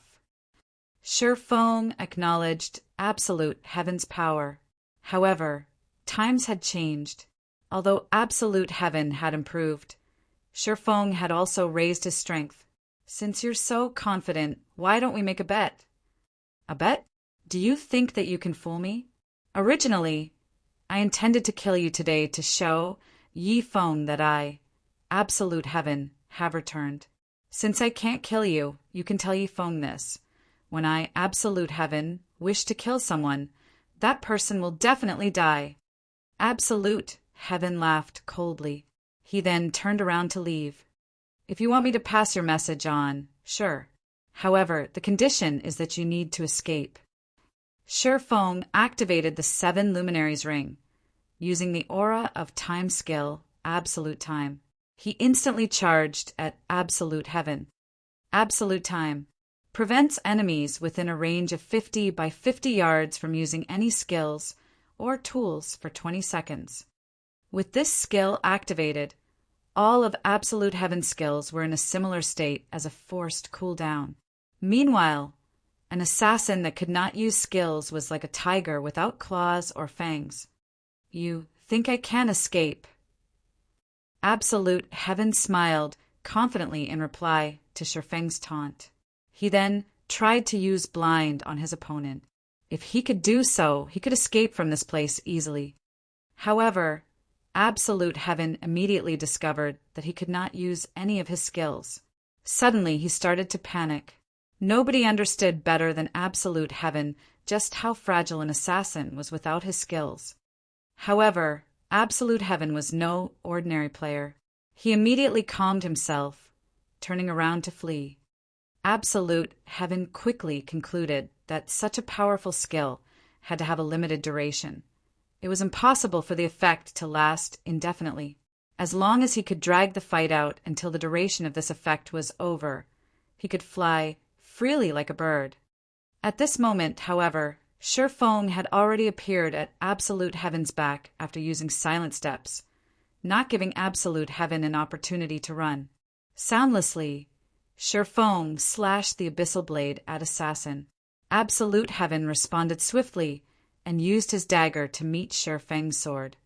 When the silvery gray abyssal blade collided with absolute heaven's dagger, he felt an immense pressure flowing from his dagger to his hand. That pressure then suppressed his entire body, forcing absolute heaven to kneel on the ground involuntarily. Such power, as expected from the person who killed Ming Sha.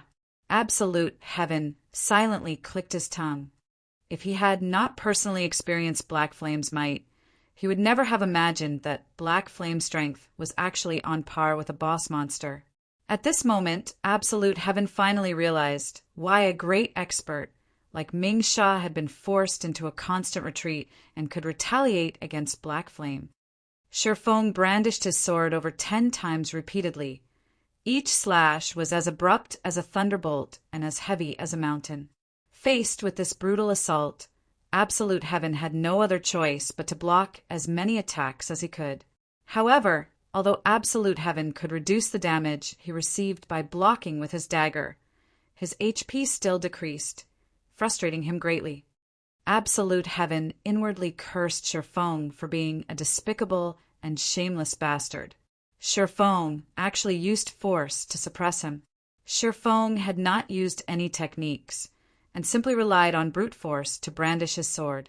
Shi Feng's way of battle, which traded a life for a life, prevented absolute heaven from displaying any of his techniques. If absolute heaven could use his skills, he could easily escape his current predicament. Unfortunately, none of his skills would work. Despite being a powerhouse, absolute heaven felt powerless. Just as Shi Feng was about to send absolute heaven to his death with a bombardment of attacks, absolute heaven suddenly felt that this situation was extremely familiar. It was just like when he had ambushed Yi Feng. Back then, he had used a magic scroll to seal all of Yi Feng's skills, and had even frozen his movement, turning Yi Feng into a Fengless tiger. At that time, Yi Feng could only escape and had not dared confront him head-on. Meanwhile, his current situation was almost exactly the same as the last time he encountered Yi Feng. Only this time, the roles were reversed. If he had known Black Flame possessed such a skill, he would never have closed in on Black Flame. Worse, he had even wasted time by chatting with his enemy, giving Black Flame ample time to set a trap for him. He had practically sought out his own death. It seems that I'm really going to die this time. With only a thread of his HP remaining, Absolute Heaven could already see his demise. He was currently a red name. If he died, he would lose all of his equipment. His level would also plummet. At that time, he would no longer have the ability to exact revenge on Yi Feng. However, just as the Abyssal Blade was about to collide with Absolute Heaven's body, it suddenly froze in midair. What? You're not going to kill me? If you wait until I can use my skills again, you won't be able to kill me. Absolute Heaven laughed coldly as he watched Shi Feng curiously. As I said before, I want to make a bet with you. But you thought that I only said those words to fool you and kill you. Now that you only have a thread of your HP remaining, it will only take me a casual wave to destroy your weapon, equipment, and level. However, I'll repeat my offer. Are you interested in placing a bet? Shi Feng asked, smiling as he returned the Abyssal Blade to its sheath. It seems that you're really not trying to cheat me. Then, was the fight your way of proving that you wish not to kill me, but to make a bet instead? Absolute Heaven asked, greatly confused by Shi Feng's actions. He could not figure out just what was going through Shi Feng's mind. Of course. Otherwise, why do you think I would even bother fighting you? Does it look like I have too much time on my hands? Shi Feng laughed bitterly. Absolute Heaven was suddenly rendered speechless. What? You still don't believe me? Shi Feng's expression turned cold. No.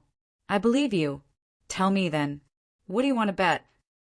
At this moment, Absolute Heaven grew interested in the bet Shi Feng proposed. Bet your life. Shi Feng said straightforwardly. Bet my life? Isn't my life already in your hands? Absolute Heaven nearly cursed at Shi Feng. Shi Feng shook his head. Then slowly he said, You previously mentioned that, as long as you can use your skills, you can escape from me easily. Isn't that right? That's right. Absolute Heaven answered without hesitation. Although Absolute Heaven had already witnessed Shi Feng's frightening strength, he was still confident that he could flee from this battle. Simply put, I don't believe you. So let's make a bet. While you can fully utilize all of your skills, we'll see whether or not you can escape. What do you think? Shi Feng asked with a smile. Chapter 325, Life and Death. Chapter 325, Life and Death. Are you toying with me? Absolute Heaven glared at Shi Feng, trying to figure out just what was going through Shi Feng's mind. However, no matter how he examined his opponent, he still could not see through Shi Feng, who had currently disguised himself using the demon mask. Absolute Heaven could only see a middle-aged man with a faint smile in front of him. No matter how hard Absolute Heaven racked his mind, he just could not figure out what Shi Feng was trying to do. After nearly taking his life, Shi Feng suggested gambling his life away.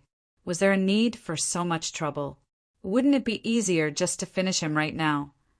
Why would I toy with you? Shi Feng laughed. Fine, I'll make the bet. What will happen if I survive?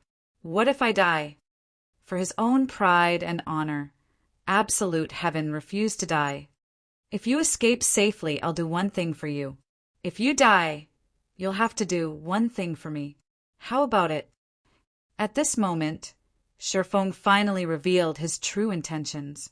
He had done everything so far all for this single goal. One thing, huh? Absolute Heaven considered it carefully. After giving it some thought, he looked at Shi Feng and said, If I ask you to kill Yi Feng, will you do it? Absolute Heaven's request caught Shi Feng off guard, but soon after, he let out a soft chuckle. In White River City, Everybody knew that Black Flame and Yi Feng were the two symbols of Zero Wing.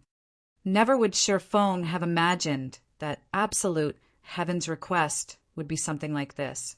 He had to admit that Absolute Heaven was indeed ruthless. If the public learned that Black Flame had killed Yi Feng, it would greatly affect Zero Wing's reputation. At the same time, it would also affect Black Flame and Yi Feng's reputations.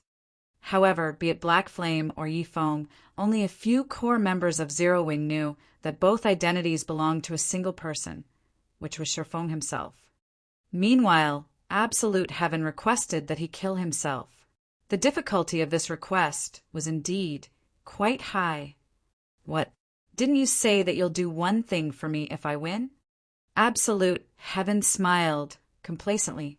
He then said, My request is so small, yet you hesitate. No, I just didn't think that you would make such a simple request. Originally, I thought you would want to kill me once. After all, I am the guild leader of Zero Wing, and Feng Xianyang of Underworld possess a deep hatred of me. As long as you manage to kill me and pass on the recording to the higher-ups of Underworld, you will receive Underworld's attention. Your position in the organization will soar as well, Shi Feng mentioned. If Black Flame died, the prestige that Zero Wing had managed to accumulate due to his efforts would crumble. At this moment, Absolute Heaven suddenly came to a realization. He had actually forgotten about such a possibility. The loss and humiliation Dark Star had suffered caused Feng Xianyang's hatred of Zero Wing to soar. The guild he had nurtured with so much effort had actually fallen into such a state. Naturally, he would not let Zero Wing off the hook. Hence, Feng Xianyang put out a bounty to all members of Underworld stating that, as long as anyone from Underworld managed to kill the higher-ups of Zero Wing and cause trouble, the rewards would be bountiful. As long as someone could accomplish this task, they could gain fame, status, and wealth. If one could annihilate Zero Wing, receiving a promotion from outer member to elite member of Underworld would be a simple matter. There were not many elite members in Underworld. They were few and far between, but those who obtained the prestigious title would also become influential in reality. Every day, there were countless outer members in Underworld working as hard as they could to become official members. Only after becoming an official member could one possibly become an elite member. If he, Absolute Heaven, could kill Black Flame, the guild leader of Zero Wing, there might actually have a chance at receiving the promotion to that elite group. Even if it were not possible, at the very least, he could still become an official member. All right then, I agree to the bet. Let's start after I have fully recovered. Absolute Heaven directly agreed. After a few moments, Absolute Heaven's HP and stamina recovered completely. Shi Feng then took out a gold coin, suggesting, I'll toss this gold coin into the air. The battle will start the moment the coin reaches maximum altitude and begins to fall. How about it? Okay. Absolute Heaven was momentarily speechless when he saw Shi Feng use a gold coin as a starting signal. Was he not afraid of losing the gold coin? Currently, Absolute Heaven only had around 20 silver coins in his pockets. Even so, he was considered relatively wealthy. Yet, Shi Feng had actually taken out 5 times that amount and treated it like a toy. Comparisons are indeed odious. Let's start then. Shi Feng tossed the gold coin into the air. The coin soared upward. Only when it was around 4 meters above ground did its speed begin to slow, the coin faintly showing signs of stopping and succumbing to gravity. Absolute Heaven focused his gaze sternly on the coin. The moment it started to fall, he intended to use blind on Shi Feng immediately. He would then activate wind steps and start running towards the town. In such a wide open area, if he attempted to use vanish to enter stealth mode, Shi Feng would discover him easily. However, it would be a different story in town. Although terrain on the way to town was complex, aside from vanish, he possessed other life-saving skills and tools to help him get through this distance. As long as he could reach the town and use vanish, even if Shi Feng possessed excellent senses, it would be impossible to locate him. However, from start to end, Feng had been paying attention to absolute heaven. He did not even take a look at the gold coin in midair. The moment the gold coin started to descend, just as absolute heaven was about to use blind, Feng instantly vanished. Immediately, he appeared at absolute heaven's back, sending a chop towards the assassin. The speed of this attack was astonishing, and absolute heaven had no way to dodge. Absolute heaven suddenly felt an icy feeling coming from behind him. Moreover, the blind that absolute heaven had used before had lost its target, becoming ineffective. Without giving it a second thought, absolute heaven immediately proceeded with the next part of his plan and activated wind steps. When activating this skill, he would become invincible for nearly 1 second. Absolute heaven took advantage of this short moment of invincibility to block Feng's attack, negating all damage. Moreover, absolute heaven also took advantage of the impact of Feng's attack to send himself flying almost 6 yards away, creating a relatively large gap between Feng and himself. Feng inwardly praised his opponent as he watched absolute heaven's fleeing figure. If absolute heaven had not chosen to use wind steps and used block instead, Feng's sword would have destroyed at least half of his life. Now, as a result of his accurate judgment, not only had absolute heaven managed to use wind steps to defend the attack, but he also managed to place quite some distance between them. Moreover, due to the 40% movement speed buff provided by silent steps, absolute heaven managed to widen the gap even further. Seeing this, Feng used Wind Blade and chased after absolute heaven. In the blink of an eye, the distance between the two shortened greatly. Feng's agility was very high. Throughout Star Moon Kingdom, nobody that could surpass him in terms of agility. There were also his equipment's passive skills. Nobody could match Feng in terms of speed. At this place, only the level 50 Tier 1 assassin and ranger NPCs had a chance at beating him. Absolute heaven could not help his shocked. Immediately, he retrieved a magic scroll from his bag. This magic scroll was aqua-colored, and it looked very exquisite. It turned out that it was actually a Tier 1 magic scroll. Absolute heaven then unrolled the magic scroll and used it on Feng. Water binding. Immediately, several jets of water shot out from the magic scroll. The water flew towards Feng, intending to wrap around him. Feng revealed a calm smile, not faltering at the slightest as he continued charging at absolute heaven. The moment the blue jets of water came into contact with Feng, they lost all effectiveness and disappeared. It didn't work. A stunned expression appeared on absolute heaven's face. That was one of the precious Tier 1 magic scrolls that he possessed. The magic scroll could even entrap a boss monster for a short moment. Yet it was actually ineffective against Feng. Absolute heaven did not know that before the battle had begun, Feng had already activated the aura of space of the 7 luminaries crystal. The aura of space granted Feng immunity to all control effects. Based on the strength of a Tier 1 magic scroll, it was still too weak to break through the effect of the 7 luminaries ring. Damn, it seems that I have no choice but to use this thing. Absolute heaven unwillingly took out a shabby-looking magic scroll from his bag. This was an item that he had obtained by coincidence from an underground ruin. Although the magic scroll looked shabby, the magic power it gave off was frightening. Even an NPC appraiser could not identify what tier the magic scroll was. However, that appraiser estimated that the magic scroll should be Tier 2 or higher. Originally, Absolute Heaven had not intended to use this scroll. After all, he only had one.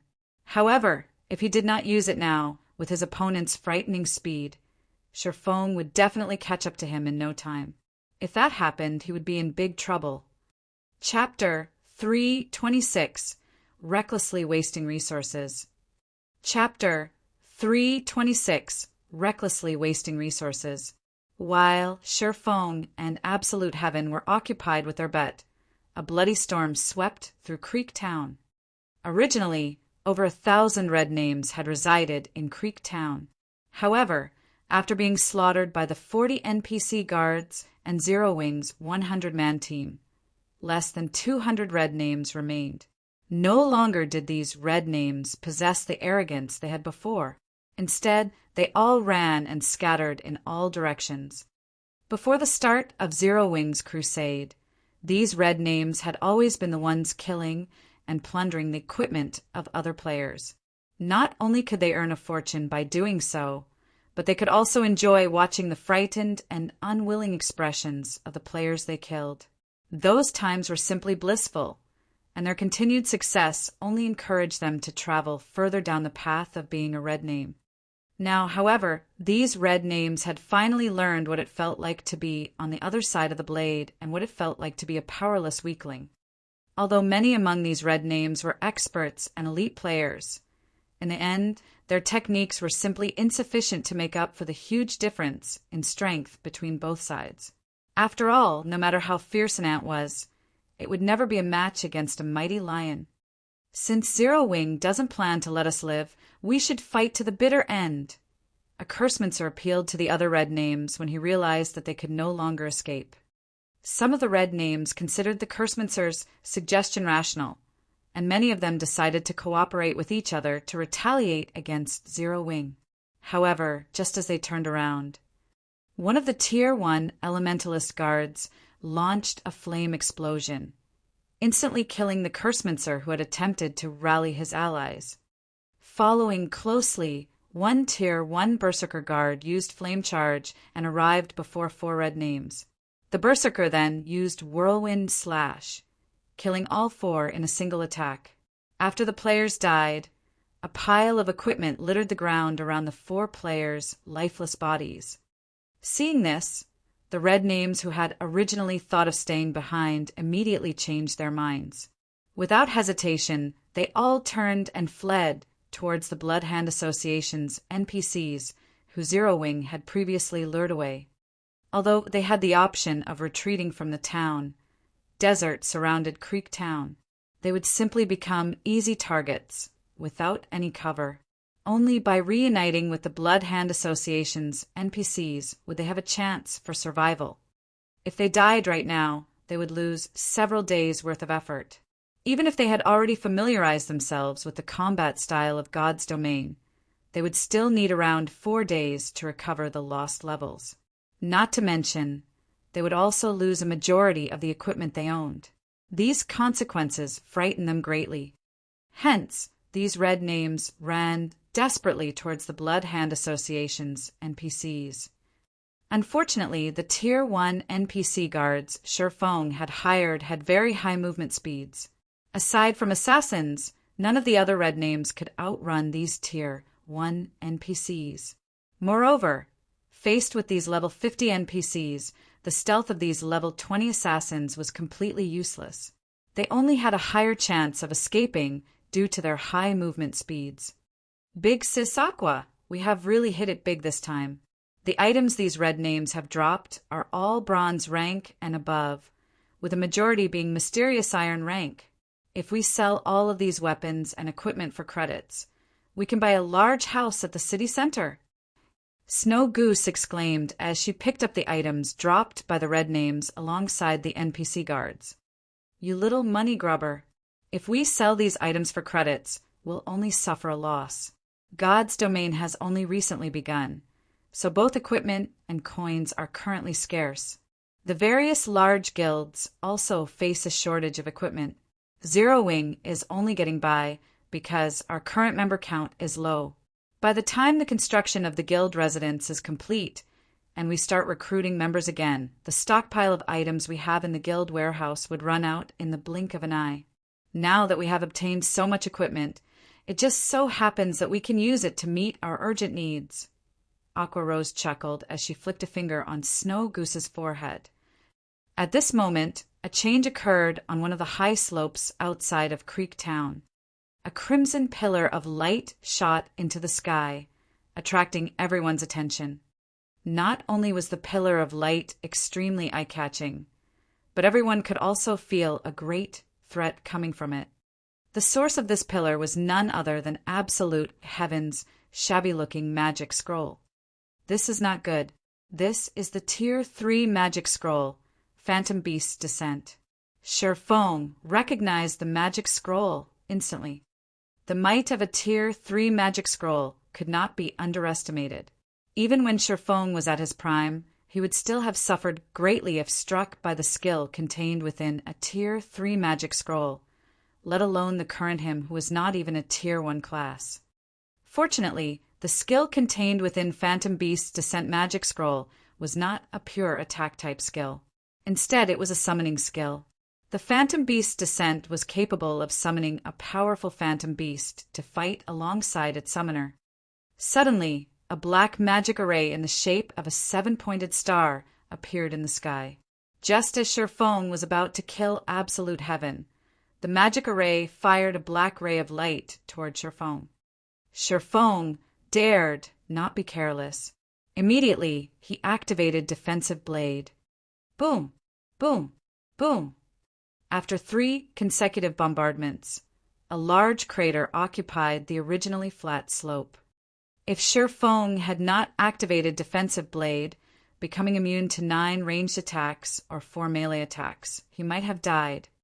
In the center of the crater, a giant tiger sat quietly beside Absolute Heaven.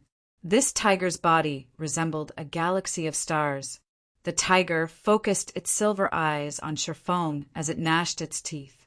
It released an aura that was even more powerful than a Lord-ranked monster. Guild Leader Black Flame, the agreement we had before said that as long as I can escape from you, you promise to do one thing for me. I wonder, is that agreement still valid if I kill you? Absolute Heaven laughed. Naturally. However, you sure are willing to part with such a rarity. Do you even know the value of a Tier 3 magic scroll?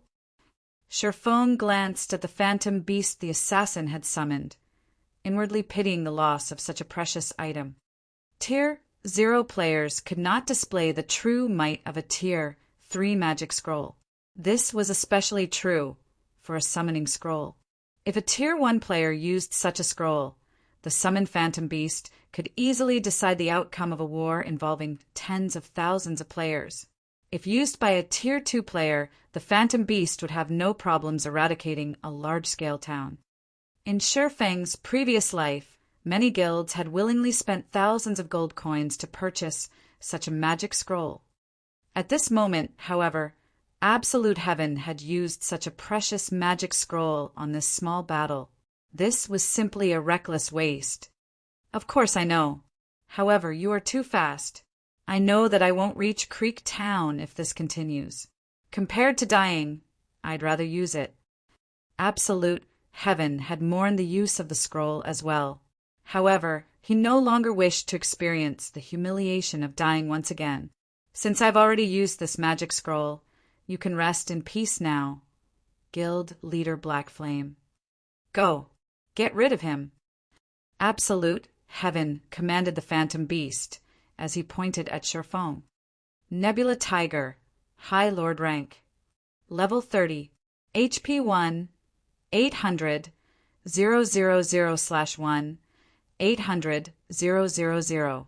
The strength of a Phantom Beast summoned from a summoning scroll was determined by the summoner's level and tier.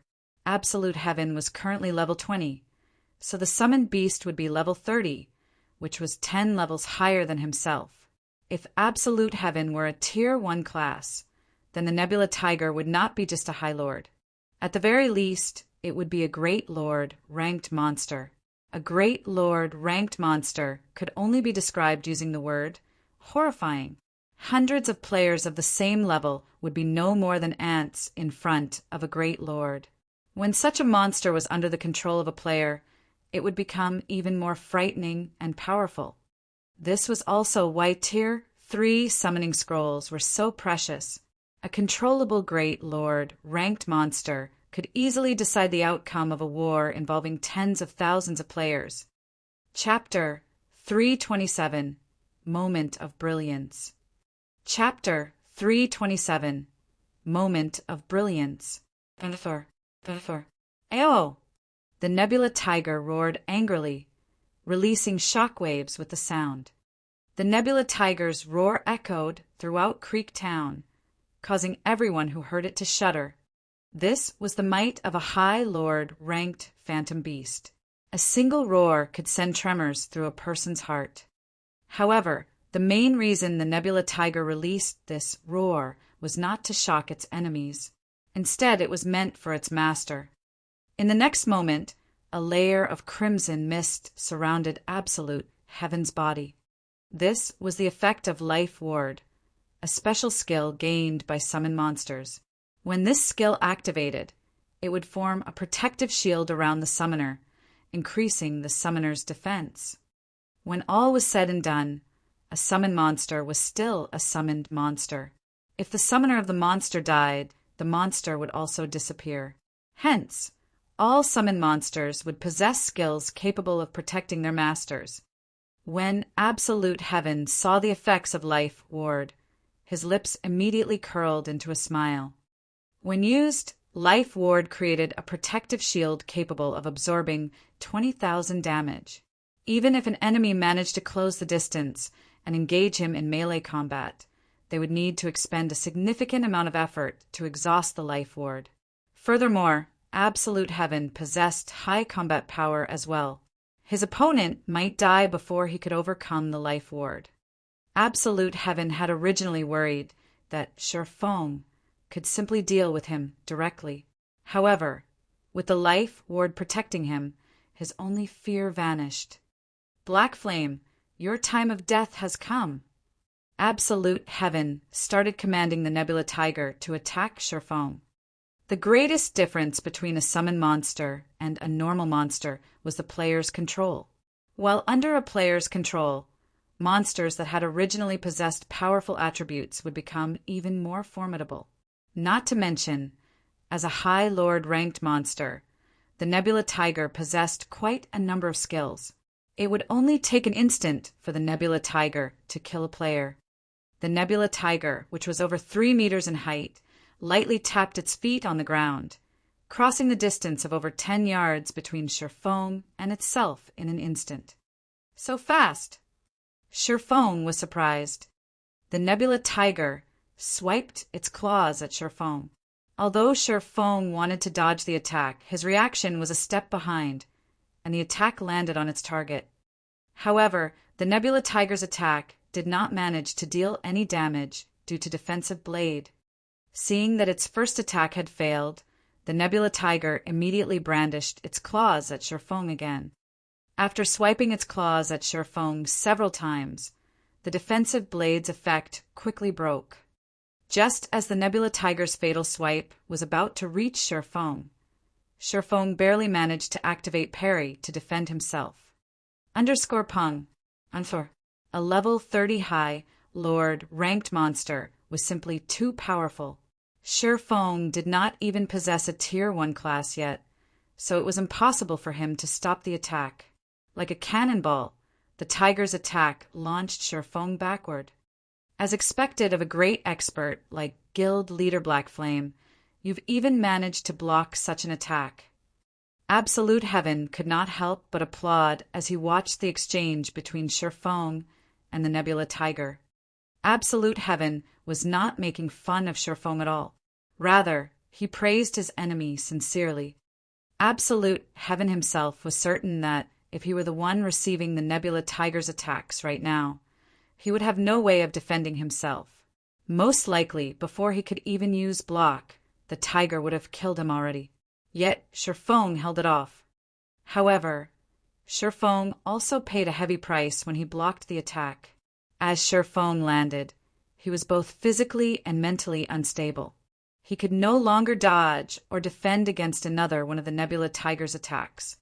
The huge gap in attributes was not something that could be made up for by solely relying on battle techniques. Previously, Sherfong had used overwhelming destructive force to suppress Absolute Heaven. Now, Sherfong faced a similar crisis. It was already praiseworthy that he managed to survive for so long.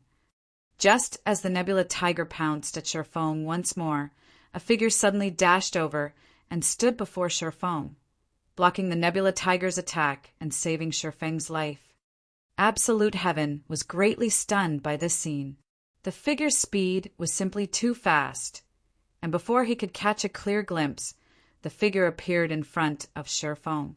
More importantly, this figure blocked a full-powered attack from the Nebula Tiger. It was simply unbelievable. At this moment, Sherfong looked at the tall figure standing proudly before him. Smiling, he muttered, just in time. The person that blocked the Nebula Tiger was none other than Kite, Sherfeng's personal guard. Kite was a dark gold, ranked personal guard. Moreover, he was even a Tier 1 swordsman who had reached level 30. Naturally, no player could compare to his strength. Originally, Sherfong had not planned to use Kite so soon. However, now that Absolute Heaven had summoned a High Lord ranked monster, he would meet his own death if he did not deploy Kite. So it's just an NPC guard. And here I wondered who was so powerful to block the Nebula Tiger's attack. However, do you really believe a level 30 Tier 1 swordsman can defeat my High Lord ranked Nebula Tiger? Absolute Heaven asked disdainfully. Of course, since he used a summon monster, he would not criticize Sherfeng's decision to use an NPC guard. Even so, he was still confident that his Nebula Tiger was stronger than Sherfeng's personal guard. Although both were level 30, the Nebula Tiger was far more powerful than a Tier 1 NPC. In his eyes, Sherfong had done nothing more than delay the inevitable. I admit that Kite is not a match for the Nebula Tiger, but he can hold it back for some time. Now, let's find out which will happen first. Your death or Kite's? Sherfong revealed a faint smile. He then charged towards Absolute Heaven. When all was said and done, Kite was still a Tier 1 NPC. Although he could not defeat the High Lord ranked Nebula Tiger, he would have no problems delaying the monster for some time. Otherwise, he would not deserve the rank of Dark Gold. Although the Nebula Tiger tried to chase after Sherfong, Kite once more stopped the monster in its path, annoying the beast greatly. In just a moment, Sherfong swiftly arrived before Absolute Heaven. Absolute Heaven knew that with Kite present, the Nebula Tiger could not do anything to Sherfong. Hence, he commanded, "Get rid of that guard first." Absolute Heaven still possessed the life ward that would absorb 20,000 damage. He did not believe that Sherfong could kill him so easily. Moreover, he did not intend to confront Sherfong directly. After giving his command, Absolute Heaven immediately turned and ran, not giving Sherfong any chance to attack. Absolute Heaven knew that even if the Nebula Tiger failed to kill Sherfong, as long as he could escape and hide inside the town, Sherfong would lose the bet. After the Nebula Tiger switched its targets, Kite's HP started to decrease madly. After all, the Nebula Tiger was a High Lord ranked monster. Both its attack power and movement speed were terrifying, and even Kite would sometimes fail to block the beast's attack. Whenever he was struck, he would lose close to 3,000 HP. Meanwhile, Kite only had slightly more than 18,000 HP. However, Kite was not an ordinary guard. With a single cross slash, he managed to deal close to minus 10,000 damage. He then followed up with Frozen Slash, Windwalk, and other skills that either reduced the Nebula Tiger's movement speed or increased his own movement speed, making it harder for the Nebula Tiger to hit him.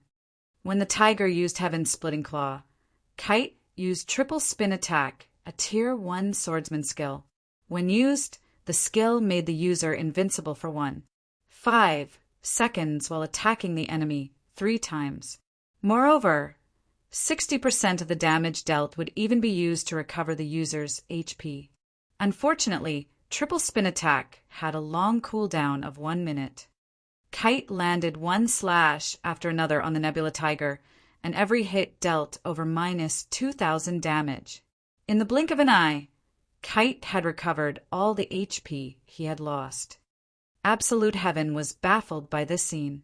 He had not expected Kite to be so powerful that he could actually contend with the Nebula Tiger. If the Nebula Tiger had not possessed a frightening 1,800,000 HP, Absolute Heaven suspected that Kite might actually succeed in killing the monster. Absolute Heaven came to the conclusion that the Nebula Tiger could not finish off Kite in a short amount of time. Hence, the only way out for him right now was to escape into Creek Town. However, Sherfong no longer gave Absolute Heaven any chances.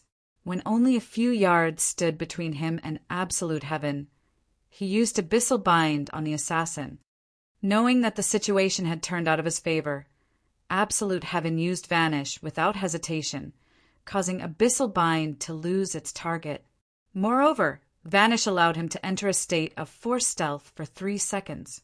During this period, even if Absolute Heaven received any damage, he would only break stealth temporarily before automatically re-entering stealth once again.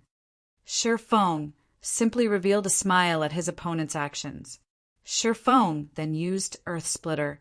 A sword aura immediately rushed towards the location where Absolute Heaven had stood, the attack revealing Absolute Heaven momentarily before he disappeared again. Although it was only an instant, Sherfong had enough time to lock onto Absolute Heaven's position. Sherfong then used space movement, appearing directly above the assassin. Thunder Flame Explosion. Lighting and fire descended from the skies, landing directly on Absolute Heaven's head.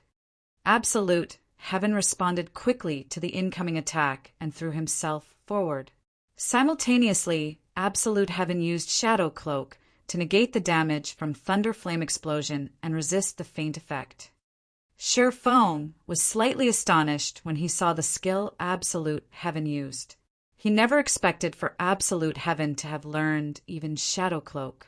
It was no wonder why Absolute Heaven was so confident of escaping. Shadow Cloak allowed the user to become immune to all magic damage and control effects for 5 seconds. It was the perfect skill for escaping. However, Sherfong immediately switched the aura of space to the aura of fire, increasing his damage by 30% and decreasing his target's defense by 30%. He then cast Firestorm at the location where Absolute Heaven had disappeared from again. Firestorm inflicts 500% damage within a range of 10 by 10 yards for 5 seconds. Although Firestorm would not deal any damage to Absolute Heaven, it could still expose Absolute Heaven. Sure enough, Absolute Heaven's figure appeared once again after the attack landed. Moreover, while Absolute Heaven remained within the effective range of Firestorm, it was impossible for him to re-enter stealth. Sherfong advanced and charged at Absolute Heaven. Simultaneously, he had activated Purgatory Power, greatly increasing his attack speed and damage. He then used Flame Burst at the escaping Absolute Heaven. Covered in flames, the abyssal blade in Sherfang's hand was like a miniature sun. Sherfong brandished his sword 6 times at Absolute Heaven, striking the protective shield repeatedly. Every strike dealt over minus 4,000 damage. His critical hits dealt close to minus 9,000 damage. Even though the life ward protecting Absolute Heaven could absorb up to 20,000 damage, in the face of Flame Burst, Sherfong sliced the protective shield apart like paper. His subsequent attack after breaking the shield struck Absolute Heaven's back. The secret silver equipment Absolute Heaven wore also lost more than half of its durability from the attack. To Absolute Heaven's disbelief, his HP, which had been over 2,000, plummeted to 0. The assassin's body fell to the ground, his weapons and equipment scattered around his body. Although everything seemed to have happened slowly, in reality, it only lasted an instant. The battle stunned the Zero Wing members who watched from a distance. At this moment, no words could describe their feelings. It turned out that a battle between players in God's domain could also be so frightening. It was a battle that shook them to their core. From the appearance of the red pillar of light to the end of the battle, less than 20 seconds had passed. First, there was the confrontation between the High Lord ranked monster and the Tier 1 NPC swordsman, and then there was the chasing battle. The spectating members of Zero Wing had only managed to catch the afterimages of two figures running towards town, with one escaping while the other pursued. As the battle continued, the appearance of lightning and fire dazzled the eyes. Finally, after the momentary appearance of a miniature sun, one person lay flat on the ground with items strewn around his lifeless body. On the other side, the battle between the Nebula Tiger and Kite also came to an end. Now that its master was dead, the Nebula Tiger transformed into light particles and disappeared. Only Kite remained, standing there quietly and covered in numerous wounds. Meanwhile, the land surrounding Kite was in a miserable state. Pits and cracks surrounded him. One could just imagine how fierce the battle had been. Chapter 328, Harvest After the Battle. Chapter 328, Harvest After the Battle. After the battle with Absolute, heaven came to an end. Shifeng sighed in relief. If not for the 7 luminaries ring, he might really have let the cunning Absolute heaven get away. This was how God's domain worked. When players attempted to gain some achievements and make a name for themselves, they were like a boat traveling against the current. Either they advanced forward or were forced backward. Today's glory might very well become tomorrow's laughingstock. Although Absolute Heaven's growth was impressive, there was still a considerable gap between him and Shifeng.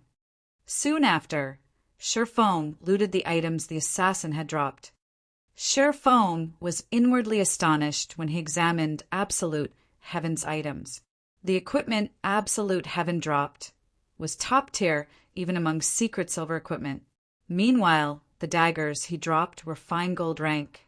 With these items, even among the core members of Zero Wing, Absolute Heaven could still reach the middle ranks. Among the assassins, only Fire Dance and Flying Shadow surpassed Absolute Heaven. Absolute Heaven was a lone wolf. Yet, even without relying on the support of a guild or an organization, he still obtained such quality items for himself. He was already an expert, standing at the peak of White River City. If Absolute Heaven were not a solo player, the equipment he had possessed might not have been secret silver, but fine gold rank. If Absolute Heaven had been fully geared with fine gold equipment today, Shifeng's victory would not have been so easily secured. Big Sis Aqua, is that really our guild leader? Snow Goose asked hesitantly, her big, round eyes focused on the figure standing proudly within the sea of fire. He looks so much more powerful than when he appeared in the video. Guild leader is usually a very ordinary, approachable and gentle person. But now, even when looking at him from such a distance, I still feel overwhelmed. Naturally, Aqua Rose giggled. This is our guild leader, ordinary yet reliable. Snow Goose had been raiding dungeons all this time, so she had only ever heard and not personally seen any of Shifeng's battles. Now that she had personally witnessed Shifeng fight for the first time, it was only natural that shock filled her heart. After all, a video could only portray so much. Only by personally experiencing something could one truly understand it. All right, stop daydreaming.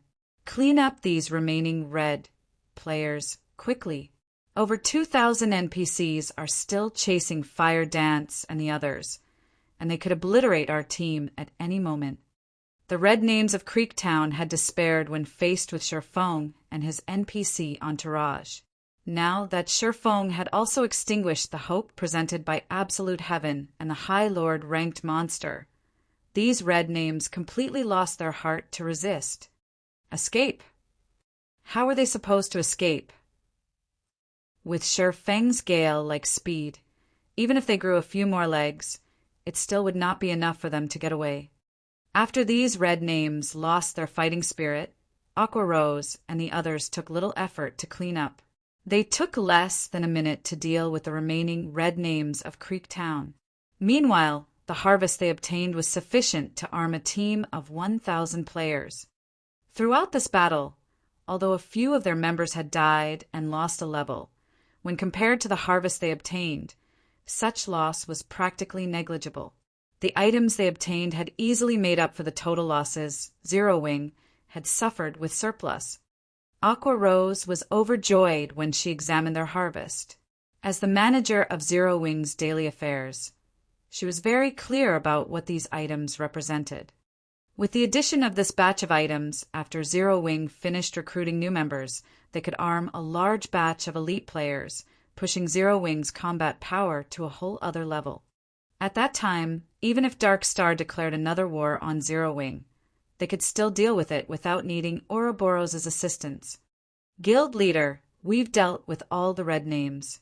We can start cooperating with Fire Dance and the others to kill the Blood Hand Association NPCs now. Aqua Rose happily reported through the team chat. Okay, follow the plan and kill those Blood Hand Association NPCs.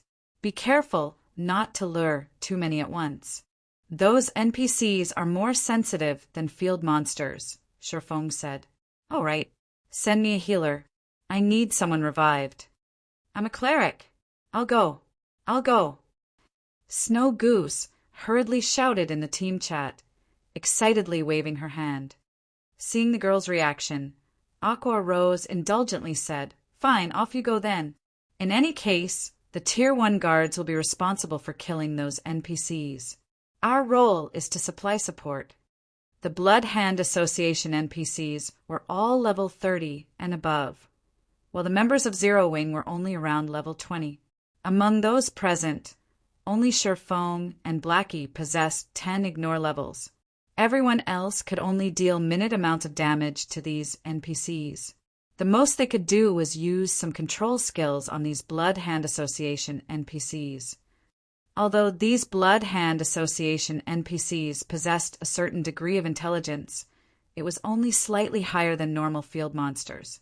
Otherwise, Fire Dance's group could not have lured them away. What Aqua Rose's group needed to do was to lure the Blood Hand Association NPCs away in small batches and kill them separately.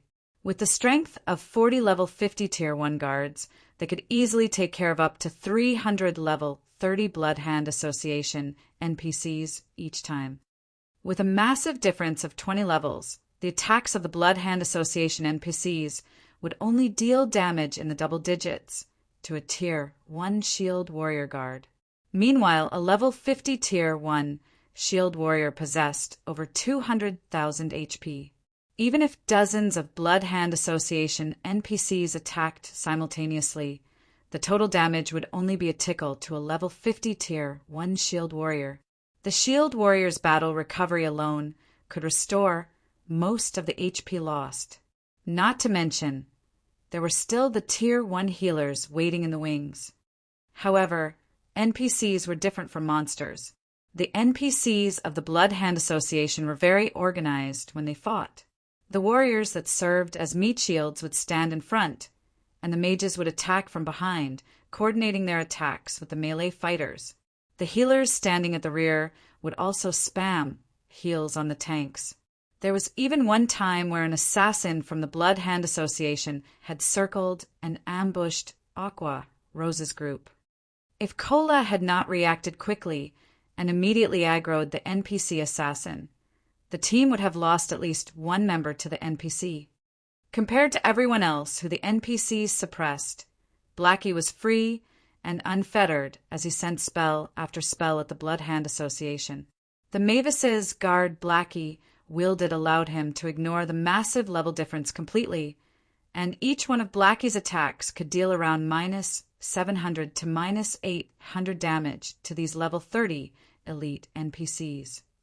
When Blackie used Stars of Light, the result was simply earth-shaking. A damage of over minus 1,000 appeared above every enemy NPC caught within the skill's range. Moreover, with each successive bombardment, the damage of the Stars of Light increased by 10%. The skill had a duration of 15 seconds, and by the time the 15th bombardment landed, the enemy NPCs were already receiving over minus 6,000 damage each. Some of the attacks even achieved critical hits, dealing over minus 10,000 damage to the enemy NPCs. These level 30 elite NPCs only had 100,000 HP. They stood no chance against Blackie's Stars of Light. After Stars of Light ended, over 200 level 30 elite NPCs fell to the ground lifelessly. Suddenly, everyone's experience bars started increasing madly. Some even leveled from level 19 to level 20. Even Blackie, who is currently level 23, saw a huge increase in his experience bar. Even though the EXP was shared with over 100 players, each person still obtained a frightening amount. Originally, everyone had only come here to kill these NPCs for the purpose of completing the Crusade quest. Now that they had discovered the wealth of EXP in front of them, everyone started working even more enthusiastically. After killing several waves of NPCs, everyone managed to level up to level 20 or above. Blackie even reached level 24. Everyone's leveling speed was simply frightening. Ha ha ha. Sister Aqua, at the rate we're leveling, Zero Wing will fully occupy the top 100 spots on the White River City ranking list. Blackie laughed. That's a nice idea. All this time, that leveling madman lone tyrant had held the 9th position on the ranking list. Although guild leader had killed him once back in the Silverleaf Forest, he had only fallen to 10th place. Seeing that Dark Star is so adamant in challenging us, if we kick Lone Tyrant out of the top 100 of the ranking list, it would be a massive blow to both Lone Tyrant's and Dark Star's reputation. Moreover, we would also elevate Zero Wing's fame and prestige, killing 2 birds with 1 stone. Aqua Rose revealed a playful smile when she considered this interesting idea. Okay, let's kick Lone Tyrant out of the ranking list. Chapter 329, You Don't Have a Choice. Chapter 329, You Don't Have a Choice. Sher Fong could not stop his smile when he heard Aqua Rose's words. In actuality, it would be a simple task for Sher Fong to let Zero Wing fully occupy the top 100 spots on the White River City ranking list. The only reason he had not done so yet was that he was afraid of attracting too much attention and the public's enmity. After all, Zero Wing was currently only a small guild. If a small guild like theirs overstepped their bounds, every guild in White River City would most likely team up and retaliate against them. However, Zero Wing was no longer a weak guild. Even if Zero Wing pulled such a huge stunt, it would only shock the other guilds. They would not feel insulted or humiliated. Hence, Sher Fong made no attempt to stop his guild members' actions. The ranking list was the only glory for Lone Tyrant. Even if he had to exceed the level 20 limit for the first clear of the 3 great dungeons, he still had to maintain his position within the top 10 of the ranking list. Lone Tyrant's obsession with the ranking list was apparent. Gentle Snow, on the other hand, was different. To secure the first clear of the 3 great dungeons, Gentle Snow had frozen her experience bar at 99. 99% of level 20. She paid absolutely no attention to the ranking list at all.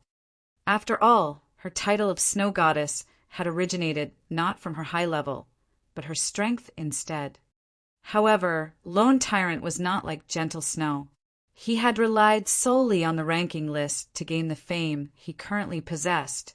It was why he worked desperately hard to maintain his spot within the top 10 of the ranking list.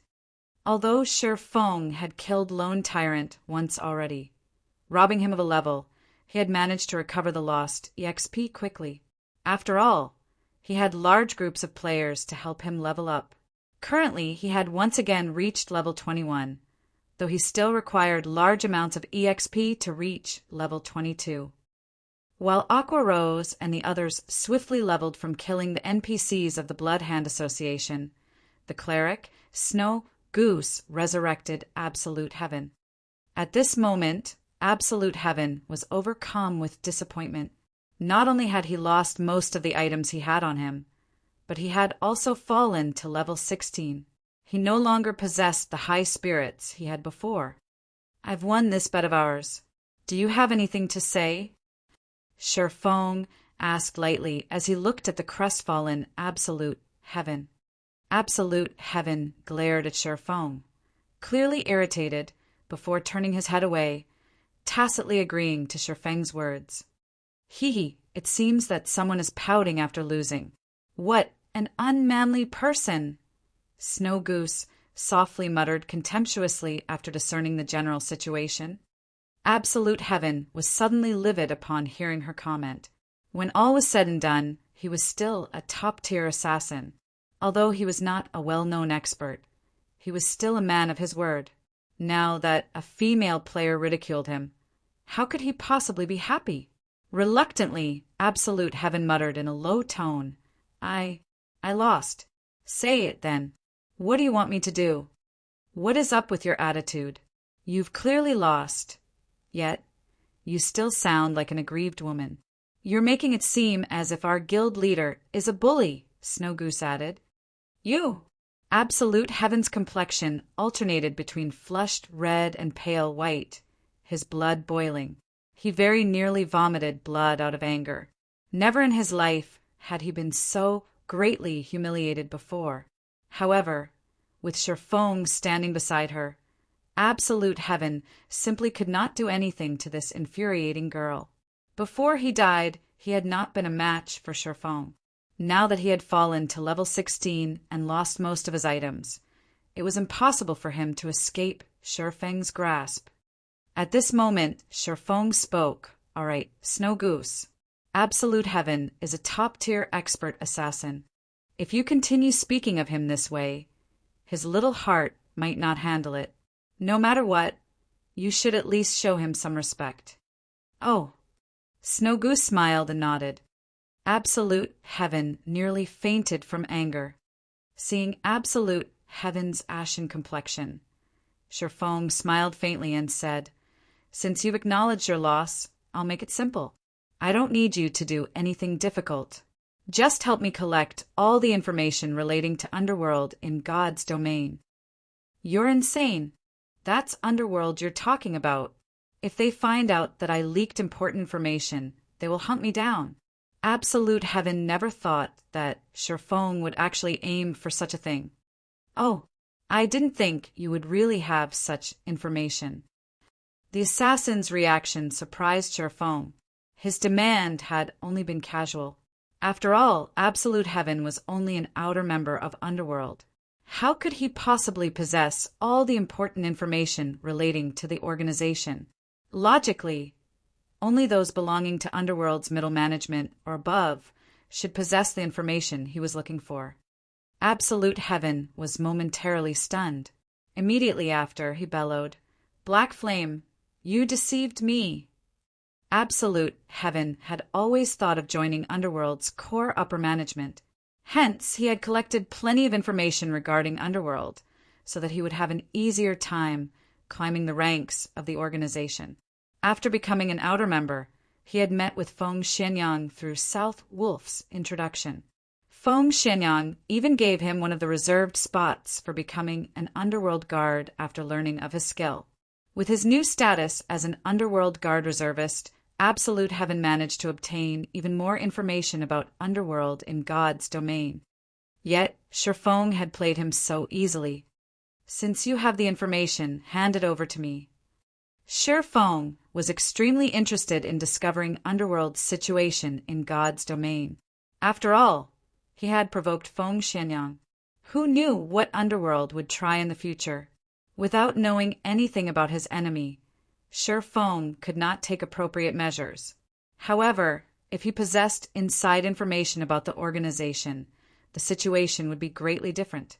One who knows his own strength and that of the enemy is invincible in battle.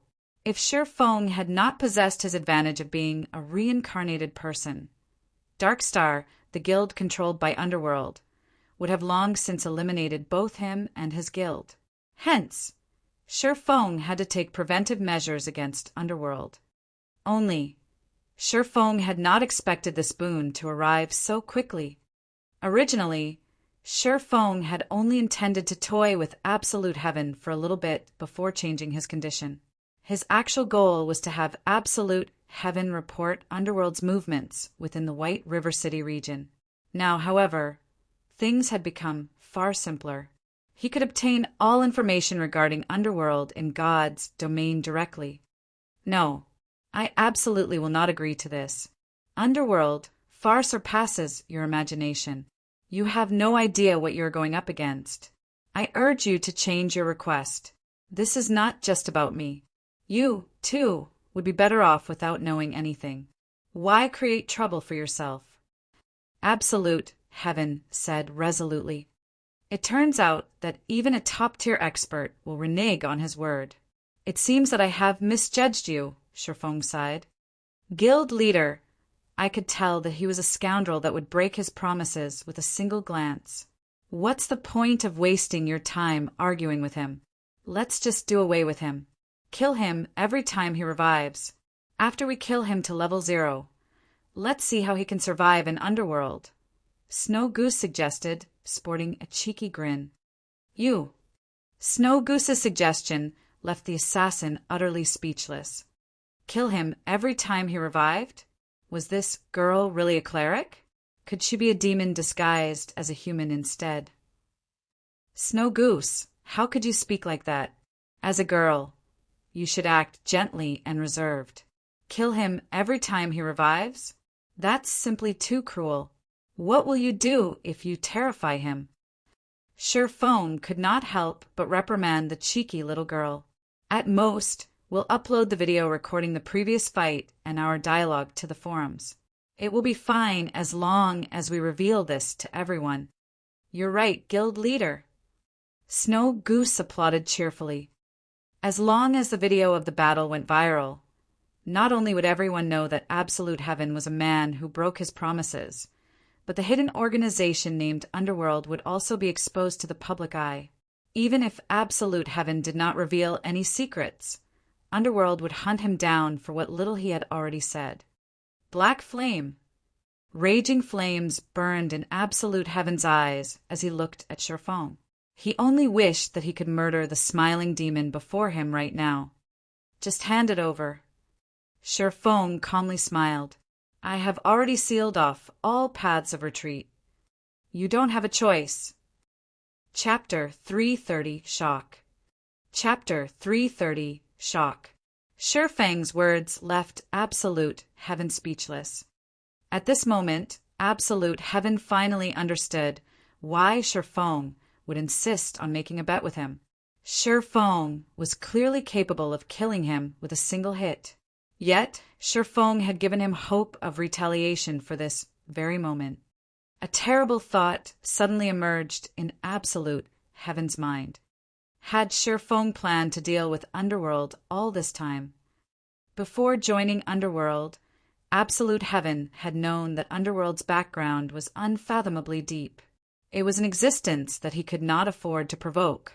After joining the organization, that thought had only strengthened. He absolutely could not make an enemy of Underworld. Yet now, Shifeng dared to consider challenging Underworld. He simply did not know how to differentiate between life and death. It would have been fine if only Shifeng did not know how to differentiate between life and death. Yet, Shifeng intended to drag him down as well. Moreover, the swordsman left him with no other options. Shifeng was eviler than a demon. When Absolute Heaven saw that Shifeng's finger was about to click the upload video button, he lowered his head and helplessly said, "Fine. However, I have a condition. No one can know that I gave you this information. You can rest assured on this point. Since I have asked you to do such a thing for me, I will not make things difficult for you. I won't let anyone but myself look at the information relating to Underworld." Shifeng assured and nodded. Absolute Heaven's worries were unfounded. After all, Shifeng was also worried about this situation becoming public, which would, in turn, allow Underworld to take precautionary actions. "I'll send you the files tomorrow after I have compiled them," Absolute Heaven said before turning to leave. However, Shifeng was a step ahead and blocked his retreat. "What? Worried that I'll deceive you? You currently have information to use against me. What tricks could I possibly play on you? Absolute Heaven laughed bitterly. You're overthinking things. I'm just returning the items you dropped when you died. As for your levels, with your strength, you should recover quickly. Sure Feng then took out the items he had looted from Absolute Heaven and returned them to their original owner. After some hesitation, Absolute Heaven finally decided to receive the items before leaving.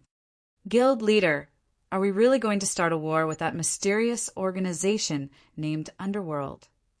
Snow Goose asked. Based on Absolute Heaven's words, Snow Goose could discern just how terrifying Underworld was. Even a top-tier expert like Absolute Heaven was afraid when talking about it. Furthermore, a powerful guild like Dark Star was just a puppet of Underworld. With Zero Wing's current strength, wouldn't acting against Underworld be akin to smashing an egg against a rock? What, afraid? Sure Feng chuckled. Of course not. Our Zero Wing is invincible.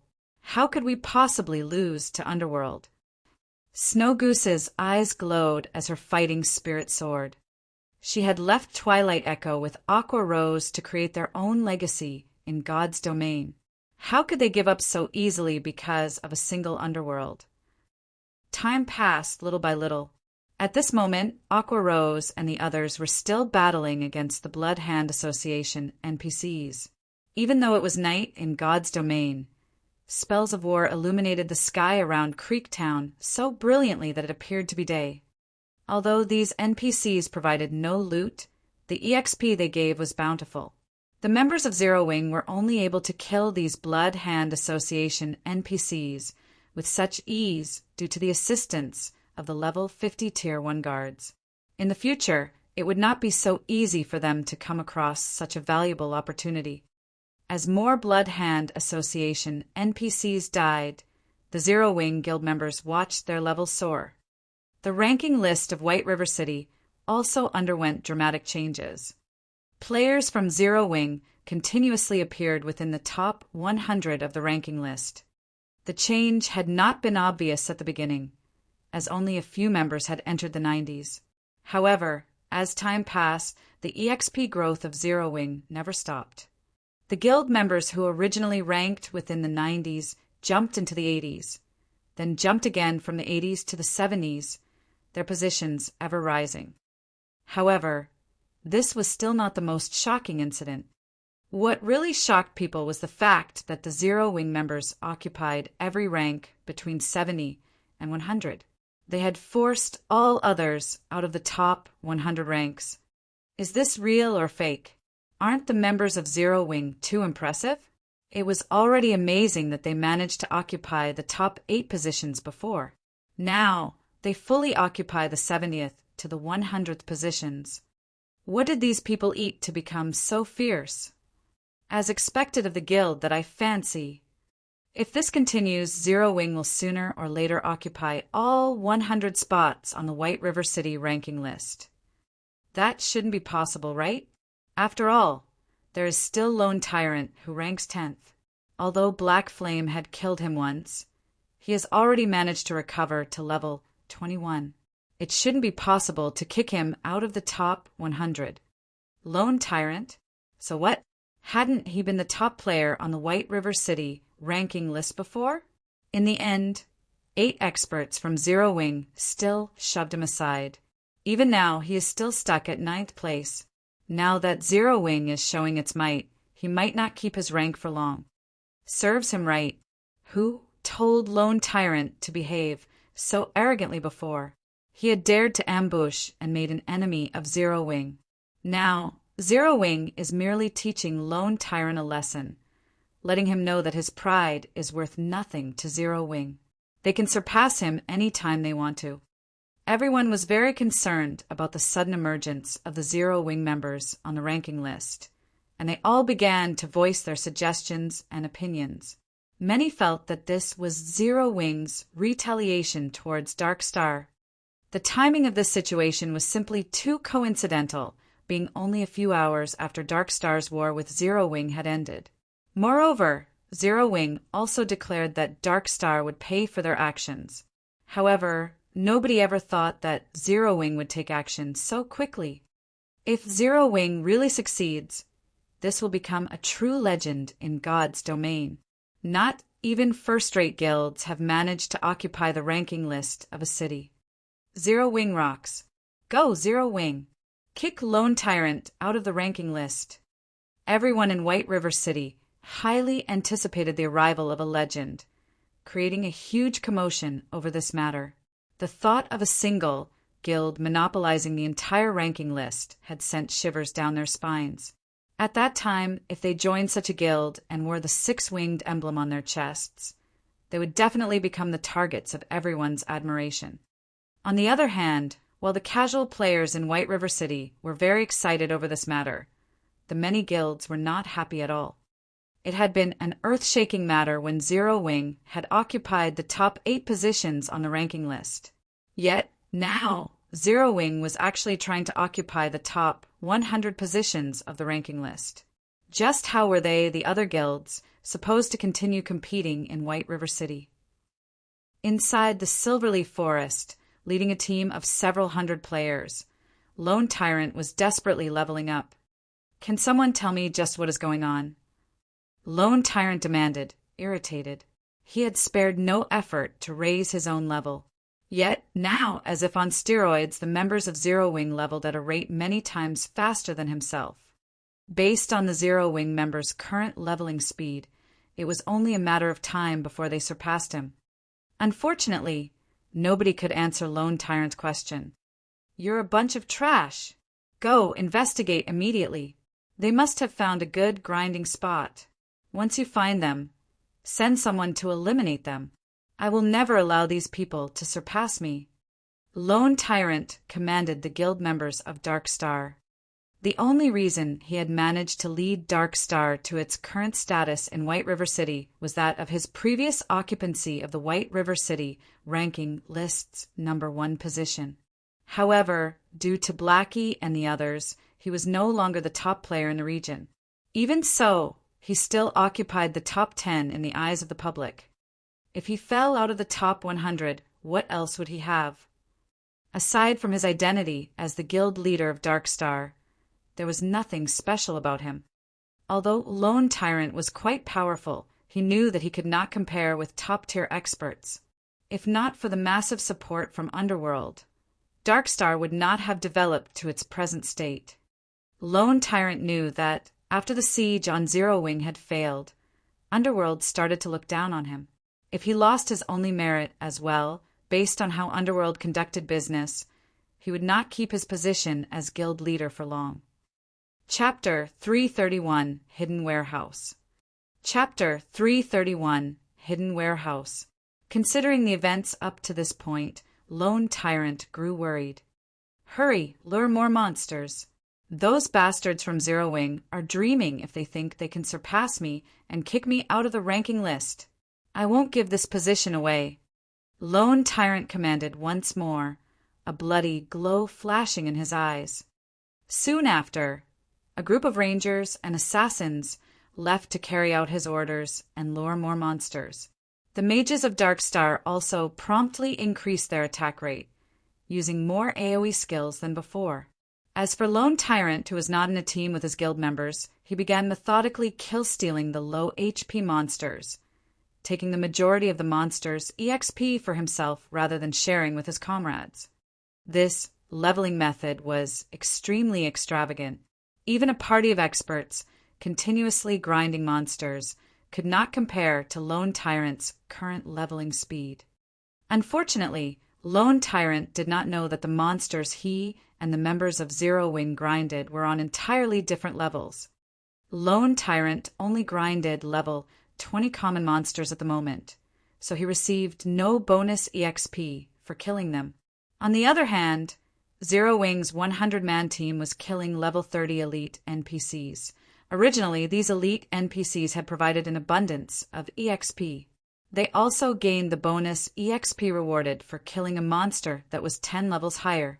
After splitting the EXP for each NPC killed across 100 players evenly, everyone leveled up far faster than Lone Tyrant. Time flew by quickly. White River City was bustling at that night. As a Saturday, even though it was already daytime in the real world, many players had not logged out and were still having fun in God's domain. However, as it was dangerous to leave the city at night, many players had chosen to visit bars in the city. With nothing better to do, players had started focusing their attention to Zero Wing's ranks. Many also began guessing on whether or not Zero Wing would kick Lone Tyrant out of the ranking list. It had been over an hour since the commotion had begun. Now, instead of occupying up to just the 70th position, Zero Wing occupied up to the 40th position of the ranking list. Bystanders fell speechless when witnessing the leveling speed of this new guild. Originally, many players had simply guessed and joked around. None of them actually thought that Zero Wing could accomplish such a feat. Watching this momentum, however, Zero Wing might really intend to monopolize the top 100 spots on the ranking list. Everyone could not help but grow excited in anticipation.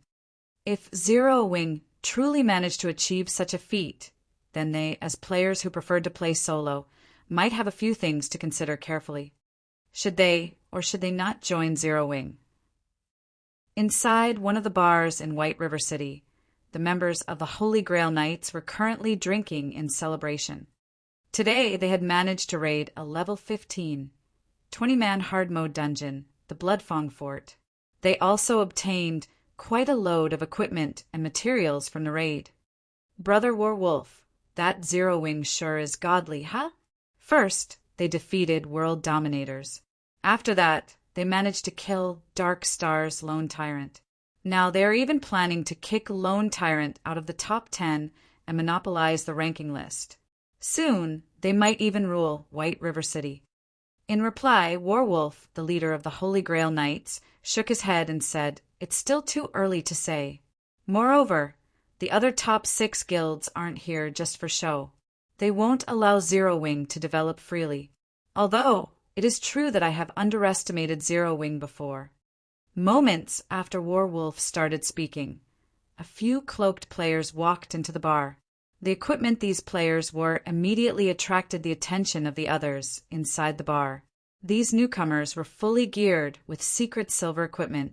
Moreover, none of them possessed a guild emblem on their chests, signifying that they were all independent players.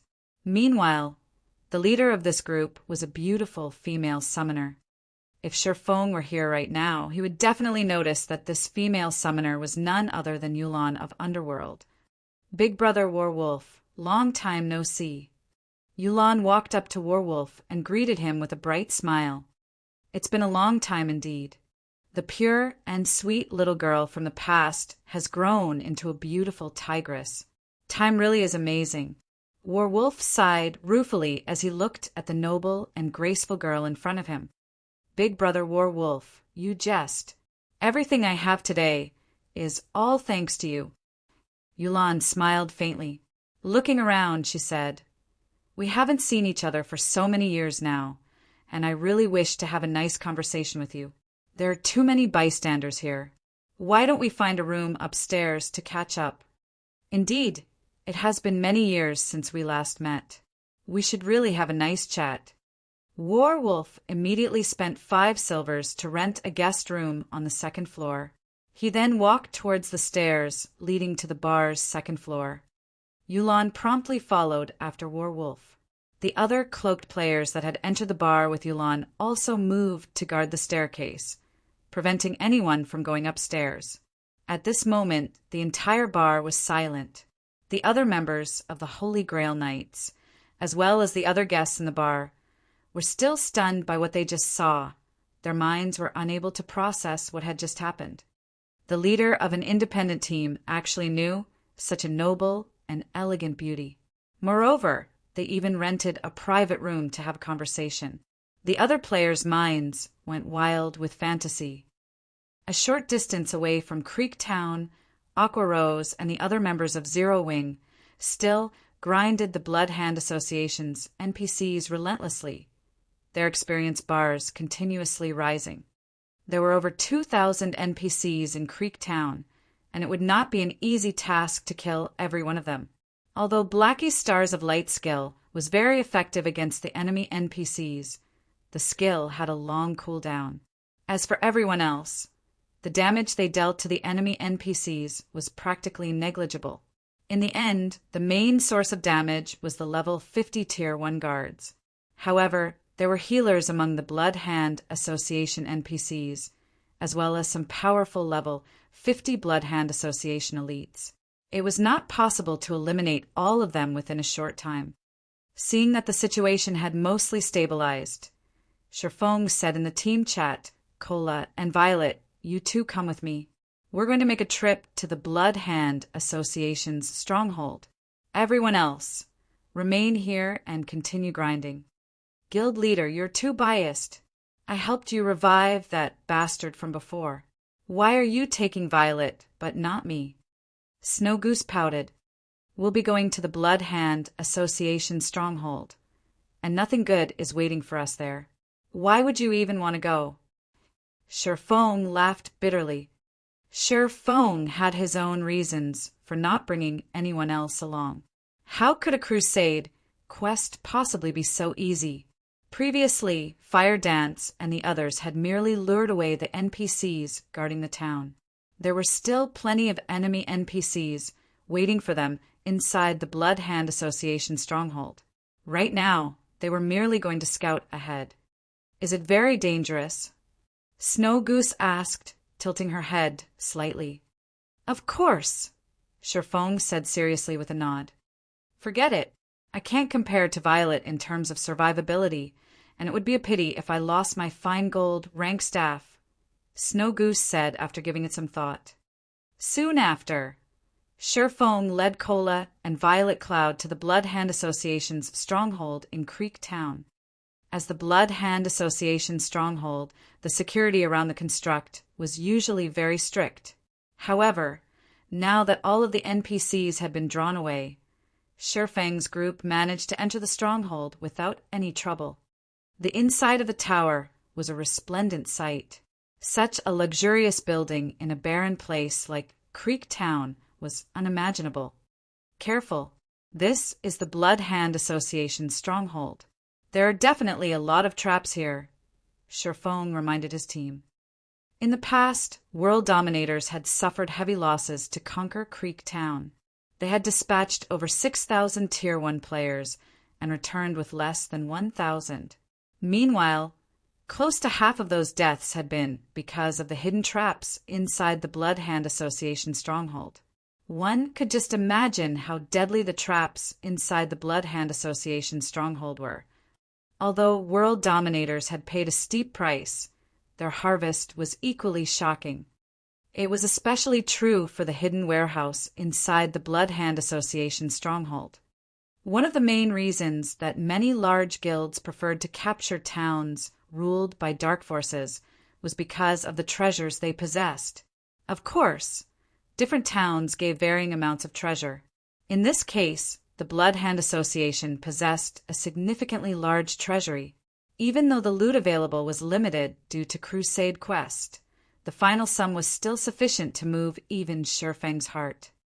Otherwise, who would be so foolish as to spend 30 gold coins to take on a Crusade quest? Moreover, only a Viscount or someone of higher status could accept such a quest. Chapter 332. Encountering a magic weapon once again. Chapter 332. Encountering a magic weapon once again. Inside of the Blood Hand Association stronghold, it was like a maze. There were also many level 30 Blood Hand Association knights patrolling the construct. These NPCs wore red leather armor and wielded spears. They also had 200,000 HP.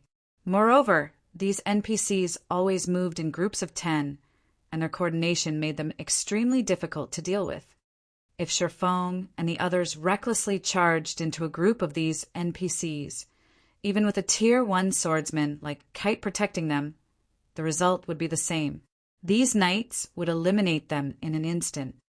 In fact, even if Sherfang's group were strong enough to fight these Blood Hand Association knights, they would still meet their deaths if they chose to confront these NPCs. This was due to the many hidden traps and mechanisms throughout the stronghold. In the past, world dominators had paid a steep price because of these traps. Naturally, Shifeng would not behave as recklessly as world dominators had in the past. Hence, he would always detour and bypass any knights they met, avoiding a confrontation with the NPCs at all costs. In any case, the paths in this stronghold all connected in one way or another. As long as one was careful, it was possible to find the Blood Hand Association's hidden warehouse without engaging in combat. Finally, after a long time, Shifeng's group arrived before a pair of tightly sealed stone doors. 2 words were etched into the wall next to the doors: Control Room. This was where all of the traps within the Blood Hand Association stronghold were controlled. As long as they disabled these traps, they would have nothing to worry about as they traveled through the construct. Just after Kola forced open the heavy stone doors, the group immediately discovered an old, one-eyed man dressed in black robes inside the control room. The old man held a redwood staff as he manipulated a magic array. Inca Richter, Tier 1 Elementalist. Level 30. HP 1 000 000/1 000 Thank God it is, as I speculated. He's only level 30 and not a level 50 Tier 2 mage. Shifeng could not help but sigh in relief when he saw Inca Richter's information. If not for the Crusade quest, the old man before them would be near impossible to deal with. Although Inca Richter would only be level 50, as a Tier 2 mage, he could kill a level 50 Tier 1 player as easily as squishing a bug. Guild Leader, it's a level 30 Tier 1 Elementalist. I'm afraid that he might be somewhat difficult to deal with. Should we call for reinforcements? Kola had a clear understanding of his own abilities. Currently, he was only level 22. If it were a level 20 Tier 1 Elementalist, he could tank it. However, it was impossible for him to endure the attacks of a level 30 Tier 1 Elementalist. The tier suppression alone would greatly increase the damage he received, not to mention the level suppression. With the two combined, even as the chief MT of Zero Wing, he would be cannon fodder at best. Relax, you don't need to tank. Shifeng smiled. He then looked at his personal guard, Kite, who stood beside him, saying, Kite will be our MT. Kola, you'll act as support. You just need to activate your magic resistance aura and use protection blessing on Kite during crucial moments. Kola suddenly remembered that Shifeng had a personal guard like Kite beside him. Kite had over 18,000 HP. Compared to Kola, Kite was far more durable as an MT. Although Kite was far inferior to Inca Richter regarding HP, as a level 30 Tier 1 swordsman, Kite's close combat capabilities far surpassed a Tier 1 Elementalist. Kite, you'll tank Inca Richter. Violet, you'll heal Kite. Kola, focus on using protection blessing on Kite when needed, Shifeng commanded. Without hesitation, Kite charged Inca Richter, slashing his sword at the old man. A damage of over -4,000 appeared above Inca Richter's head. Compared to the High Lord-ranked Nebula Tiger, Inca Richter's defense was much lower. Despicable intruders, I'll turn all of you into my lab rats. Inca Richter used instantaneous movement, dodging Kite's sword techniques. The old man then waved his staff, summoning an aqua blue magic shield that covered his body. The magic shield was one of the most frequently used defensive spells that Elementalists possessed, and it could protect the caster against a considerable amount of damage. Following which, Inca Richter waved his free hand, summoning an ice wall to prevent Kite from advancing. However, Kite was no ordinary guard. Immediately, Kite activated Wind Blade and jumped. Kite effortlessly leaped across the ice wall in his path and arrived before Inca Richter. He then brandished his sword at the Elementalist multiple times in quick succession. After taking a few hits from Kite's sword, the magic shield surrounding Inca Richter's body shattered into particles of light, leaving the caster's feeble body vulnerable to Kite's attacks. Fortunately for the old man, The magic shield had earned him enough time to cast Frozen Circle. White, bone-chilling mist spread out from Inca Richter and assaulted Kite. In response to the spell, Kite abruptly jumped into the air and dodged the Frozen Circle. Inca Richter cursed when he saw the swordsman avoid another spell with such a simple action. In a fit of rage, Inca Richter pointed a finger at Kite, sending multiple fireballs flying at the swordsman who was still suspended in midair. As the fireballs approached him, Kite calmly twisted his body and brandished his sword so fast that only bright afterimages were visible. He sliced the incoming fireballs in half, one after another. The speed of Kite and Inca Richter's exchange was stunning, and any ordinary player would have difficulty following the fight. Standing at a distance, both Cola and Violet Cloud were dumbfounded by the scene before them. This was the first time they had witnessed a fight between NPCs. Never would they have expected that a fight between NPCs could actually be more exciting than a fight between experts. The longer they watched, the more felt ashamed of themselves. Inwardly, they also began to estimate how they would fare if they fought Inca Richter if they were the same level and tier. However, as they continued watching the exchange between Kite and Inca Richter, they soon reached a shocking conclusion. They were not even opponents for Inca Richter. The reason they came to such a conclusion, however, was not because of the great disparity between their HPs. Instead, it was because of the difference in combat techniques. This conclusion left them both speechless. What are you two daydreaming about? They are both high-level NPCs. Ordinary monsters cannot compare to them. It's no big deal if your current combat techniques are not a match for theirs. As long as you participate in more battles and accumulate experience, you will surpass Inca Richter sooner or later. Sure Phone could not help but console the two. Naturally, he could discern their thoughts. Inca Richter was different from the Blood Hand Association elites battling outside the town. Before the Crusade quest had weakened him, Inca Richter had originally been a Tier 2 NPC. Thus, his combat proficiency was superior to those ordinary NPCs. As for Kite, not only was he a Dark Gold ranked personal guard, but he had also been a Tier 2 swordmaster in the past. His combat techniques were excellent. In truth, Surefoam had also been shocked when he had first witnessed a battle between high-level NPCs. It was especially true for battles involving Tier 3 NPCs or above. Regarding control over personal combat power, these NPCs could actually exhibit more than 70% of their strength. According to the evaluation criteria of God's domain, those capable of exhibiting more than 70% of their personal combat power were considered first-rate experts. These NPCs were far superior to the current top-tier experts. Moreover, even an NPC like Inca Richter was only capable of exhibiting 60% of his personal combat power.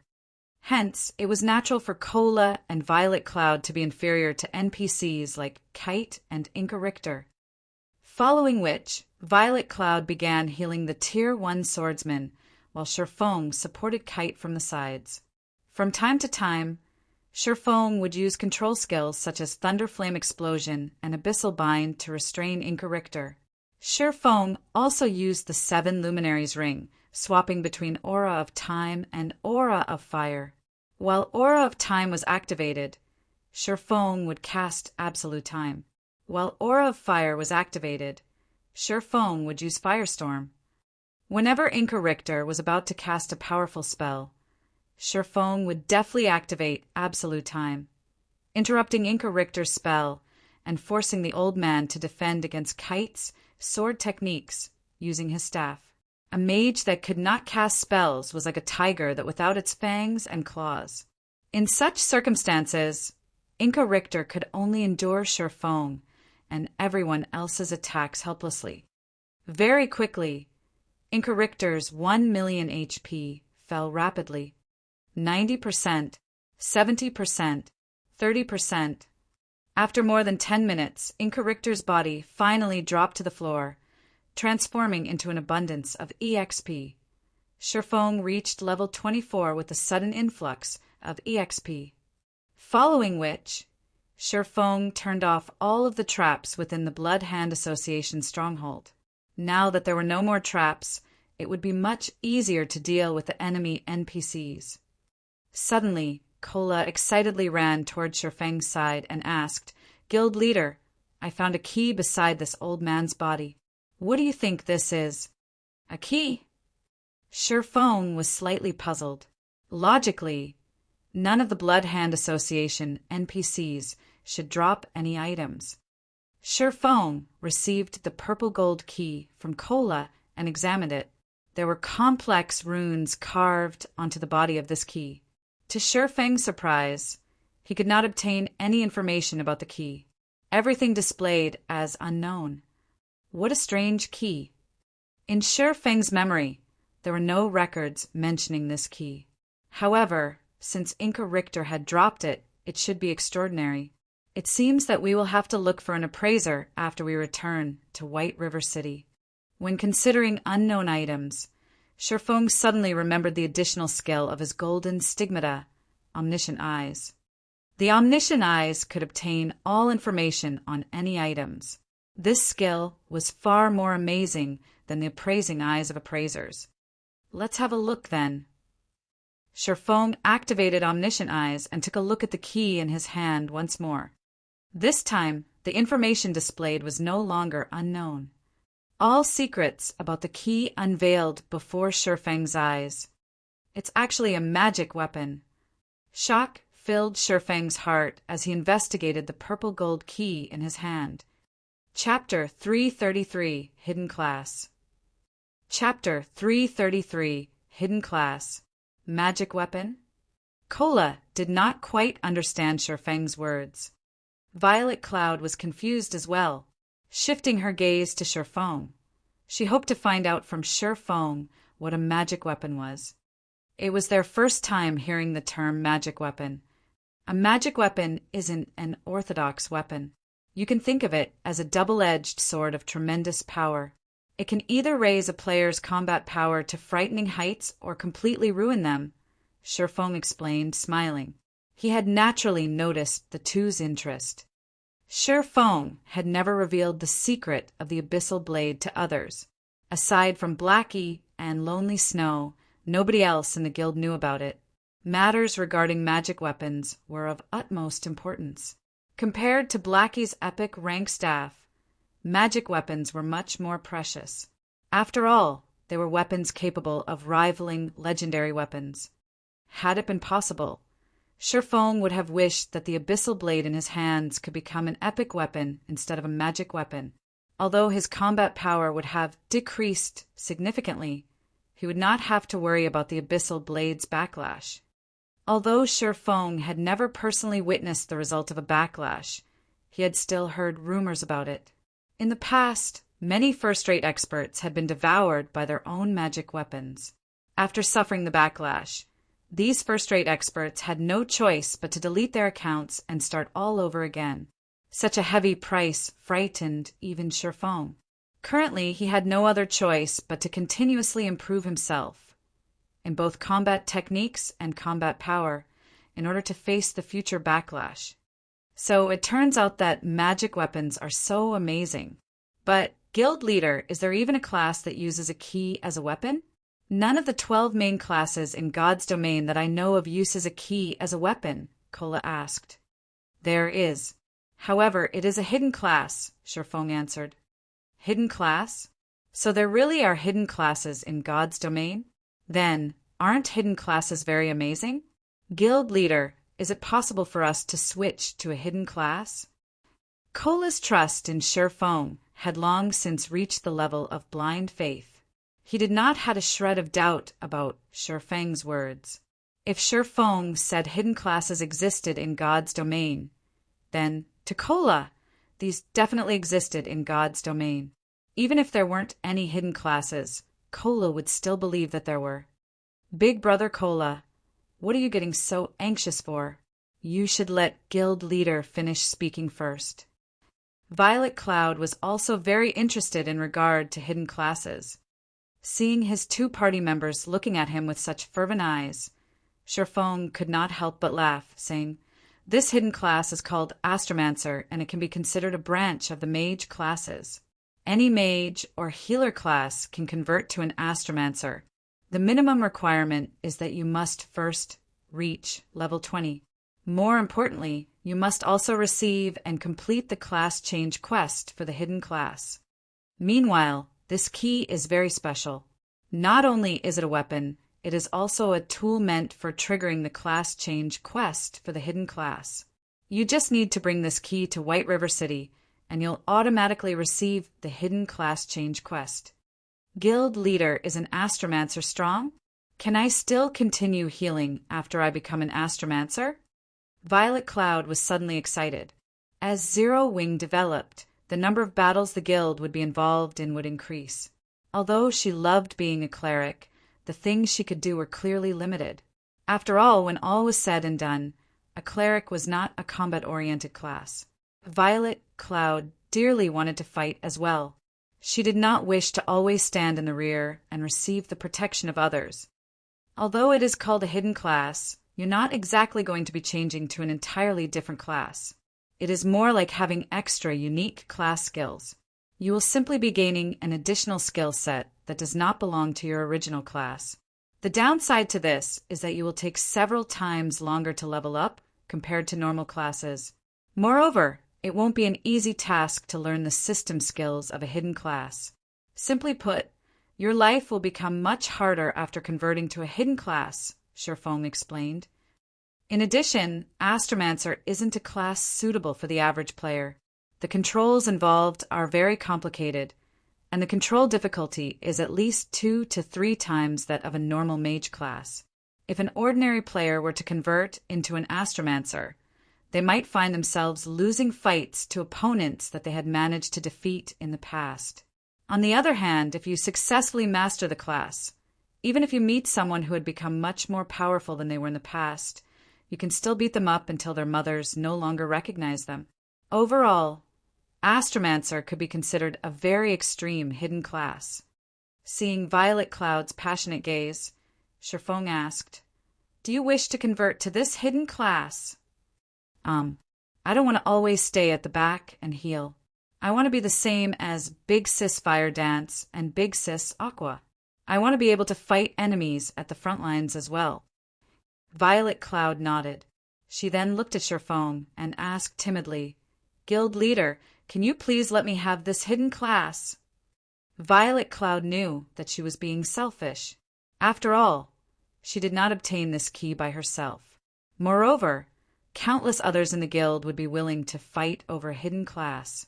There were also powerful mage experts such as Aqua Rose, Ice Queen Su Qianlu, Blackie, and many others in the guild. If they were to change classes into an Astromancer, they could greatly increase the guild's strength. There was simply no place for a healer like her. However, she wished to contribute more to the guild. Cola's mouth widened in shock when he heard Violet Cloud speak. He had not expected the usually quiet and lovely Violet Cloud to make such a bold move. This, Sherfong wrinkled his sharp brows, entering a deep contemplation. Looking at Sherfang's grave expression, Violet Cloud could not help but start panicking. Guild leader Violet's control and techniques are definitely first-rate. Even I am no match for her. Won't you consider giving her a chance? Cola voiced his opinion. After thinking it over for a while, Sherfong seriously looked at Violet Cloud, saying, "I'm not forbidding you to convert your class into an Astromancer. Only, this key is slightly troublesome. If you use this key to convert your class into an Astromancer, your path will be fraught with an endless amount of trouble in the future. You might even ruin your account. All your efforts would go down the drain. At that time, while everyone is over level 100, you will have to start from scratch. Do you really have the courage and determination to do so?" In fact, Sherfong had no doubts in regard to Violet Cloud's control and techniques. If Sherfong did not possess 10 years' worth of experience playing God's domain, Violet Cloud might have already surpassed him by now. Based on Violet Cloud standards, she might immediately become one of Zero Wing's top combatants once she was an Astromancer. Feng would naturally feel happy over this matter. Yet, what he had in his hand right now was a magic weapon. If the weapon were a legendary weapon and not a magic weapon, he would willingly give it to Violet Cloud without hesitation as long as she wanted it. A magic weapon, on the other hand, had pros and cons that Feng was very clear about. As long as a player unsealed a magic weapon and became its controller, then they would inevitably have to face the backlash of the magic weapon one day. Based on the current situation, the disadvantages of giving Violet Cloud the magic weapon greatly outweighed the advantages. Most importantly, not every player could handle the pressure of having to start all over again. Guild leader, I'm not afraid of trouble. I only hope that I can do more for the guild. Even if I end up back in square one because of this item, I will have no regrets. At the very least, I would have contributed greatly towards the guild's current development. Violet Cloud looked at Feng, her eyes shining with conviction. Faced with Violet Cloud's gaze, Feng abruptly recalled how he had been back then, and burst out in sudden laughter. That's right. What's there to be afraid of? It's just a restart at worst. The worry that filled Feng's heart disappeared. He then handed the key to Violet Cloud. This key is still sealed. After returning to White River City, go look for someone who can unseal it. After it is unsealed, you will automatically receive the Tier 1 Hidden Class Change quest. Thank you, Guild Leader. I definitely won't let you down. Violet Cloud sincerely thanked Feng as she excitedly received the purple gold key. Chapter 334, Occupying the Ranking List. Chapter 334, Occupying the Ranking List. After Violet Cloud received the key, her heart could not help but pound in anticipation. She wished that she could quickly return to the city, undo the seal on this key, and become an important combat power for Zero Wing as soon as possible. Although the guilds in White River City currently appeared to be at peace on the surface, beneath that surface were surging undercurrents. Nobody knew what kind of plans these guilds were concocting. This was especially true for Darkstar and World Dominators. No matter how one looked at it, they were not guilds that would give up after suffering only 1 or 2 defeats. Yet, despite Zero Wing maintaining such a high profile, these 2 guilds had actually done nothing at all. How could their lack of a response not give rise to suspicions?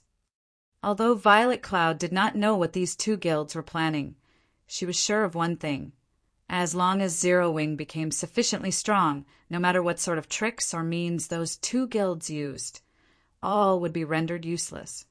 Star's Reminiscence. Violet Cloud softly muttered after checking the information of the key in her hands. Star's Reminiscence magic weapon.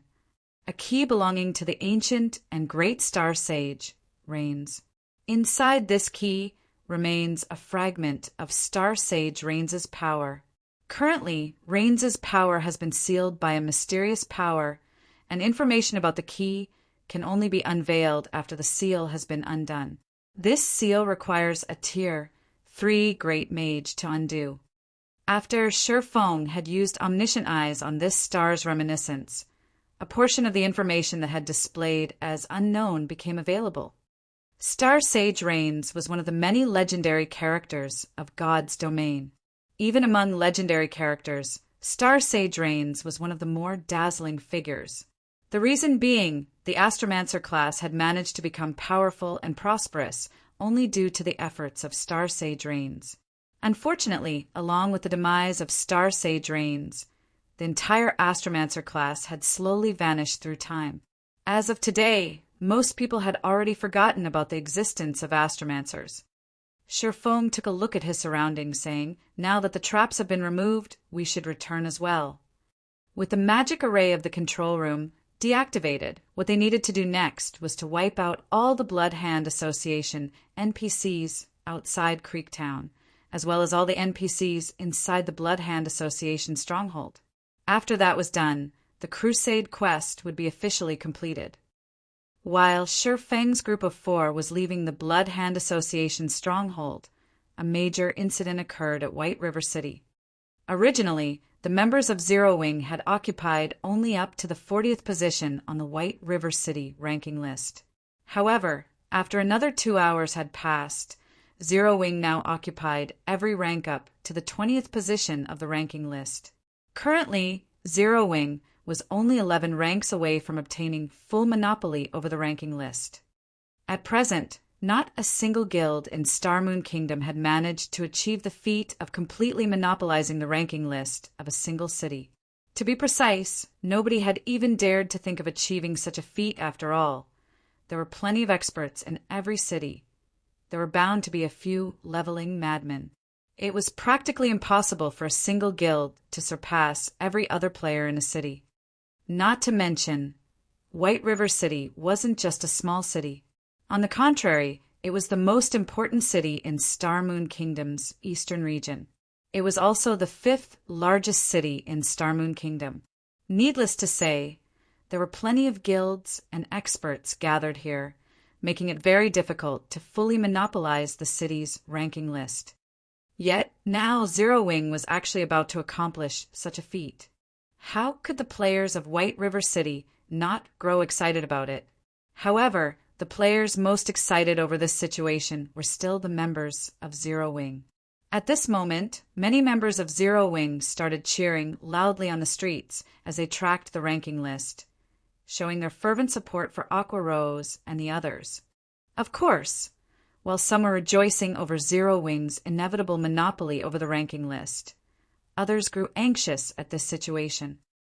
When Lone Tyrant saw that Zero Wing members were quickly catching up to him, he started using every means available to him to level up. Lone Tyrant sent for another 600 players from Dark Star to assist him in leveling up. He then split these 600 players into 30 teams of 20 players. These teams were then tasked with gathering and killing monsters around Lone Tyrant.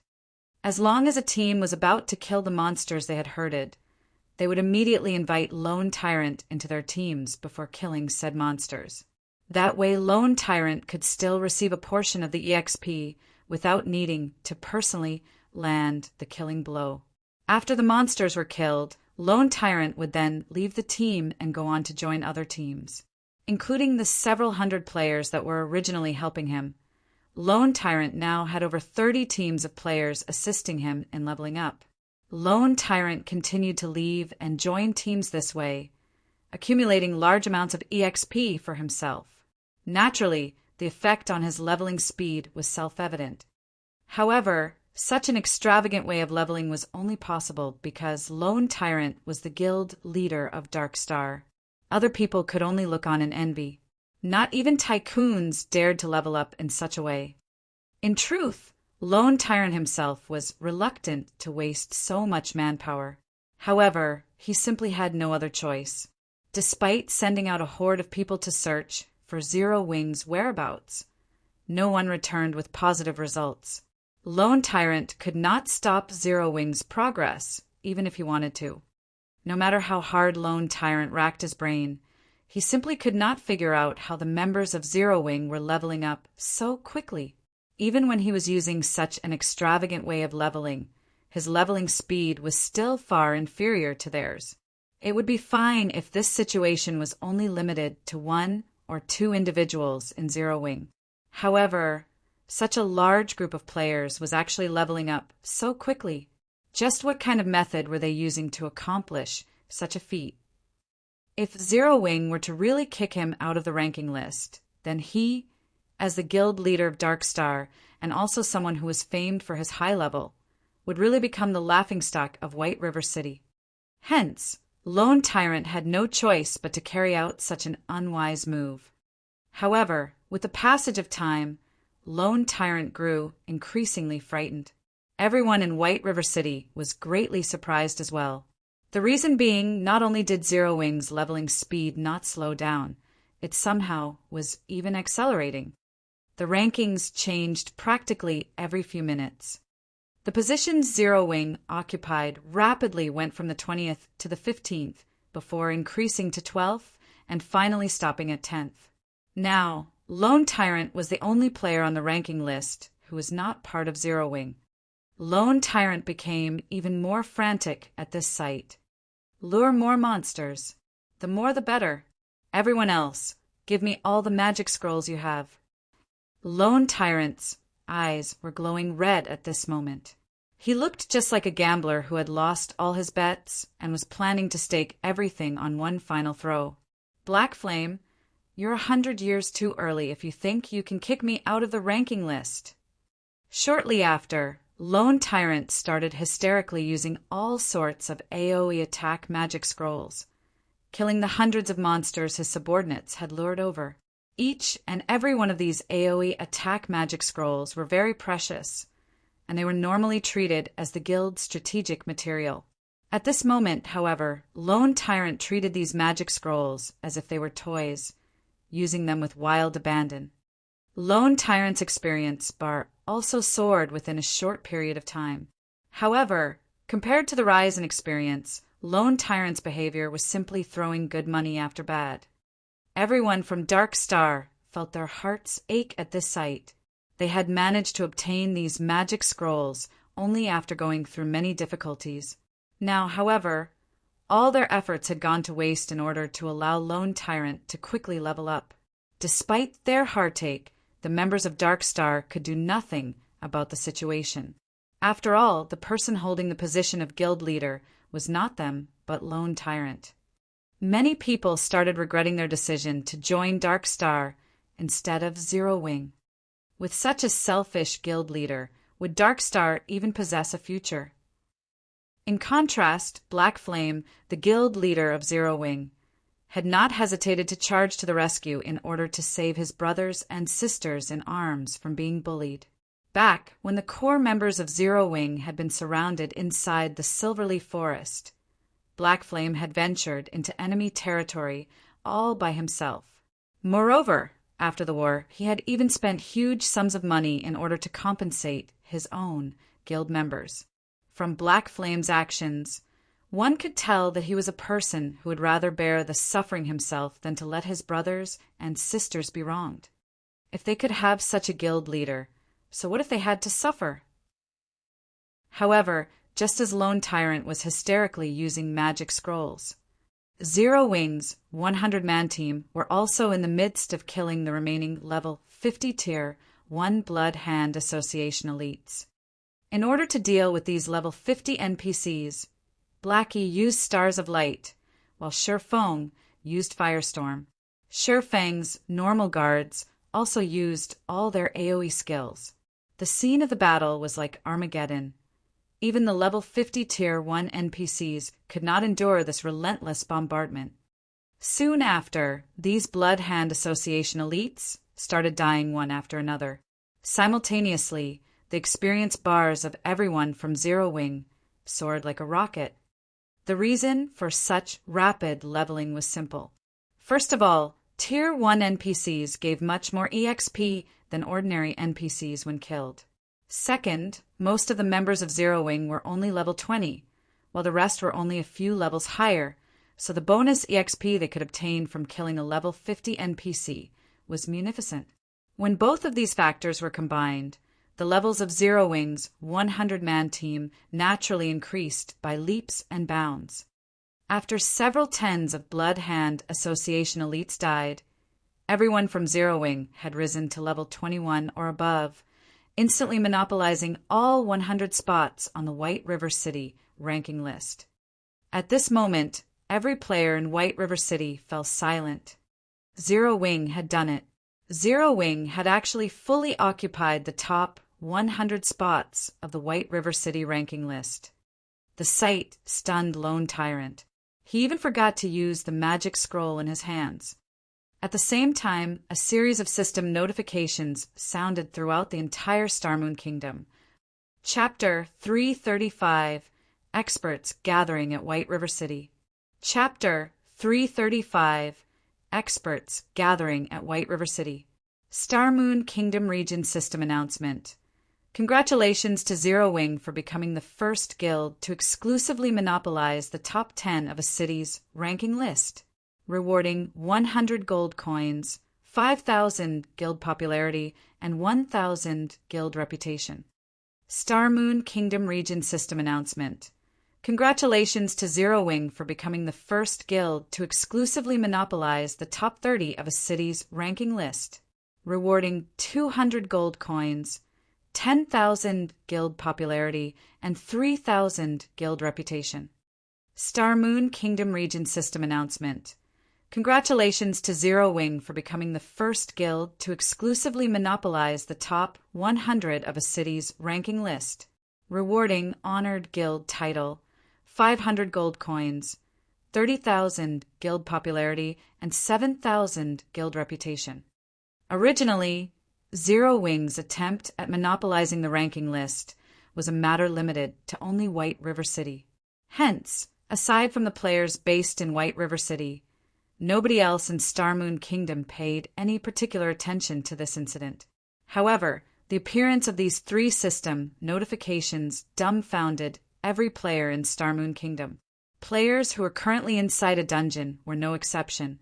At this moment, everyone was shocked when they saw these system notifications.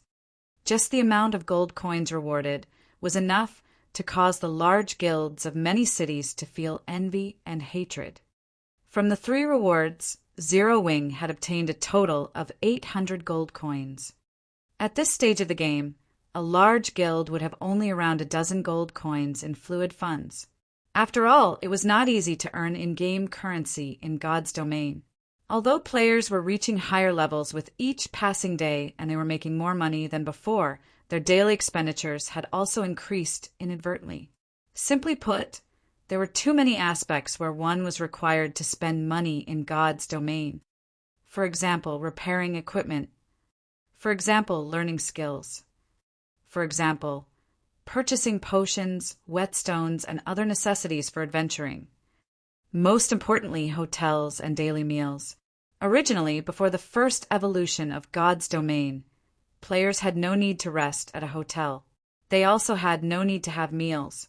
However, after God's domain evolved, if players did not rest for long periods of time, their mental state would start to deteriorate. If players did not consume food for long periods of time, although no changes would occur to their character's attributes, their body's physical state would be affected.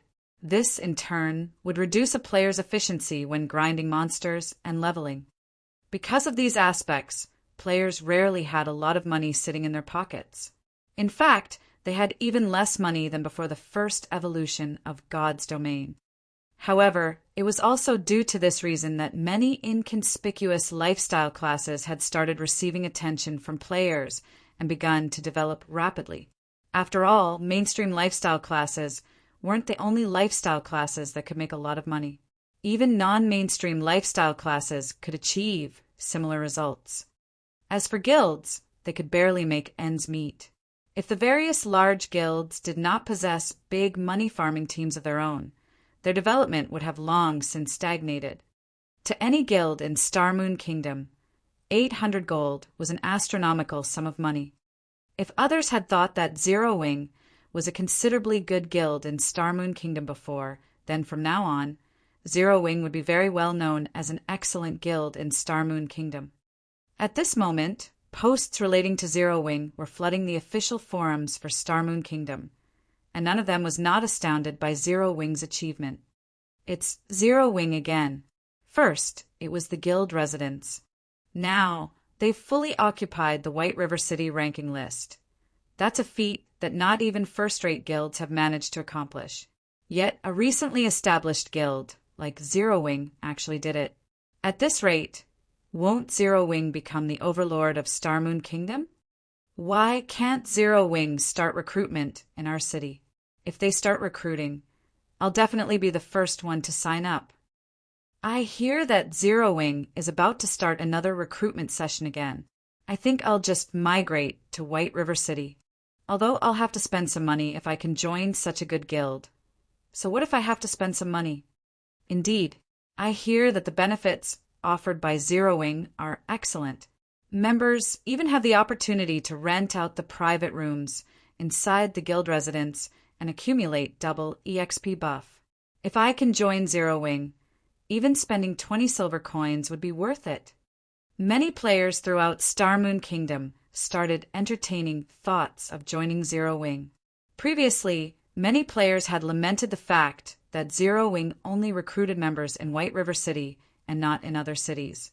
However, as Zero Wing grew increasingly dazzling, the number of players wanting to join the guild would definitely increase as well. If players did not take this chance to join now, the competition in the future might become even more intense. At that time, they might not be able to join Zero Wing even if they wanted to. Moreover, if they joined Zero Wing ahead of time, they could also accumulate guild contribution points quicker and enjoy the various benefits of the guild earlier. Big Brother Shadow Sword, we don't have enough funds for a single person's teleportation fee, even if we add both of our assets together. Why don't we skip Zero Wing's recruitment this time and wait for the next one? A tall and slender female guardian knight suggested. The woman was geared in an assortment of common and bronze ranked equipment. With big, bright eyes, she looked at the stalwart-looking berserker in front of her, adding, "There are also a few first-rate and second-rate guilds recruiting in Greenstone City right now. With our strength, we should have no problems joining those guilds. So, why bother spending so much money to go to White River City?" "Turtle Dove, you don't understand. I'm not rushing to join Zero Wing because of their fame. Instead, I plan to join them in order to improve my strength. All these years, I have been stuck at a bottleneck and never managed to break through. When I watched Black Flame's and Yi Feng's battle videos, I learned a lot from them. However, the things one can learn from watching a video will always be limited. If I wish to further improve myself, I need to go and personally experience such battles. Meanwhile, joining Zero Wing would be the fastest way to do so," the berserker named Shadow Sword explained as he shook his head.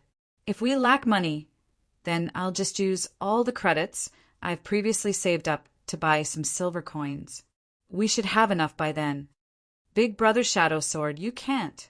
You saved that money in order to join the city fighting competition," the female guardian knight named Turtle Dove argued anxiously.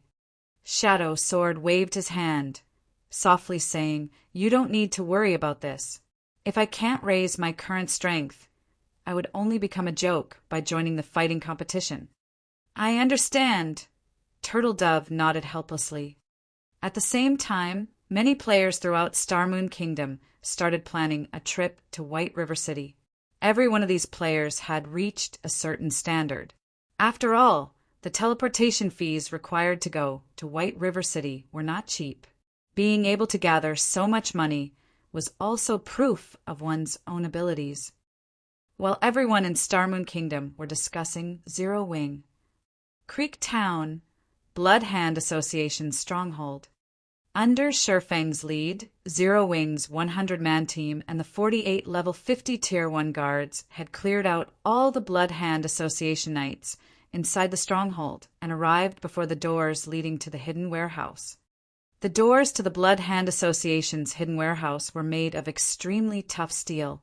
The pair of thick doors was not something that could be pushed apart by only a handful of players.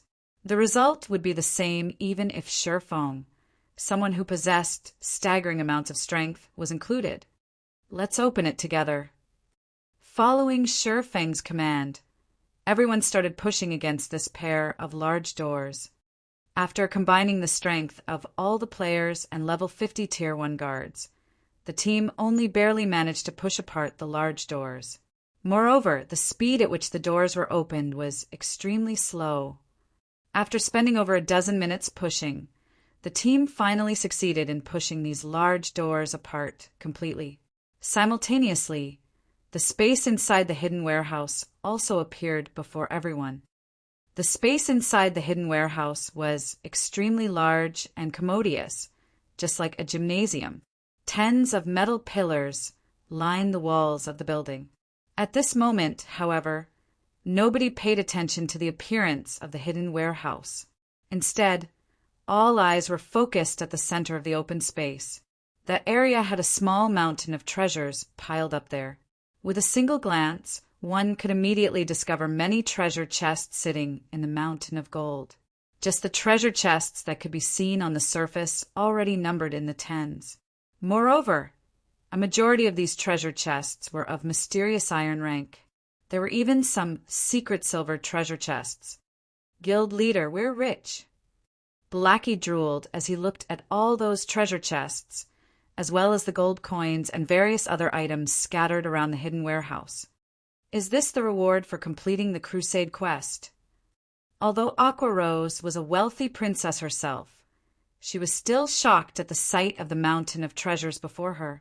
Only now did she truly understand why Sher Feng had said the crusade quest's deposit of 30 gold coins was a very cheap price to pay. Compared to the mountain of gold before her, 30 gold coins was not worth mentioning at all. At this moment, Snow Goose's eyes were practically shining. She could not help but wish she could immediately charge up and dive into this mountain of gold. However, Snow Goose did not rush forward. As the location the Blood Hand Association used to store its treasures, this hidden warehouse would naturally have guards. A total of 8 mechanical watchers and 1 mechanical slayer was standing at the periphery of the mountain of treasure.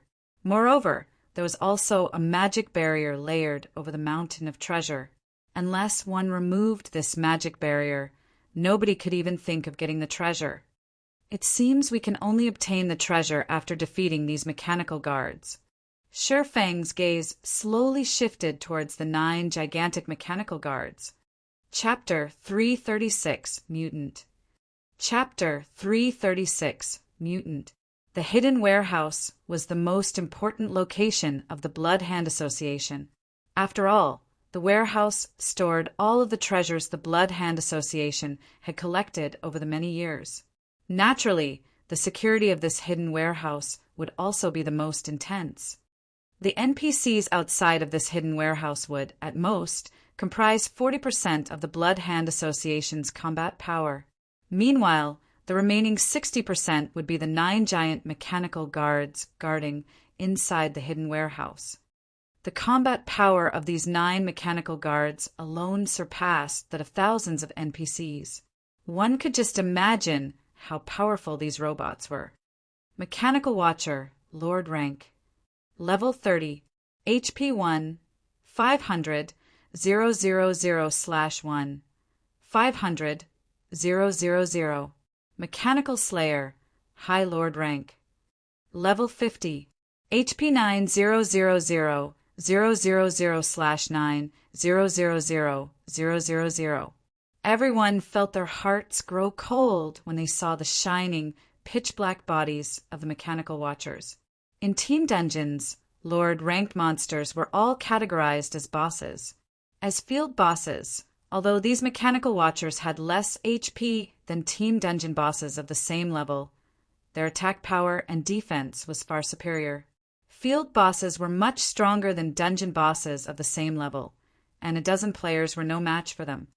As for the High Lord-ranked Mechanical Slayer, a boss of such rank would only appear in 20-man Hell Mode team dungeons or 50-man Hard Mode team dungeons. Moreover, the Mechanical Slayer before them was a level 50 High Lord-ranked boss.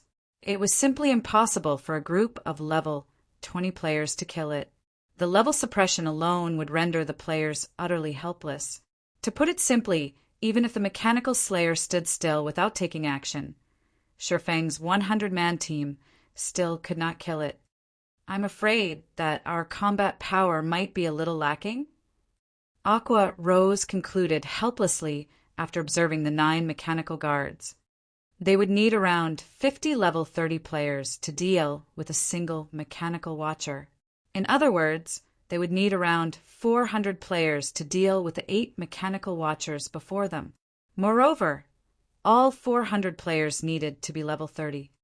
As for the Mechanical Slayer, under normal circumstances, they would need at least 300 level 50 Tier 1 players to raid it. Their current lineup had no hope against such a monster. Moreover, these 9 mechanical guards would definitely work together to repel intruders. At that time, Sher Feng's team would not even amount to dust in the face of these guards. Sher Feng examined his surroundings. There were many iron pillars situated around the hidden warehouse. Moreover, they were incredibly dense and almost indestructible. Meanwhile, mechanical-type monsters all shared a single weakness. Although mechanical-type monsters possessed extremely high magic resistance, defense, and attack power, these monsters usually had very slow movement speeds. Their attack speeds were also very slow. Moreover, the 9 mechanical guards were large, so they could not maneuver between the large iron pillars easily. Suddenly, an idea popped into Shifeng's mind.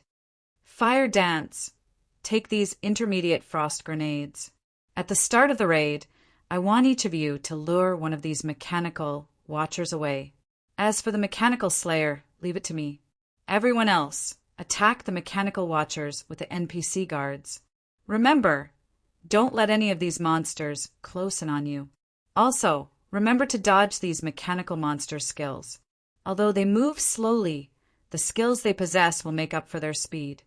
As he instructed his team, Shifeng took out a bunch of intermediate frost grenades and passed them to Fire Dance and 7 other Zero Wing members with the highest movement speeds. By now, everyone was fully aware of how powerful the frost grenades were. It was especially true when they were used in a team battle. After the war between world dominators, Shifeng had sent Aqua Rose to Blackwing City to buy more of them. However, they had not purchased many intermediate frost grenades. Intermediate frost grenades could deal 800 frost damage to targets that were level 70 or below, freezing them for 5 seconds and reducing their movement speeds by 60% for 12 seconds. However, each intermediate frost grenade cost 10 silver coins. They certainly weren't cheap. Aqua Rose had only purchased 200 intermediate frost grenades.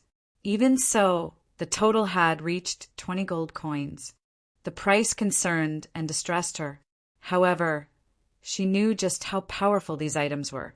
So, even if they were more expensive, they still needed to buy some as a reserve. At this moment, Shifeng couldn't care less about the expense of the intermediate frost grenades. After all, relying on the movement speed reduction and control skills of the NPC guards would not be enough to pin down these mechanical monsters. Following which, Shifeng assigned everyone on the team their tasks. Their main goal was to circumnavigate around the iron pillars and take the chance to kill these slow mechanical monsters, though the main damage dealers would be Shifeng's guards. Begin. The moment Shifeng commanded, everyone took action. To start things off, Fire Dance and the others lured the 8 mechanical watchers away. Shifeng then charged towards the mechanical slayer. When he was only 40 yards away, he threw the blazing meteor at the High Lord ranked monster. A streak of flame instantly struck the mechanical slayer's forehead. Dang. -2. Shifeng smiled bitterly when he saw the damage that appeared above the mechanical slayer's head. What was a futile action? This was. Faced with the mechanical slayer's 9 million HP, -2 points of damage wasn't even a mosquito bite. When in battle, the mechanical slayer recovered 1% of its HP every 5 seconds. In other words, the mechanical slayer could recover 90,000 HP every 5 seconds. However, Shifeng had already achieved his goal. The mechanical slayer's gloomy eyes suddenly illuminated and flashed red. Immediately, it retrieved the serrated great sword from its back and slowly advanced toward Shifeng. Although the mechanical slayer's pace seemed slow due to its gigantic body, each step covered more than a dozen yards. It was not one bit slower than ordinary players. When approaching Shifeng, the mechanical slayer revealed a human-like sneer. Shifeng felt slightly astonished, as he had not expected a mechanical-type monster to possess such high intelligence. In the past, he had never encountered a monster like this. Normally, only high-level NPCs would display such behavior. Come, follow me. Let's see if you can get rid of me. Shifeng revealed a calm smile. He then tossed the blazing meteor at the mechanical slayer once more. He activated Windwalk and ran towards a corner of the hidden warehouse, luring the mechanical slayer away from the mechanical watchers. After activating Windwalk, Feng's movement speed reached frightening heights. Moreover, Feng had also used the aura of wind from the 7 luminaries ring, increasing his movement speed by an additional 20%. However, even with both effects stacked, the Mechanical Slayer was still faster than Feng. The distance that took Feng several steps to cross only took the Mechanical Slayer a single step. When the distance between them shortened to 20 yards, the Mechanical Slayer abruptly swung its great sword at Feng, wielding it single-handedly.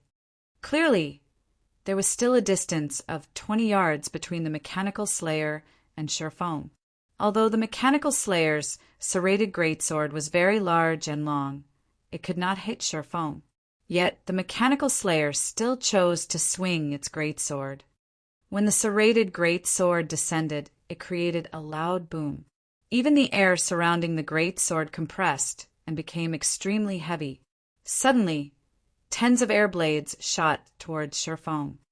The blades resembled a wall of air pressing down on Feng. The gaps between air blades simply did not allow Feng any space to evade. Moreover, they covered a frightening range.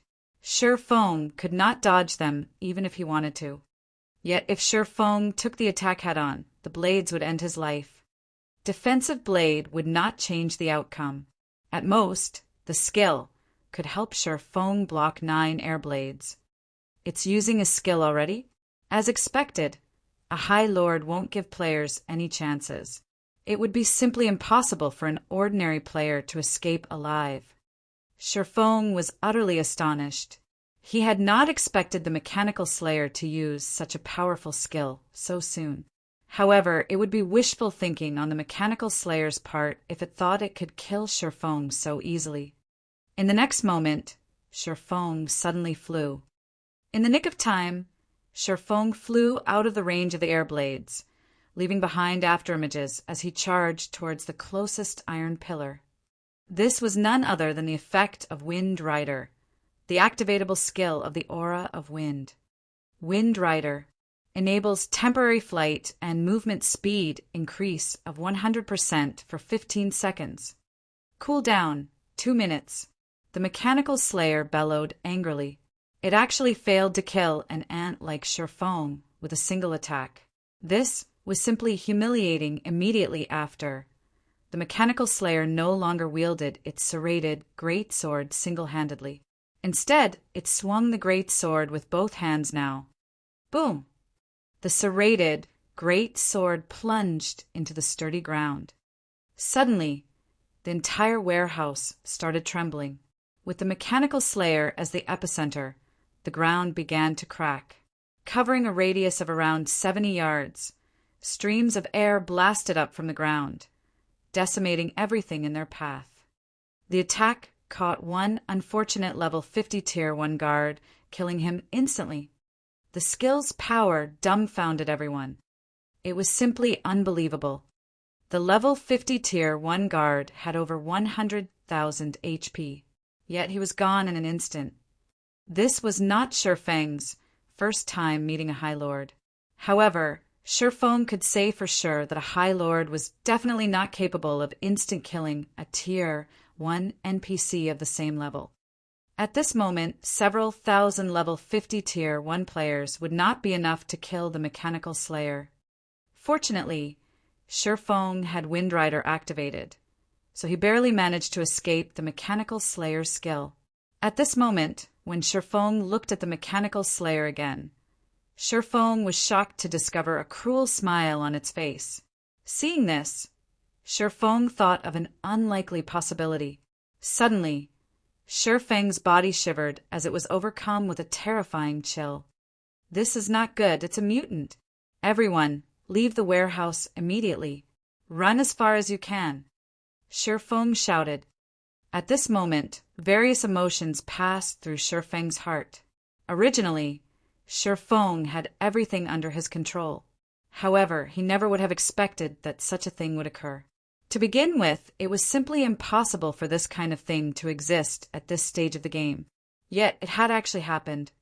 Although Feng's command confused his guildmates, they carried it out without hesitation.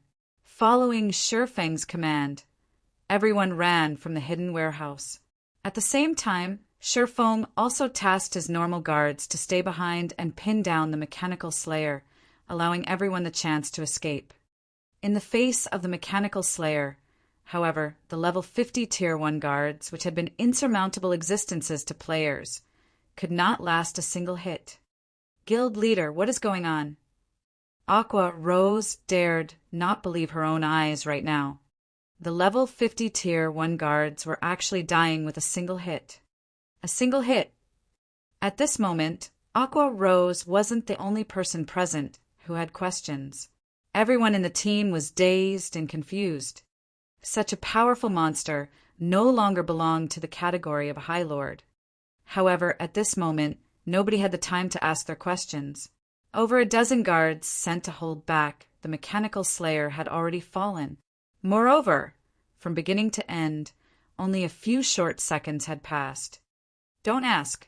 Just run. Run as far as you can. Absolutely do not turn back. Shifeng shouted as he tossed an intermediate frost grenade. Currently, Wind Rider was still in effect. So, Shifeng took advantage of his speed to delay the mechanical slayer as much as he could. Originally, an intermediate frost grenade could deal 800 frost damage to monsters level 70 or below and freeze them for 5 seconds. However, when used on the mechanical slayer, the intermediate frost grenade had only dealt minus 100 damage. The freezing effect only lasted for 1 second. Although it was only 1 second, it was effective enough for Shifeng. Fortunately, the cooldown between uses for the frost grenades was also 1 second, allowing Shifeng to freeze the mechanical slayer perpetually. Shifeng tossed one frost grenade after another, delaying the mechanical slayer for over 20 seconds. At this time, his team had finally left the hidden warehouse. Guild leader, we've left the warehouse, Fire Dance said in the team chat. No, I told you to run as far as you can. Leave Creek Town immediately, Shifeng said. Presently, nobody but Shifeng knew what the appearance of a mutant signified. However, Shifeng did not have the time to explain at the moment. If they did not run fast or far enough, the consequences would be dire. Chapter 337, Unfathomably Deep. Chapter 337, Unfathomably Deep. Listening to Shifeng's anxious tone, everyone from Zero Wing knew that the situation was not as simple as it appeared. Since Shifeng had issued his command, none of them would tarry. One after another, they quickly ran for the entrance of the Blood Hand Association stronghold. The mechanical slayer's strength was simply too terrifying. Not only did it possess region-scale destruction skills, but it could also kill level 50 Tier 1 NPCs with a single hit. If it had only been a region-scale destruction skill, they could have dealt with it. The key thing was that even the mechanical slayer's basic attacks could instantly kill an NPC guard with over 100,000 HP. At this stage of the game, players had no hope of defeating the mechanical slayer. Guild leader, be careful. Fire Dance could not help but tighten her fists, reluctance filling her heart. Yeah, Shifeng gave a simple reply. At the moment, he could not relax as he had before. His current enemies were not limited to just the mechanical slayer. They also included the 8 other mechanical watchers. Previously, these mechanical watches had run out of the hidden warehouse in pursuit of the other members of Zero Wing. However, after everyone escaped from the hidden warehouse, these mechanical watchers rushed back to deal with Shifeng. It was extremely challenging for Shifeng to slow the mechanical slayer's movements while simultaneously dodging the attacks of the 8 mechanical watchers. When all was said and done, Shifeng was only a level 24 Tier 0 swordsman. Only by activating all the life-saving skills he possessed could he barely avoid death. However, he was about to run out of gas. Damn you fools! I'm clearly helping you right now. Yet you idiots are trying to kill me. Since you all wish for death so badly, I'll grant you your wish. Feng looked at the 8 mechanical watchers that only focused their attacks on him in anger. Then, instead of throwing the intermediate frost grenade in his hand at the mechanical slayer, Feng aimed it at the mechanical watchers charging at him. Have fun with each other, damn you bastards. After freezing the 8 mechanical watchers, Feng retrieved a speed scroll from his bag and used it. His movement speed soared once more. He then charged directly towards the hidden warehouse's entrance. You will all die. The mechanical slayer let out a mechanical roar after escaping its icy imprisonment. The entire warehouse trembled at its mighty roar. Instantly, the mechanical slayer strode forward and charged at the escaping swordsman. While moving forward, however, the mechanical slayer found itself blocked by the 8 frozen mechanical watchers. Without a shred of hesitation, the slayer swung its great sword at one of its supposed allies. The strike sent one of the heavy, over 6 feet tall watchers flying. Making 8 quick successive swings, the mechanical slayer sent all 8 mechanical watchers into the warehouse's walls. Such horrifying damage it is as expected of a mutant. At this moment, Feng finally managed to glimpse of the mechanical slayer's real damage. A basic swing from its great sword devoured more than 300,000 HP from each of the mechanical watchers. In other words, the mechanical slayer could easily kill a level 30 Lord ranked mechanical watcher with only 5 basic attacks. With such strength, the mechanical slayer could effortlessly massacre a starter town. It seems that fleeing to a town is out of the question.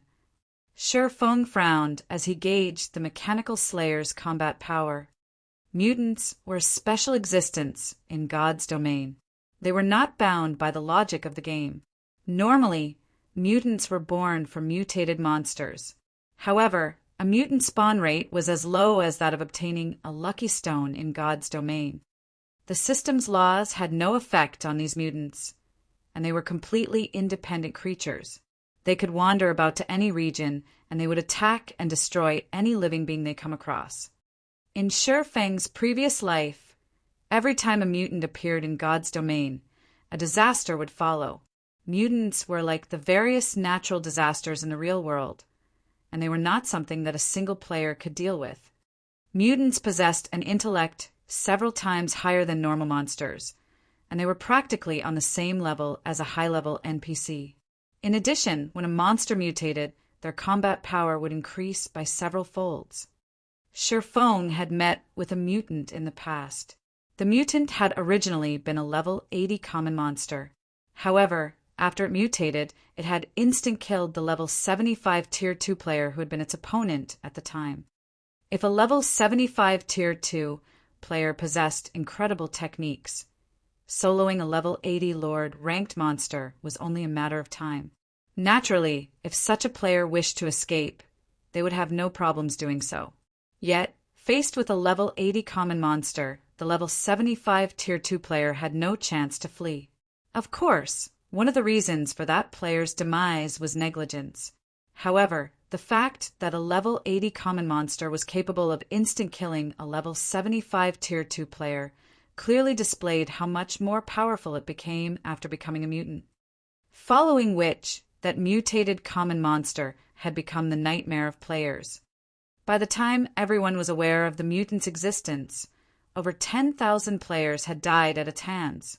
More importantly, the mutant monster grew stronger the more it killed. This incident had attracted the attention of many large guilds. Based on everyone's knowledge, the more powerful a monster was, the better was the quality of the items it dropped. This was an iron law of God's domain, and even mutants should have been no exception to this law. Since this mutated monster was so powerful, being even stronger than a High Lord of the same level, its loot would be magnificent. Hence, the various guilds at the time had sent their own armies to hunt this mutant. At that time, over 100,000 players had been dispatched, and all of them were above level 70. There were even Tier 2 professional experts among them. The battle between the mutant and the player army had shaken the heaven and earth. A starter town had even been decimated as a result of that war. Although the player army had successfully killed the mutant in the end, the losses they suffered were tremendous. Out of the 100,000 players sent out, less than 3,000 survived.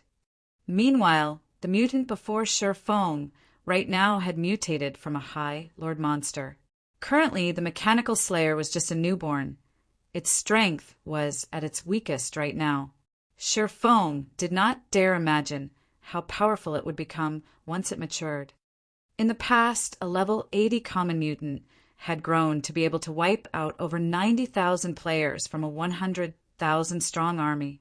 Moreover, some of those players had been Tier 2 experts, and everyone's levels at that time were not much different than the mutants. Meanwhile, although the Mechanical Slayer before Sher Fong was only level 50, not a single player had reached level 40 yet. To put it simply, the Mechanical Slayer was invincible against players. During the time Sher Fong took to escape the hidden warehouse, the Mechanical Slayer had taken care of all 8 Mechanical Watchers. Finished with the nuisances, the Mechanical Slayer renewed its charge at Sher Fong. So fast! Sher Fong hurriedly threw a frost grenade at it. This time, however, the Mechanical Slayer had not fallen for the same trick. With nimble steps, it easily avoided the intermediate frost grenade Sher Fong had thrown. Damn, it's those Mechanical Watchers' fault. Sher Feng's anger grew. In the beginning, when the Mechanical Slayer had just awoken, its intellect had still been considerably low. Hence, it failed to dodge the first frost grenade.